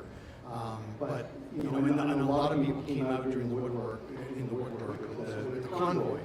Like Brendan Miller, for instance, who's he argued a Supreme Court case very successfully. The decision was rendered not long ago. So there really weren't many. I know one lawyer who got an injunction against Justin Trudeau. Okay, she did not want to. She's one of the first lawyers I contacted for this case. She said, "I'm going to flick that out. I can't do it. I'm going to flick that out because my firm is representing the government in another matter." So a lot of the big firms were conflicted out. So you had to go to boutique firms or people with, like one or two lawyer firms, very small firms, to try to get them to represent you. And that's how we eventually got Ian Perry that way, to represent Adam in this case. But at the time, it was extremely limited. I talked to 7 lawyers at the end of March to carry the case. And one of them would end up, becoming litigation director of the Democracy Fund. But the other ones, they said that, including, well, he did, everyone said more or less, well, there's too much, we have too much work as is that we just suddenly we took on, or it's not my wheelhouse, or I would like to take it on, but I don't have the resources, or there are other people like, I don't do constitutional law. And I know you need someone who does constitutional law. I don't do that. Otherwise, I'd be able to take this case. So it was very slim pickings. And for experts, it was far worse for experts because I contacted almost all of the useful, potentially useful experts who signed the Great Barrington Declaration. And there was no one who was interested. One guy got back to me within 50. I think I emailed him like 7:15 a.m. It was like the end of January of 2021. And he writes me back like 10 minutes later saying, "I do not agree with the Great Barrington Declaration." He's one of the main signatories in Canada. I do not agree with the Great Barrington Declaration because everyone was completely browbeaten. They were coerced. Right? There were some, I'm sure, who got the carrot instead of the stick. But the point is, they did not feel free to speak, and they just disappeared. So and then there's another thing that Dan did mention about like regulated professions are regulated by the Supreme Court decision in 2012 called Doré. And basically, if you speak outside of the administrative apparatus, the statutory power, supposed to be balanced with the charter. And it's honestly, this is come under criticism by some federal court justices, one federal court of appeal. So it's not consistent with the Section 1 Oakes test about whether something is arbitrary or not, and whether it is within reasonable limits. And other reasonable alternatives and things like that. There's elements in the Oakes test, right? That's what it's called, the Oakes test. So they rewrote it. They said, well, we're going to rewrite it for like the Law Society or for the medical profession. If you're a regulated profession, then we're going to rewrite it, and then it's whatever is balanced between Section 1 and the goal of the statute that establishes the regulator. And that's one of the biggest problems. The CPSO is like the mafia, right? And to be clear, they're given that power by our elected representatives. The legislature may make or unmake laws as they see fit. They should strike most of the authority of the CPSO. I think the law societies.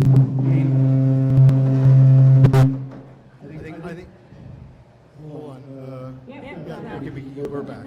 So I think that the Law Society here is being. I don't know, in Quebec, I'm not sure, but in Ontario, the Law Society has actually been pretty good. But I do know, and this is frightening, at Osgoode Hall, which is like, that is like the center of like, of legal doctrine in Canada, pretty much. It's where all the courthouses are there, the divisional court sits there, the Court of Appeals sits there. That is the place, and yet you were not allowed to go in there. If you were a lawyer or paralegal or anyone, you were not allowed to set foot in the building for I don't know how many months, because they had a vaccine policy saying you're not allowed in there. So that was, and one more thing, because it keeps coming up, is the Emergency Act. That will not be overturned. I know people are, just like my decision will not be overturned, because the government didn't submit a single written submission, nothing. I have 2 sets of written submissions, over 2,500 pages of authorities. They're not going to appeal that. With the Emergency Act, the reason why they're dead, and that's why Justice Mosley gave it to them, and Vincent, everyone, like it was Canadian frontline nurses. That's Sarah, that's Kristen, that's so everyone was involved in that, and the reason why, and even the CBC had to backtrack and said, well, hey, it wasn't like a January 6th, so we know what happened there. So what it all comes down to is economic harm. They got really upset that they're like, oh, they're doing this at the border, they're doing this at Parliament, they're shutting down the streets. It's all, at the end of the day, it's glorified parking infractions or noise infractions. It's municipal, they turn it into federal crime. And that's by itself, it's like, it's literally, it's trumped up, it's outright Hitlerian, and they can do that. So, with respect to, at the end of the day, why Justice Mosley gave it to them, he said that charter stuff, was clearly, it was not reasonable, it was not justified, it was beyond its powers, so they couldn't do it. And so, the government said, we're going to appeal this right away. They didn't even read the decision. We're going to appeal this right away. It's all political. It doesn't matter about the rule of law, it doesn't matter about the evidence, it doesn't matter about experts, it doesn't matter about anything that's actually reasonable and logical and appropriate and just. It's whatever is politically expedient. So at the end of the day, it is because of economic harm, and here's the problem. Here's why they painted themselves in the corner. Because the very point of a union existing to protect its membership is ultimately to strike. And what is the purpose of a strike? It is to cause economic harm. That is the exact purpose. So they know, and that's a constitutional right, that's Section 2B of the Charter. It's the freedom of association, which is union right, the right to strike. So they literally have to go against that. And all these judges, including the liberal appointed justices, handpicked by Trudeau, the Justice Minister, would not be able to overturn the Emergency Act order. So that's why, as I mentioned that, because it's so critical to see why the government is so dead on this, and not why the government is dead on this case, that ultimately there is no way. But we have to we're all at such a higher state. The bar is so much higher for us than anyone else. And if you do the work, if you keep calling them out, call it the great lie, you argue the law properly. If the Chief Justice of the Federal Court and Senator says you cannot argue the Charter, argue something else.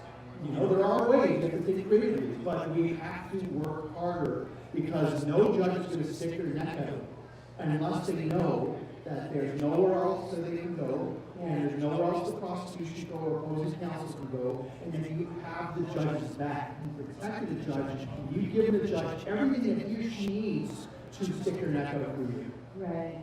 So Vince, going through this the last 4 years, people have been calling out, why aren't the police taking the evidence? And I know right from the get-go, I remember Kellyanne Wolfe being ripped off of tables by police officers, and she's saying, I've got the evidence. Just take the evidence, and then they refuse to take any evidence. And I know I was out on the street with PR, trying to search the police with evidence, and going to police stations, and then it got to the point where we were faxing the evidence through to every police station, getting confirmation it went through, and then calling up a few days later. And then I know Vleck, myself, David, DeSantis, a few other people started going to the Toronto police stations, trying to give them evidence. And no matter what you did, they did not want to take it. And they actually went so far as to hide. And people were laughing when we were hiding from this little 5'3" nothing girl. And then I waited for 2 hours. I waited on those steps, and finally they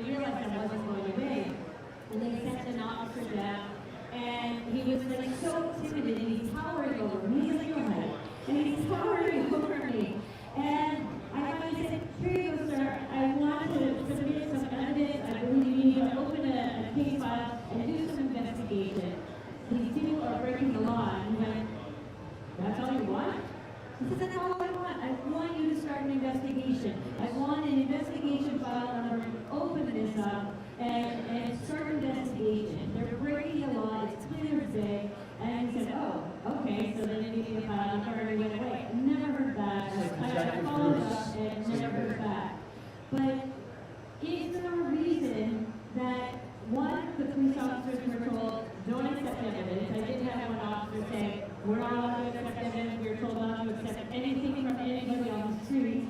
So why that was happening too, when they finally did start accepting, because I did get it served, why was nothing done with it? As a police officer. Okay, so that's a very long question, Loaded. but I think it has a very appropriate answer. So why was nothing done? Where's the now here? I know. It's yours is in and out. Do we have another microphone, maybe? Maybe? 1, 2, 3. Now it's back. It's back. Yeah, it's cutting in. It's out. It's not. Okay, it's like bad cell coverage. Okay, in response to that question, which was a rather long question, but it was a pretty simple question. The short answer, in my opinion, and I am offering an opinion here because nobody really has the answer specifically to any specific situation, but we saw that as common across the country. It's plausible deniability. With plausible deniability, you know, I don't want to know, I don't see it, I don't hear it, I don't want to look at it, keep it away from me, and then somewhere down the road, when this becomes a big investigation across the nation or across the globe, I don't want to be the one who was handed some documents and did nothing with it. What am I supposed to do with it? So plausible deniability. Nobody wants to accept responsibility for this. I think there's a lot of individuals within law enforcement, especially within the leadership. I know for a fact there are some people within leadership that definitely understand that we have been lied to, we have been deceived, we have been coerced, and that this is done on a political level. And nobody wants to touch us with a 10-foot pole, so that's why they don't want to see your evidence and your data.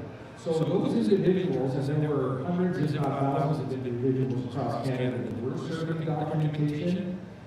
Your role in the serving of documentation, I can tell you, not today, but somewhere in the future, is going to be critical.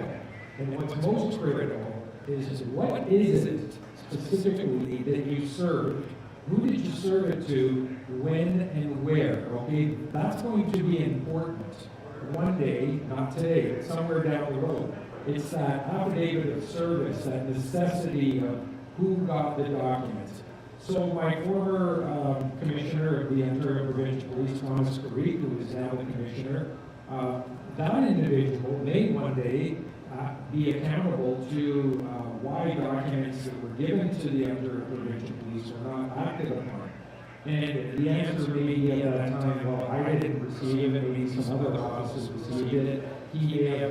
He'll have to be, he or she'll have to be responsible to who did you give it to, and how did it work its way up through the chain of command, and at what point was it stopped? And whoever's at the top generally does not want to know about it, right? It's a lot easier to not know about it and say, well, I think it's just a bunch of garbage anyways. You can't, when documents are submitted to the police, you can't take that approach. So it was shocking to me to see that. Why? Because this entire issue is not about me, and it's not about people who had the bank accounts frozen. It's about the tens of thousands of victims, if not hundreds of thousands of victims in this country. We actually know that number is closer to millions of victims in this country who were not allowed to fly, who were not allowed to travel, who were not allowed to eat at a restaurant, who were really treated as second-class citizens in this country, had their rights violated, and that's the entire purpose of why people are here today, why we're having this conversation. You know, we've been victimized, here we are 2.5 years later from the decline following the Freedom Convoy, still having these conversations because we still don't have the answers. And it's not just a policing issue, it's not just a legal issue, it's a broad spectrum issue of failure of integrity across the entire country. So I hope that answers your question. Sure. Well, my concern is that I've now been, my attention has been brought to Section 15 of the Criminal Code Act, which says any order given by de facto government must be followed, but also if you follow that order, whatever it is, by a de facto government, then you basically have immunity as long as that order was fulfilled on Canadian soil. So my whole thing was, okay, so is it section 15? Is that why police officers aren't accepting the evidence? Because it doesn't matter what the evidence says. These were de facto orders given by a de facto government to public health authorities or employers or police officers. And because the de facto government has immunity, it doesn't matter how many times people serve the police with evidence, it's just going to disappear anyway because our de facto government has immunity. So I'm wondering if that was the case or if that came into play at all. Well, as this works its way through, it corkscrews its way through the court system, we are going to see this issue of immunity you talk about and how it's going to raise its ugly head and where it's going to come up. There's no question internationally and nationally, these immunity issues are going to come into play. And until enough Canadians feel enough pain, we're going to have to deal with that. We'll see where it surfaces. I'll go to Dan first, but I printed this stuff out in a couple of pages. It speaks directly to all of what you were talking about, but I don't want to. Go ahead. Okay, so with respect to, I'm going to kind of work. I do want to. It's less than a couple of pages. I do want to read this to everyone. So just give me just. Well, the thing is, I specifically, these are excerpts from Supreme Court cases, and this is vital because you're asking. Well, they didn't want to see it. They didn't want to take it. They didn't want to investigate. They didn't want to do this. They didn't want to do that. They didn't want to ask questions. They didn't want to think. They didn't want to read. That's why we're in the mess that we're in, because no one wanted to read. Like, at the end of the day, at its most basic, is people just didn't want to read stuff. Well, like, I just want to watch TV and listen to CBC and CNN. I don't want to read. So they didn't read. But then if they did read, the next thing is they didn't want to think. They didn't want to ask questions. Okay, so it's understandable for like the layman to maybe not want to, although I think it's everyone's duty to do that in a democracy. But what about everyone else? What about people who are professionals? People who knew or ought to have known. Okay, that's the legal system. Knew or ought to have known. So here, this is the last thing I come here. This is pursuant to civil fraud or criminal. Could be criminal. This is, I have all stuff that's here civil because I think that's where we should be in. But there's a Supreme Court case. This is the last thing. It's regarding knowledge. Knowledge, what we knew or really ought to have known. There's 4 small paragraphs here. The doctrine of willful blindness. So I'm going to read this. Maybe we can go to the other stuff a little bit later. But this speaks directly to what Vince was talking about. So these four paragraphs, they're short and sweet. The doctrine of willful blindness, and this is from the Supreme Court case in 2010. The doctrine of willful blindness imputes knowledge to an accused whose suspicions aroused to the point where he or she sees the need for further inquiries, but deliberately chooses not to make those inquiries. And then there's a quote here from the Supreme Court's quoting another case. A finding willful blindness involves an affirmative answer to a question. The accused shut his eyes because he knew or strongly suspected that looking would fix him with knowledge. The next paragraph, willful blindness arises where a person who has become aware of the need for some inquiry declines to make the inquiry on the line because he does not wish to know the truth. He would prefer to remain ignorant. The remaining 2 paragraphs, he refrained from obtaining the final confirmation because he wanted in the event to be able to deny knowledge. This and this alone is willful blindness. And the last paragraph of the decision. The expression deliberate ignorance seems more descriptive than willful blindness, as it connotes an actual process of suppressing a suspicion.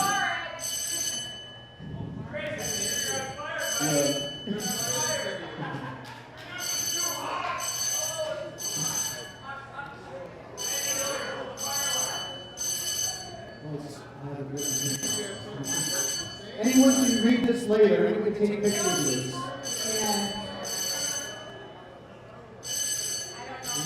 We'll wait for it. Just Not sure if something it's happened gone on on its own, or... So we need to do the fire alarm, so I think maybe somebody is leaning on the fire alarm.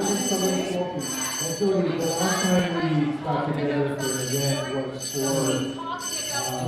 the National Event.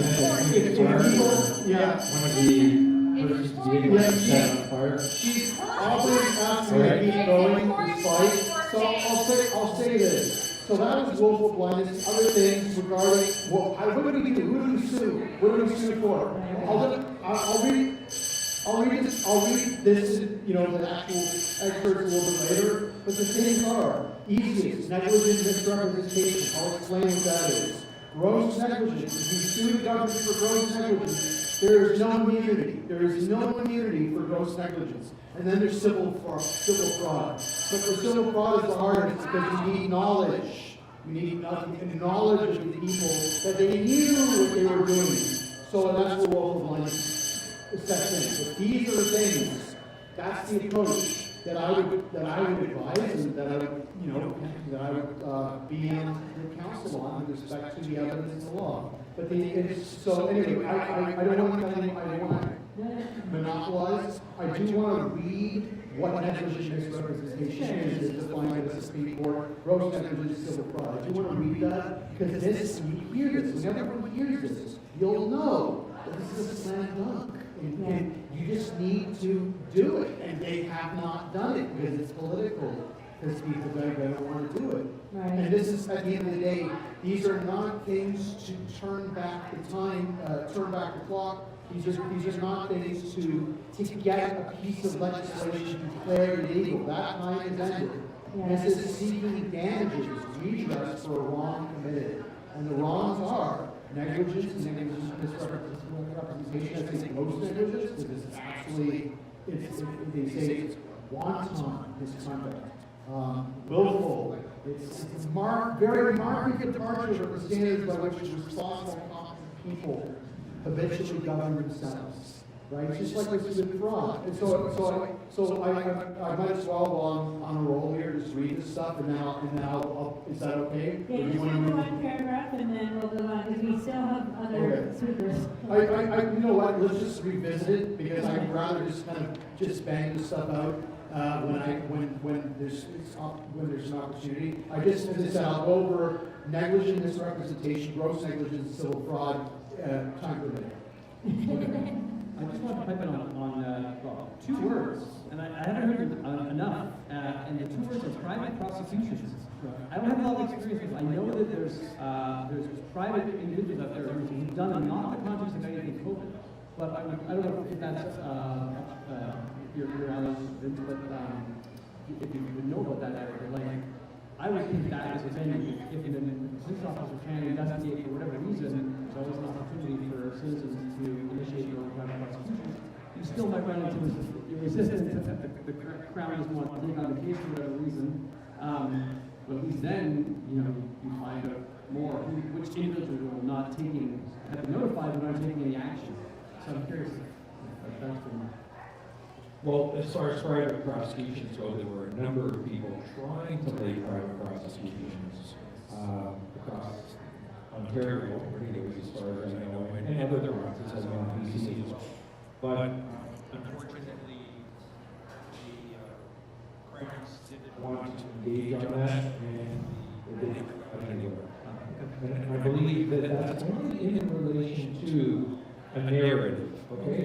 So there's this narrow narrative that revealing is where private prosecution is being engaged. So then there, okay, then we got to sell this to the Crown prosecutors. So there's an association, a federal and provincial association of Crown prosecutors, and I don't know if anybody's reached out to them. So that's kind of where my next interest would be. I'm going to chat with the executive and board of those organizations. Like, I know this is making us all uncomfortable, but there's enough people in Canada that have serious questions about why investigations haven't happened, why these prosecutions haven't move forward, and maybe we need to appoint a different, more independent body. Yeah, you know, the Crown prosecutors have a few dogs to fight as well, because they were enforcing a lot of it. So we have to think creatively for, I think, some of these things. And so that's interesting to know. Yeah. Now, your specialty is like corporate contracts, that sort of stuff. And we've come across recently, especially with independent contractors that belong to organizations, memberships, associations. And I don't know if you're aware of this, but the Ontario Real Estate Association recently passed a bylaw stating that in order to become a member, it was mandatory that you buy their insurance. You're an independent contractor, everybody in real estate is self-employed, nobody is employed by any employer, but in order to do real estate, there is a three-way contract that is signed in Ontario. And that's one between the boards and associations, local boards and associations, two between OREA, the Ontario Real Estate Association, and three between the Canadian Real Estate Association. So once you get your real estate registration, you must become part of a board or association, a local board or association. But once you become a member of that, you automatically become a member of OREA and a member of PREA, because there's a three-way agreement signed. Now, when OREA passed this bylaw last June, stating that as January 1st, 2024, you must buy their mandatory health insurance. 100,000 realtors in Ontario, 100,000 realtors. 70,000 are members of the Toronto Real Estate Board, and then the other 30 are members of other real estate associations. I believe there's 29 boards in Ontario alone. So when OREA made this mandatory, and you had to pay an extra $680 a year for it. Is this for health insurance? For health insurance, for self-employed people. If you didn't partake in their mandatory insurance, you were no longer a member of OREA, which meant you could no longer be a member of the local real estate board, which meant you could no longer be a member of the Canadian Real Estate Association, which meant all the tools of the trade were literally ripped from you. You didn't have access to MLS, you didn't have access to the legal forms and contracts and documents, you didn't have access to MPAC and the registry, you didn't have access to all the tools you need to represent and fulfill your fiduciary duties under the TRESA Act. Now, there's about 20,000 people that have signed a petition against this. Didn't matter, OREA still did this. There's a lawyer that has taken on and filed with the Human Rights Tribunal disability based on age, because once you hit the age of 65, you still have to pay the mandatory $680. However, your benefits were basically cut in half, and at the age of 70, they become almost null and void. But in order to operate in real estate, you still have to pay the $680 for mandatory health insurance. So there's a lawyer that has filed a complaint with the Human Rights Tribunal regarding age discrimination, and they also filed for disability, because if you have pre-existing disability issues, that was covered under this mandatory health insurance. So different realtors in those two categories have paid this lawyer and filed those complaints on their behalf. However, you've got all these other realtors that don't fall in either one of those categories, but are still being held hostage. So needless to say, 20,000 realtors have right now parked their license or retired from the industry because they don't want to be told who their insurance has to be. And even if you had other insurance, it didn't matter. You were not exempted, you did not get to opt out. And if you tried to opt out, you had to supply them with your current insurance, and only if that insurance was better than, which OREA got to deem, or if that insurance actually had in there a clause saying that it would be canceled if you got second insurance, would OREA allow you to opt out, but you still have to pay $680 mandatory for now a program that you're not allowed to take part in or don't want to take part in. So my question to you is this. We believe, as realtors, I'm a realtor, we believe that this is something bigger than just a real estate association. when the lockdowns and mandatory vaccines became a part of the employment world for most people who were employed, the self-employed people didn't have to partake because they were self-employed and had no employer to report to, which was 100,000 realtors.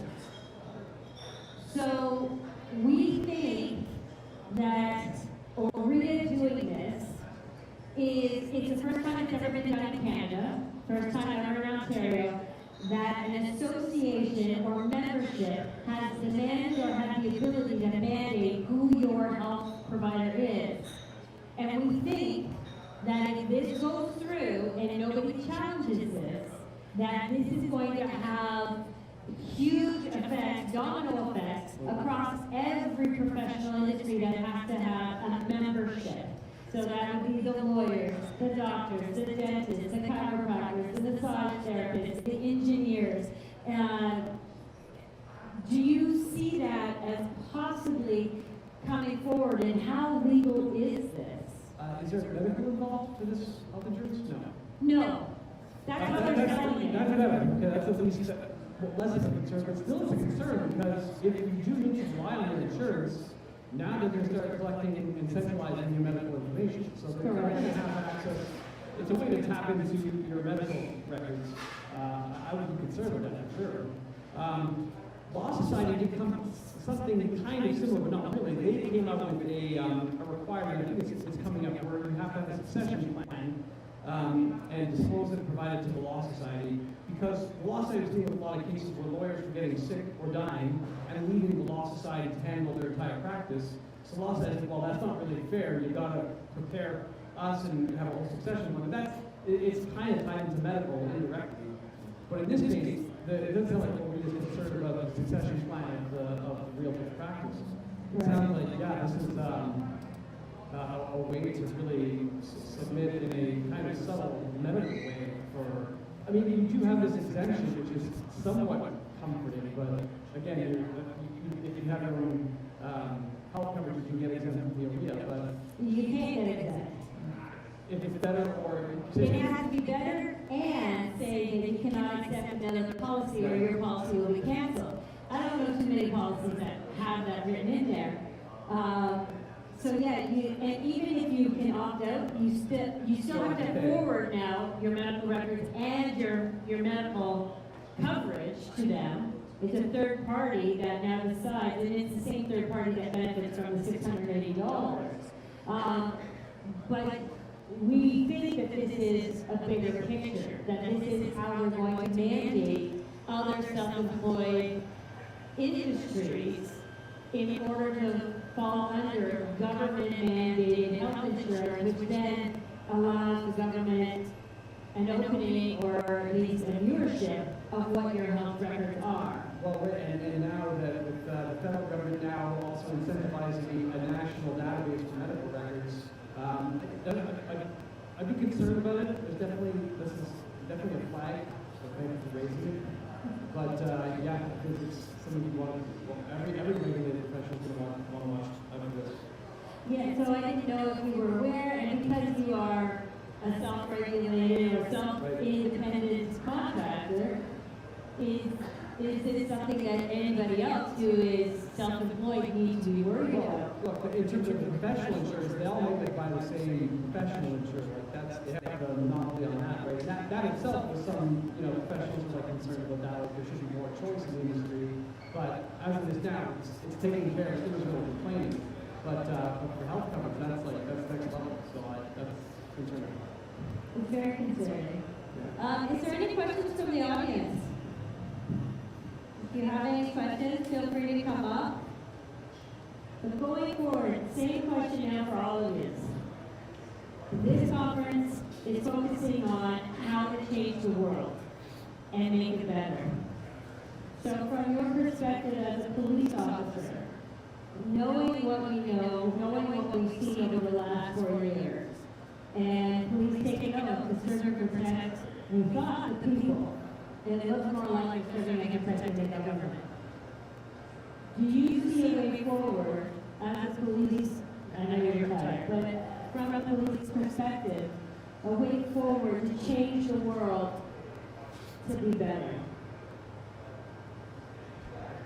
Well, my belief is that if we're going to see a change, the change has to come from within us first and then work together. So individually, we need to make the changes necessary, and then collectively, we need to make the changes necessary.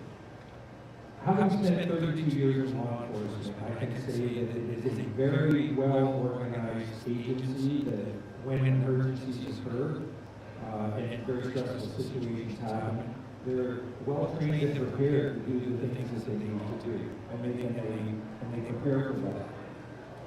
I'd like to also use the analogy of sailing, and that's something I've been doing recently, especially in racing. If you get on a sailboat, the wind is going to take you wherever it wants to take you.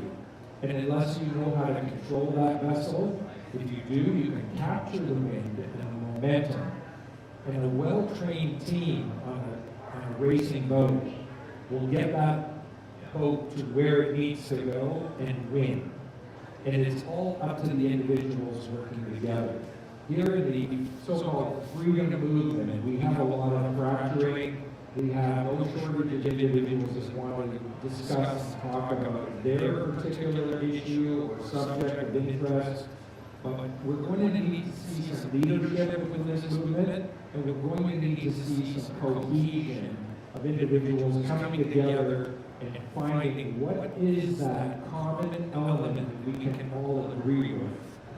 I can say that, in my opinion, in the common element is that not only the individuals here in the freedom movement, but everyone in this nation, everyone on the globe, we have all been lied to. We have been deceived. And that is the common goal, or that is the common element that we can share in waking up the rest of the population. But not on polarizing issues. And we have no shortage of polarizing issues. So whether it's the COVID issue, the vaccine issue, the lockdown issue, the war in Ukraine, the Gaza issue, the trans issue, these are all issues that have polarized society, and they're just far too difficult to have this conversation with individuals to sway somebody's opinion from the position that they currently hold. But to take the issue of letting people know in society that they have been deceived first and foremost, and then branching out beyond the deception to all the things that you can talk about and have those conversations of how you've been deceived, not on polarizing issues. And it's possible. Once the world starts to awaken to the fact that they've been deceived, they upon themselves will then realize that they need to question everything. Right? This is the so-called Great Awakening that needs to happen. But I don't see it happening when people within the freedom movement don't have leadership, they don't have a common goal, they don't have the leadership within to take that to a common place and what your common concerns are. If we're going to remain fractured and polarized, we're not going to make a difference.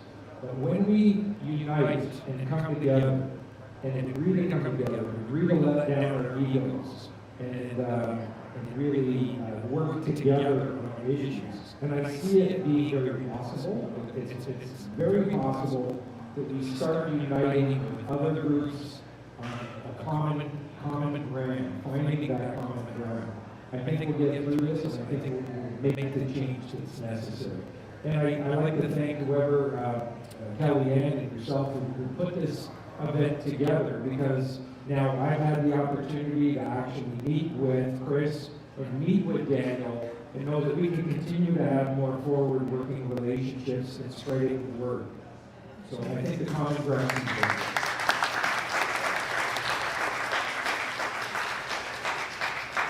And when the police decide to lock us down again and not let us in the store with our silly masks on, what can we do? We'll just keep doing what we're doing. There are only so many people on this planet that have courage to say no, and we need to grow that. We need to grow that.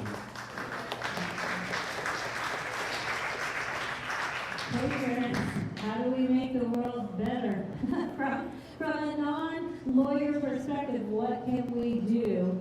as just normal Joe Blows on the street to protect ourselves legally, but make the world move forward in a more positive way. The easiest thing to say is it's winning hearts and minds at a local level.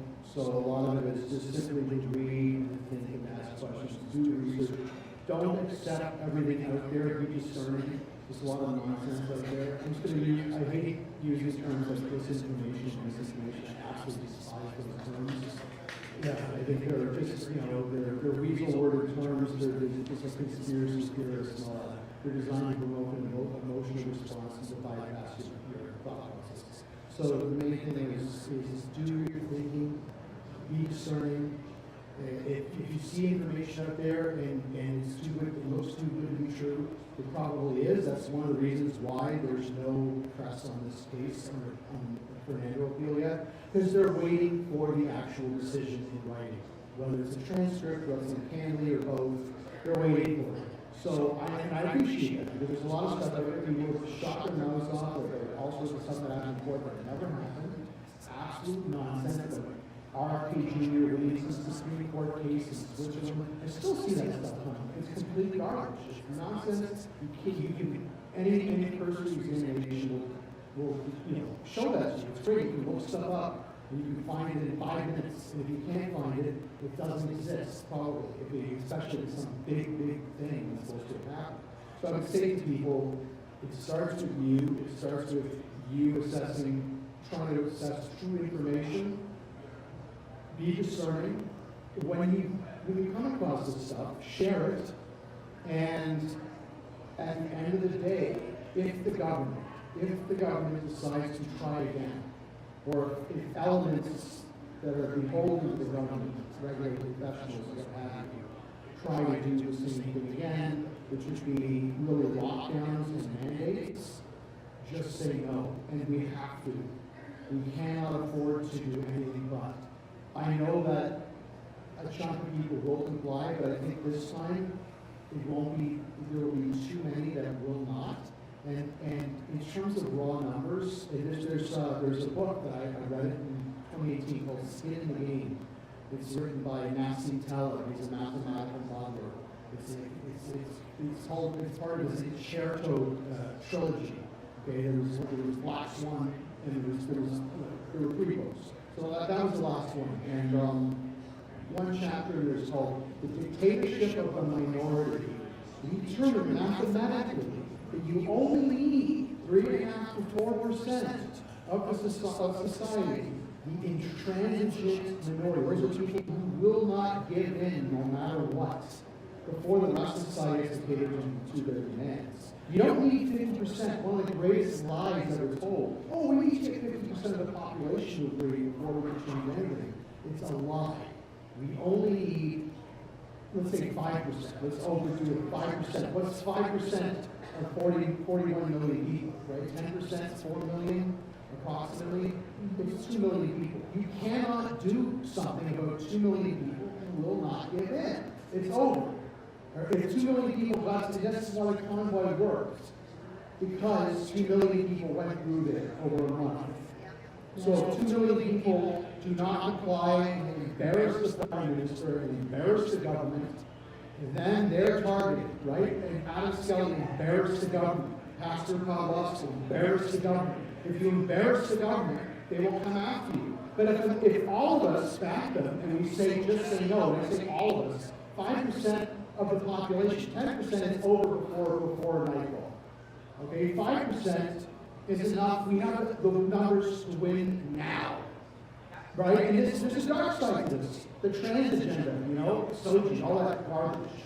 That was made possible because of the intransigent, whatever, very small minority who did the equivalent of like shouting on street corners with bullhorns and off the rooftops. Crazy people, but nevertheless, they would not give in, and we had to cater to their demands until everything changed to suit them. We can crush them tomorrow. We have the numbers to do that. That's why I'm begging the government to lock us down again. I'm begging to mandate us to take a medical treatment. Some nonsense. Bring it on. We will not give in. I say, do not consent. I will not comply. I will not obey. I will never give in. And if we adopt that as our mantra, we have this one immediately. And other than that, it's this. It's synonym for negligent misrepresentation, gross negligence, civil fraud, and employing willful blindness. If you want me to read that out, I can. Other than that, that is what I would say is the prescription for a victory.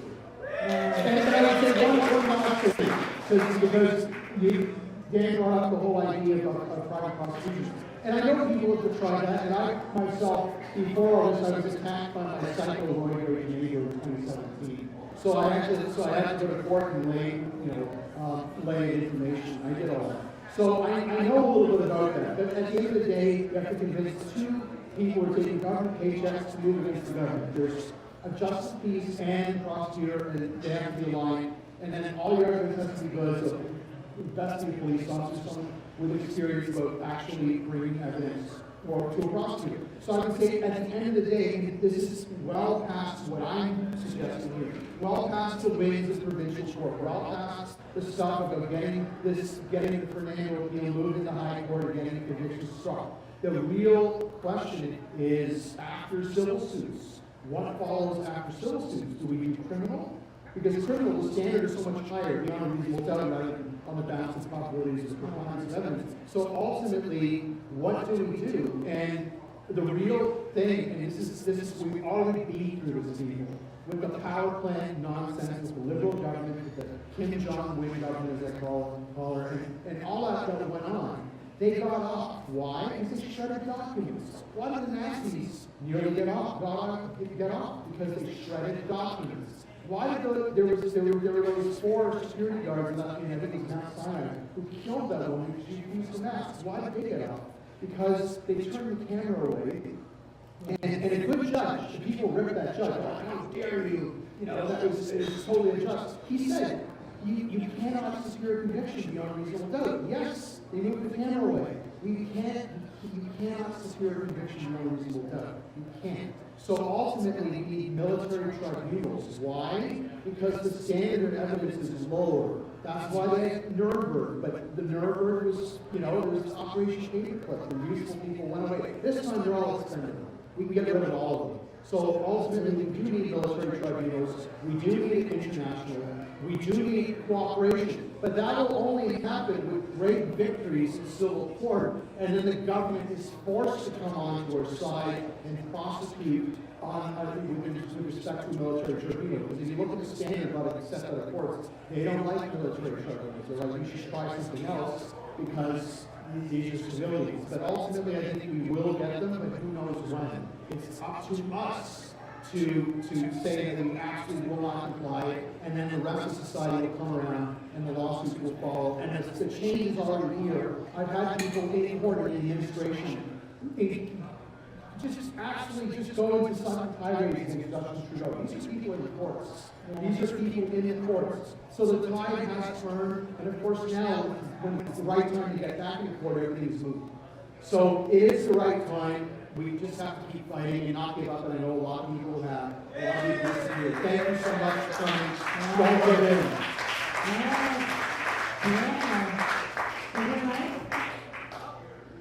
You got cut off. Cut off to me. Oh, there you go. The way I see it going forward, your question is what's the... Yeah, what can we do from your perspective to make the world a better place from a legal perspective? Well, just legal. From my perspective, this is basically come off. I see this as a mass casualty kind of incident in many ways, spiritually. So I think a lot of people, like I see now, I'm trying to wake people up. But it's like their souls have died, but the way they've had to treat people, and now they have to think about it. You didn't really have to treat your fellow like that. So, as we're almost like first responders now, right? So we have to deal with this. First things first is what are people level of consciousness now?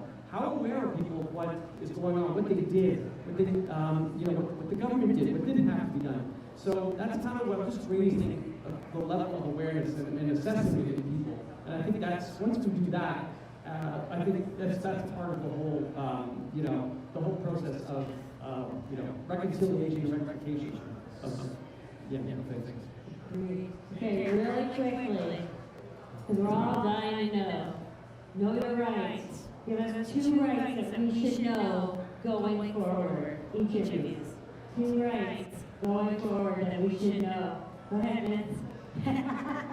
2 rights. 2 rights going forward. What do we need to know? I really can't limit it to 2. I just. Well, we're going to get 6. But your top 2 going forward, because you guys are the legal knowledge, the legal power on this stage. And now I'm doing my rights, I know Chris is doing my rights, I know you do that for a living, and so did you. We were just 2 people on the streets saying, hey, know your rights, and went through the different legislation that we thought was important at that time. But we know going forward, this is going to happen again. We know they've got the CDC coming at us, they got the digital IDs coming at us, they got the avian bird flu coming at us. We know this ridiculousness that we've gone through is going to happen again. And it might happen overnight, and it might hit us with everything all at once. Because I have a hard time believing that they're going to just, boil frog us into it again. I think they're going to hit us all overnight. So, knowing that it's going to come at us all at once, what are the 2 rights, cold notes, fast and dirty, that we all should know? That gives us 6 things to take home with us in our heads to either look up and become familiar with, so when it hits overnight, we know exactly what to do. 2. I'm going to first say that your rights were given to you by God. They are not given to you by a politician or any individual. All of your rights are God-given rights. Number 1. Number 2, in Canada, we have the rule of law, and it has been violated repeatedly. The rule of law is that we should all be treated equal under the law. And that has been a complete lie and a falsehood, and has been perpetrated ad nauseum over the last 40 years. So regardless of what your rights are stated in the Charter, remember that your rights and freedoms come from God, and they are not to be limited by any man or entity on this planet.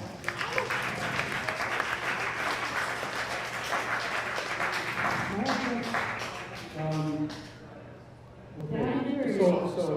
and dirty. Are you retaining me in my free to go? I do not consent to any searches. I will not talk to you without my attorney present. I will not talk to you without immunity, and I assert my right to silence. There's 5.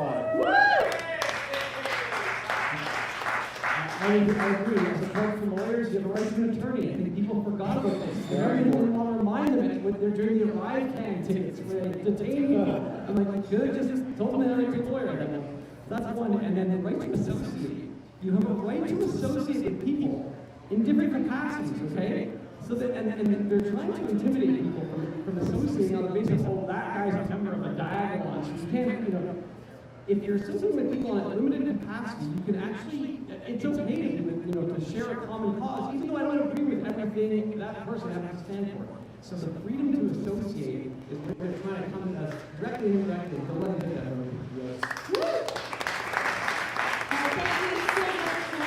For gracing our stage. If anybody has any questions, now's the time. Nope.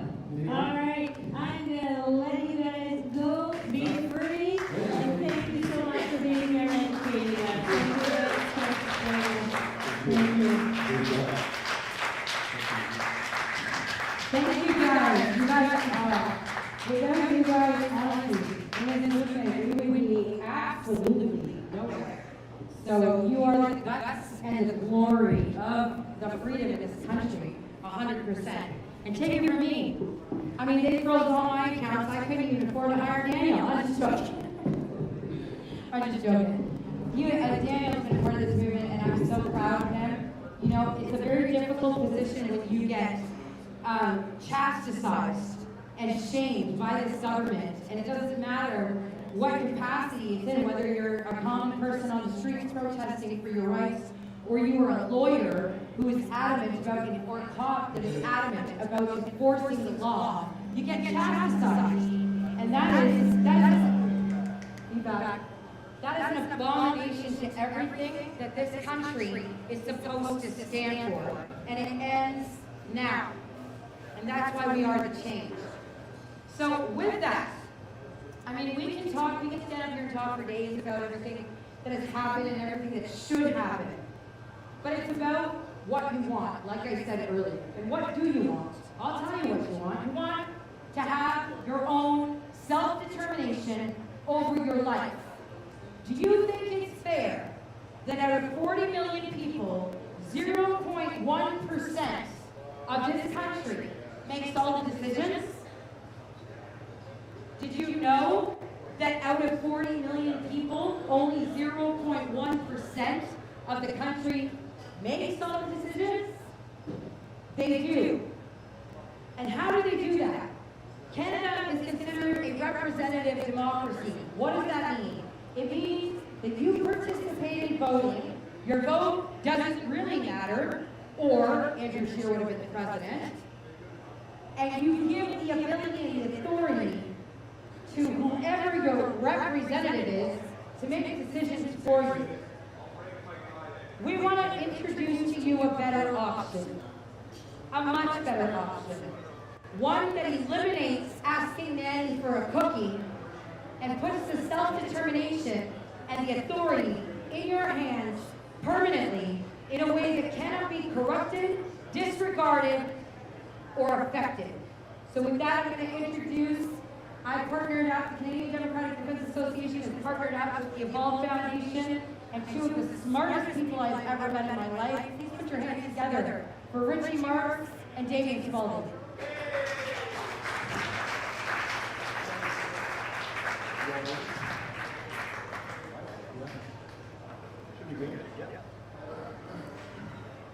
So thanks everyone for coming, and what we're talking about today is Hear me back? There you go. Coming out. There you go. So today we're going to talk about technology that over the last few years depends how you've seen it. It's either been really great or really terrible. And we're talking about blockchain. Now, the technology behind it, some people know Bitcoin and all of those, and you see the price going up and down right now. The price of any of these is irrelevant right now. The actual technology that backs it, a decentralized blockchain, a decentralized database is what it is. That is the power behind this technology. Now, the same technology that they're trying to bring central banking to currencies, we could use that same technology against them. Because if we do it in a decentralized manner, in a public chain, where every single thing can be verified by everyone, it's open, it's on a table, it's not behind your hands, it's not something that's, you don't know how it works, you can verify every single part of it. So the obvious option here would be holding on the blockchain. Now, why hasn't it been done yet? Well, corruption, fraud. A blockchain would eliminate all of that. Now, we are going to build what we call the all-voting model. A way for you and your MP to directly communicate where every time he comes up to vote, so whatever bill's coming up in the minute sugar, right? And he comes up to you first and says, you guys think about this. My constituents, I represent you, the people. So my job would be, first of all, to know what you, the people, want. Now, using this technology, we can do that. But it starts off having a stable base. The blockchain that this is built on top of is so important because if you have a stable base, this will not last the test of time. Anything built on it will be irrelevant because in a few years it will be dismantled.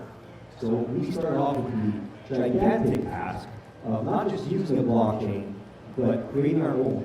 So Evolve Blockchain was built. Now we were lucky enough to find people like our very own Damien Spalding, which is an absolute oracle. This guy is unreal, is what he is. And some other people, devs, community leads, partnering up with Wolfe, the CBDA, that we all came together with the same vision, right? Changing the way this world works today for a better and brighter future tomorrow.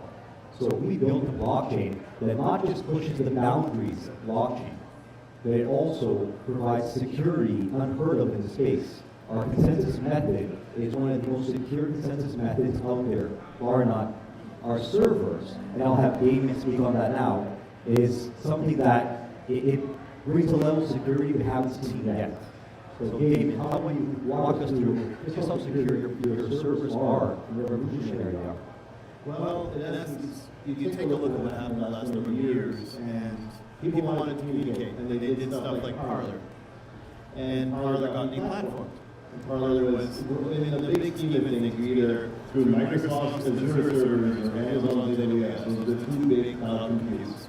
And that's where your LAI, machine learning AI comes from, that's where all the cloud, almost that's 80% of the world. And so, therefore, you build an app, you put it on their cloud computers, and at any moment in time, they can dump it. So the task now is to create a server architecture that directly competes with the two major titans. And it's both those is mine, and it's not my money. I have a joint venture with other partners as well. And these partners are going to span the globe. And with that, therefore, we can do what is called elastic compute. And that is how Netflix would work. I don't know if you guys are familiar, but when everyone's asleep in Canada or the United States, for example, this continent goes down in the web traffic. And as soon as everyone wakes up, it goes up. You're physically spinning up servers, spinning down servers live. And the same thing happens on YouTube and every major platform.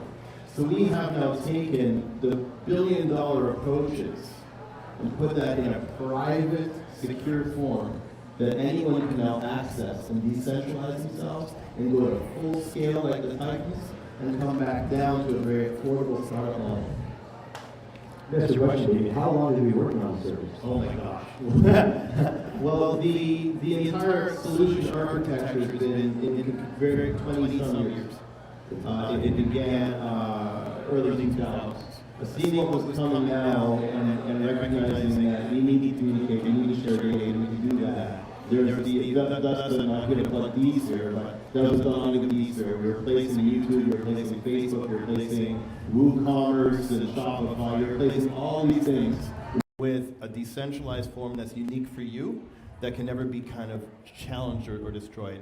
And so there's two things that need to happen. You need a code base that is uniquely yours, that's owned by you, no one can touch it, not shared by anything, which it does to 20 years. And you need the fiber optic architecture to hold that backbone. And those two synchronize. There's been a very intensive push over the last 4 years to synchronize those two worlds. And as of the last 2 months, they synchronized. And now, sitting behind you are the world's first completely free speech, decentralized, fiber optic, elastic, ridiculous foundations that allows you to take over. I don't know just how important that is, but that's revolutionary stuff. He's literally involved in this space as we speak. And that's why this partnership, that's why him working with us is so essential. Because security is one of the most important parts of what we're building. We're trying to change the way voting is done in this country and around the world globally. And if that server was not secure, if the blockchain consensus method was not secure, we'd be dead in the water day one. So that was the instrumental number one priority was security. Right? We also have other parts of the blockchain that if we're backed by physical gold, we're deflationary, and we get inflections. But for these talk, that's not the importance. Right now, we're going through how we have that base, that foundation. And from there, we can now build the application, the evolve-only model. Now, your MP will start running for his election, whatever line it is, and he'll say, I'm running as independent, and I'm going to run for you people. I'm going to represent you. Now, this application should do so. Before I go to vote, for whatever it is I'm voting on, you'll see whatever it may be, doesn't matter the cost. You will first get a vote. You guys all come together, and you'll say 70% of my constituents will no to WEF or Bill C, whatever it may be. I will then, as the MP, get a record of exactly what the results were. And at the same time, in parallel, those results will be put on the blockchain. Okay? Once it's on the blockchain, it's there for life.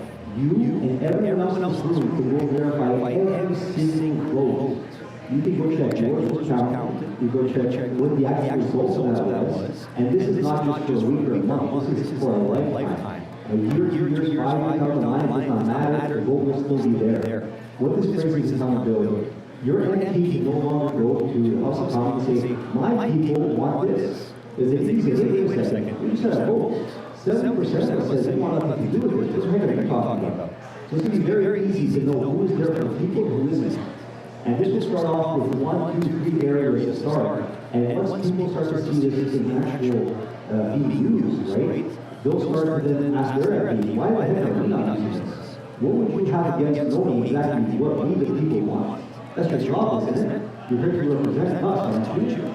So slowly by slowly, this will start off parallel, and over time, we actually get MPs and representatives that are there to actually do their job, represent the people. And this is not a saying trust us, because this has to be a trustless system. Don't trust, verify. That's how the future of this country has to be. It doesn't matter what my views are, or your views. It's everyone's vote counts, everyone's vote's heard, and it's done in a decentralized manner. Because the only way we get past all this corruption is by putting everything on the table again. No longer this, I will do this, or who thinks that, or this entity decides what. Why do we have a party system? Other than not representing you, do I care what the party wants? No, I care what me and my local wants. My writing is the people he represents. So now we have a direct line of contact between me and the MP. That's exactly how it should be. And it starts off with evolve blockchain, and then evolve voting model. And that's how we change how democracy is done in this country. That's how a true democracy is established.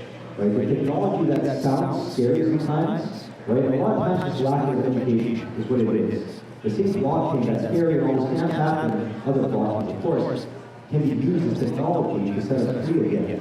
Right? But actually install a real democracy, direct democracy model that can last years and years and years and years. Right? One more transparency is at the core of it, security is at the core of it, and holding everyone accountable for everything's there.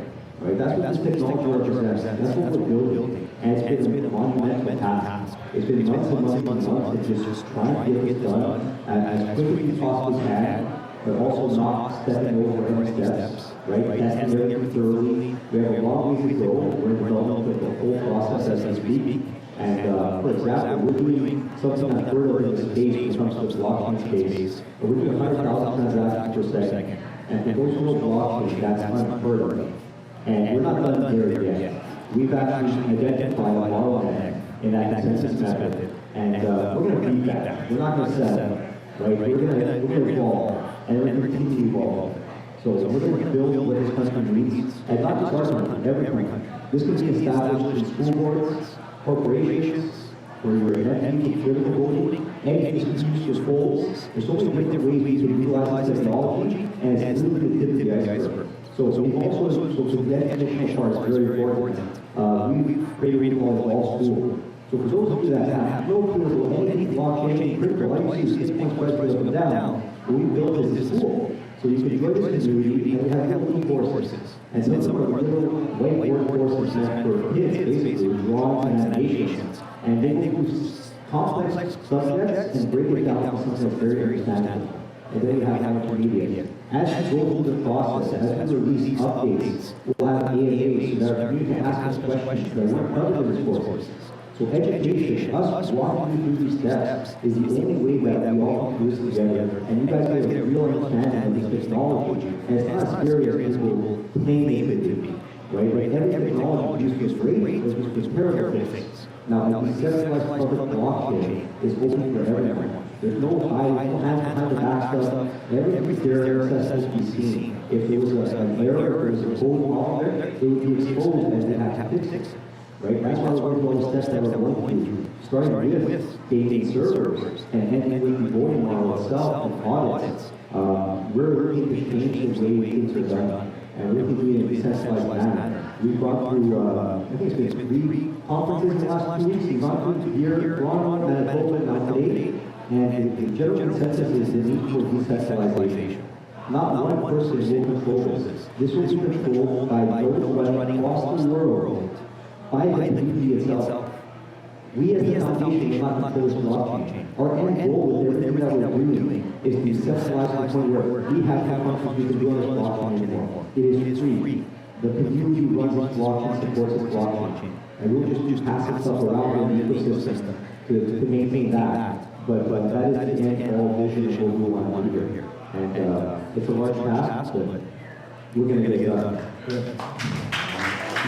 And backing up what you said, 100,000 transactions. To give you an idea of what that truly means, what's a transaction with Bitcoin? Everyone loves Bitcoin.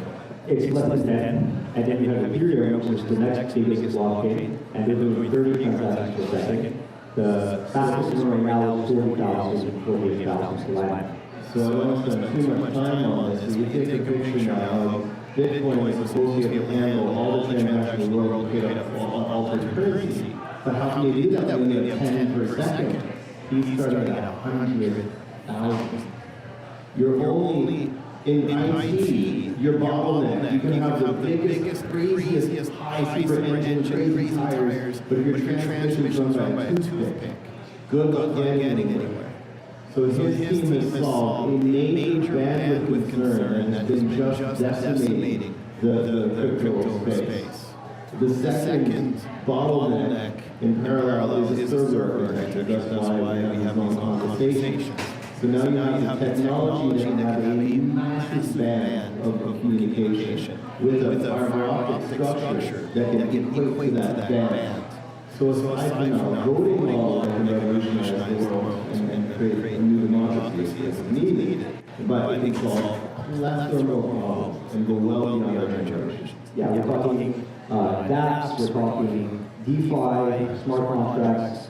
The sky's the limit with this technology. It really is. And the scalability problems that many blockchains are running into right now, look at Ethereum, for example, and as a good result of what we've built here, we can actually, because we're getting compliant, we can actually bridge over from Ethereum, Binance, Matic, to name a few, and solve some of that scaling problem. We can take some of the load off of those blockchains, because the transaction costs on our blockchain are less than a fraction of a penny, and we're scaling that amount, we can easily handle quite a bit of the load off of other blockchains as a layer 2 solution. Right? Even though we are there on blockchain, we can act almost like a highway for other blockchains to scale and or take some of that load off of them and expose their community to what we're doing as well. The other part is that's important on the blockchain side is because we're actually backed by our reserve physical assets in gold, every single coin will have a massive performing amount. And what that does is it gives intrinsic value. Many of you today may not think there's any value in blockchain because there's nothing that physically gold. It's all digital. Where's the value of that, right? And many have the same concept, the same thoughts. So we address that problem off the bat by backed by gold. Every time, we're also inflationary, right? Every time comes down with every transaction, you're giving more and more gold back to each one of those coins. It's actually appreciating in the amount of gold and the baseline value there. So we are looking at this as in a way that no one has yet. We're appealing to a part of the population that may never touched crypto or got involved in crypto in the first place because of the way it's built, because of the format of it, because there's no actual practical assets behind it. And we're solving several different problems and coming at this in a way that we're evolving the space, literally. I consider evolved blockchain a third generation blockchain because of how we're doing this. And there's a lot more to share, but that's going to be a future discussion. If everyone wants to learn more about the Evolve blockchain, go to evolveblockchain.io. That's the first website. Evolve School, go to evolveschool.com. And then obviously go to WEARETHECHANGE.CA because we are going to be working with Kellyanne in the future to make sure that this is installed properly and that everything is as secure as possible and we will drive change in this country. It's a vision we both share, that's why we have this partnership. And anything else you'd like to add on there? Good. Great. So I thank everyone for coming today. I'm not sure how else to say any remarks, but we have to change things. We have to work together now. It's coming together, solving problems, using tools we have at hand already. But we have everything we need, but a tool hands itself. A shovel won't dig until someone's picking up an actual tool with that shovel. Right? This is only a tool up in a day. Unless you decide to use this voting model and this blockchain, it's going to be unused, it's worthless. But if you actually use it to the power that it has, you can change the world. And it's one person, one vote at a time, transparent, right, secure. And that's exactly what we're going to do. So for more information, sign up on the website. We'll have updates as soon as they come out. I'm not sure if you guys have any questions or not. You want to take one or two questions? Does anyone have any questions in the audience? Repeat, let's evolve. Blockchain. Yeah.io. On the far side table, there's a QR code on the back of the card, there's a link to the website as well. Is there any other questions? Yeah, go ahead.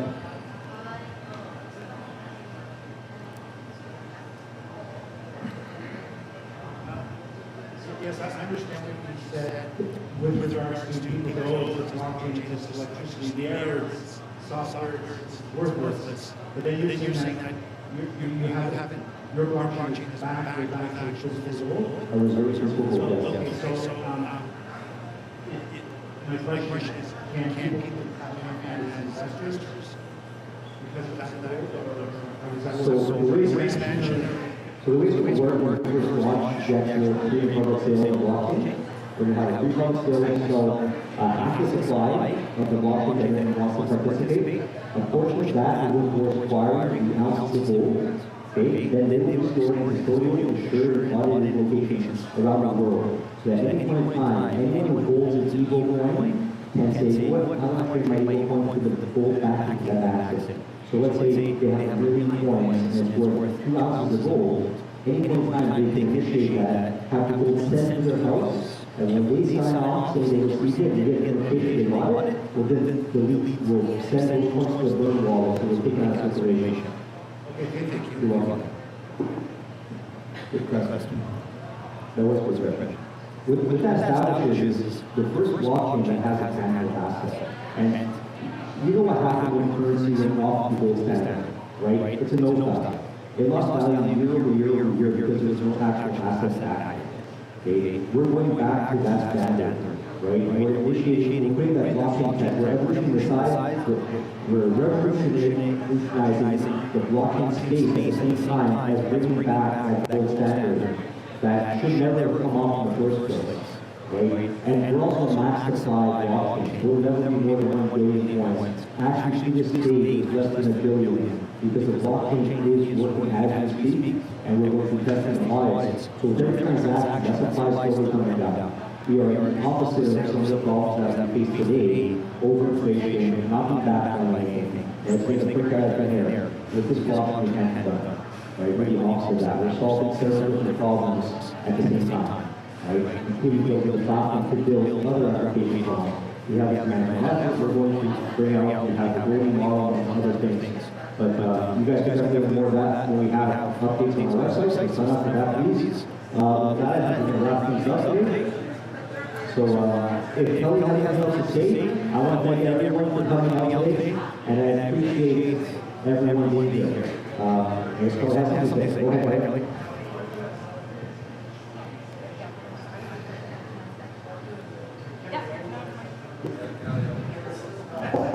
So I want to thank everybody for coming. Jody, you want to come up and join us on stage, please? Vincent Gircys, can you come up here too, please? Because we're still missing you, dear. Yeah, we need the mic. So while we're all sitting up, we might as well, right? So a little bit of a roundtable before we take off. I hope that everybody got everything that they could get out of our conference and the entire idea of how to change the world. I think that, you know, with every individual that exists, Lamont Daigle, could you please come over here, my dear? I want to make sure Lamont Daigle comes up here, Mr. Daigle. Because we're going to close down now, and I would need you on the stage with us, please, sir. He's coming, everybody Lamont Daigle. Yeah, come on. He's coming down. We'll look at my mic, don't worry. There you go. Stop on there, Delany. So I just want to say there's a mass effort that needs to take place across the country. And the most important example to put forward would be that different characters and different roles need to be filled. And they need to be filled in respect of one another.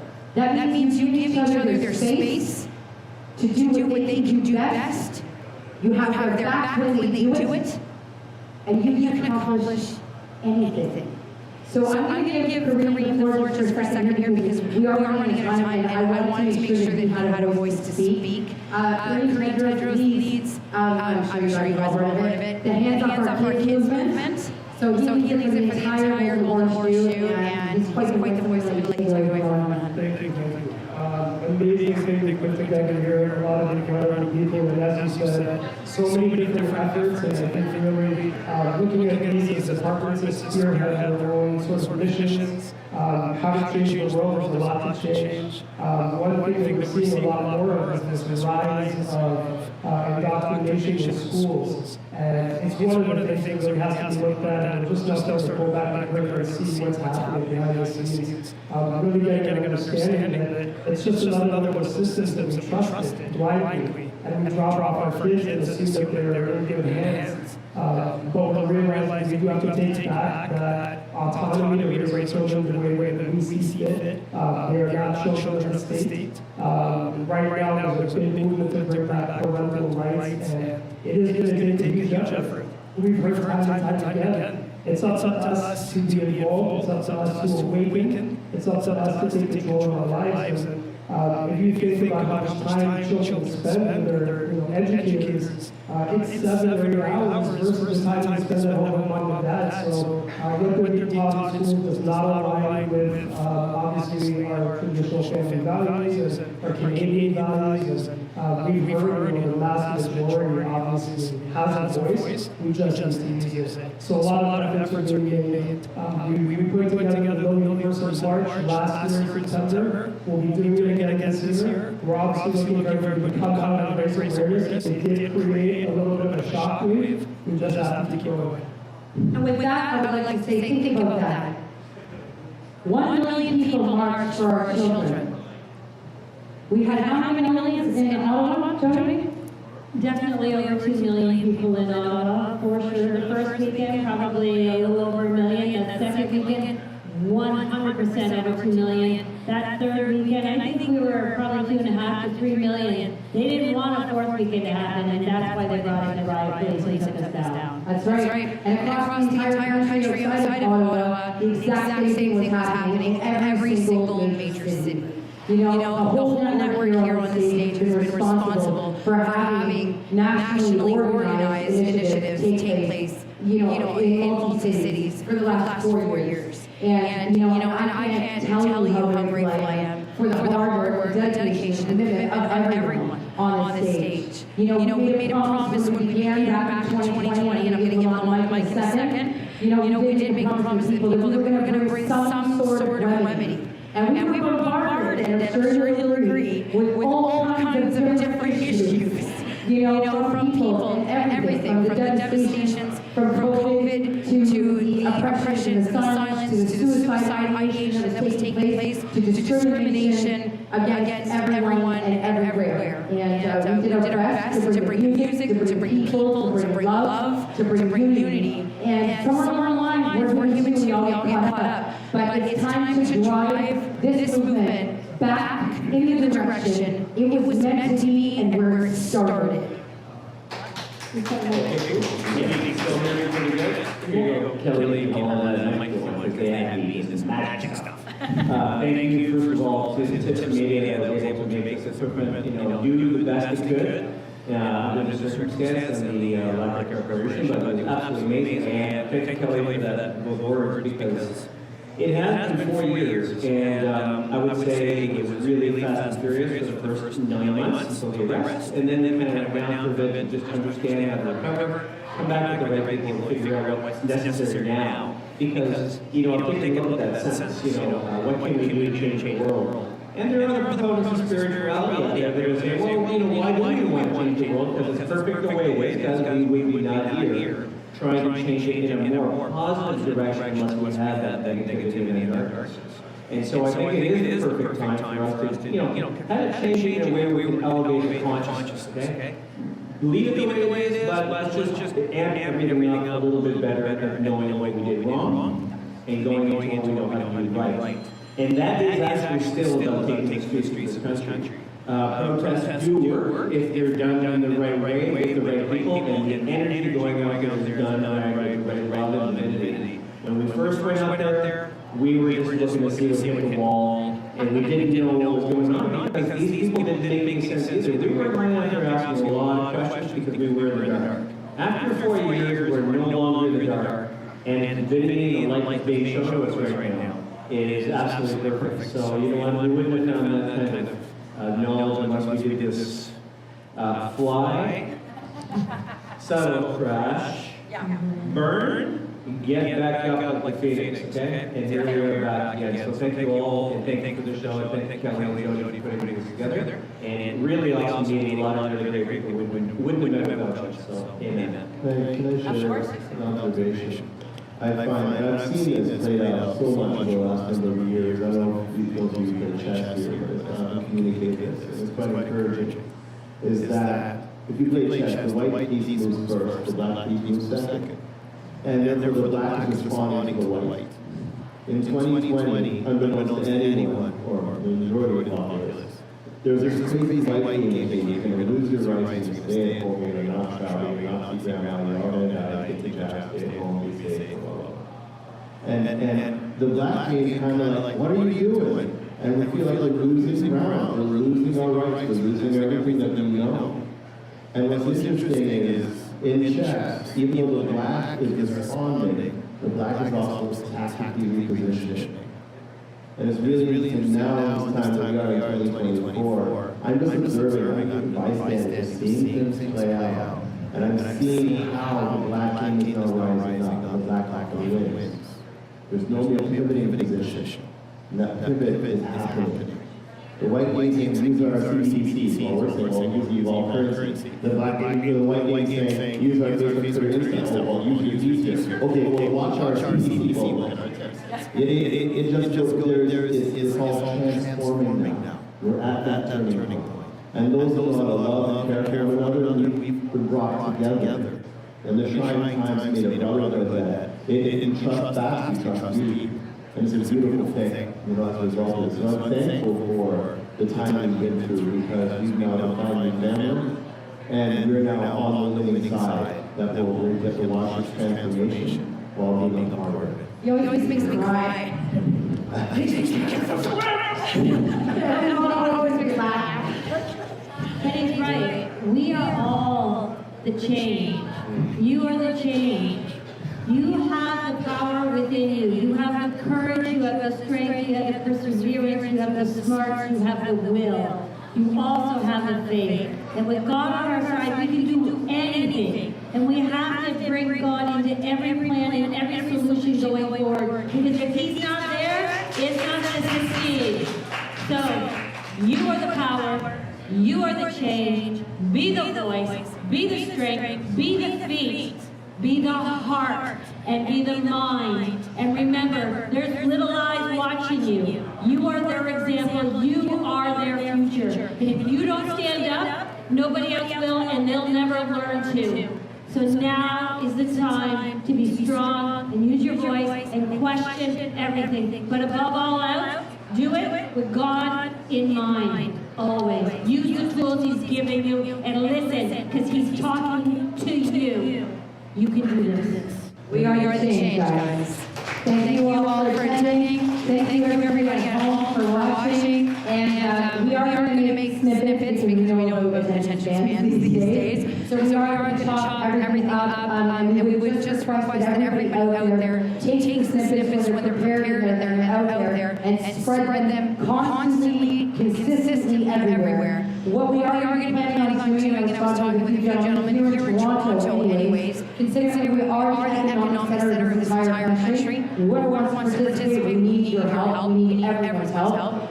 We're going to construct a nationwide campaign that will begin in Toronto with a knocking on doors campaign for change to put the policies in the hands of the people in a permanent way so that we will never have these problems again. Thank you all very much. Everybody have a safe and uneventful drive home. I love you. Thanks for coming. Follow Truth in Plain Sight, bringing truth to light in unbiased, nonpartisan, factually founded reporting worldwide.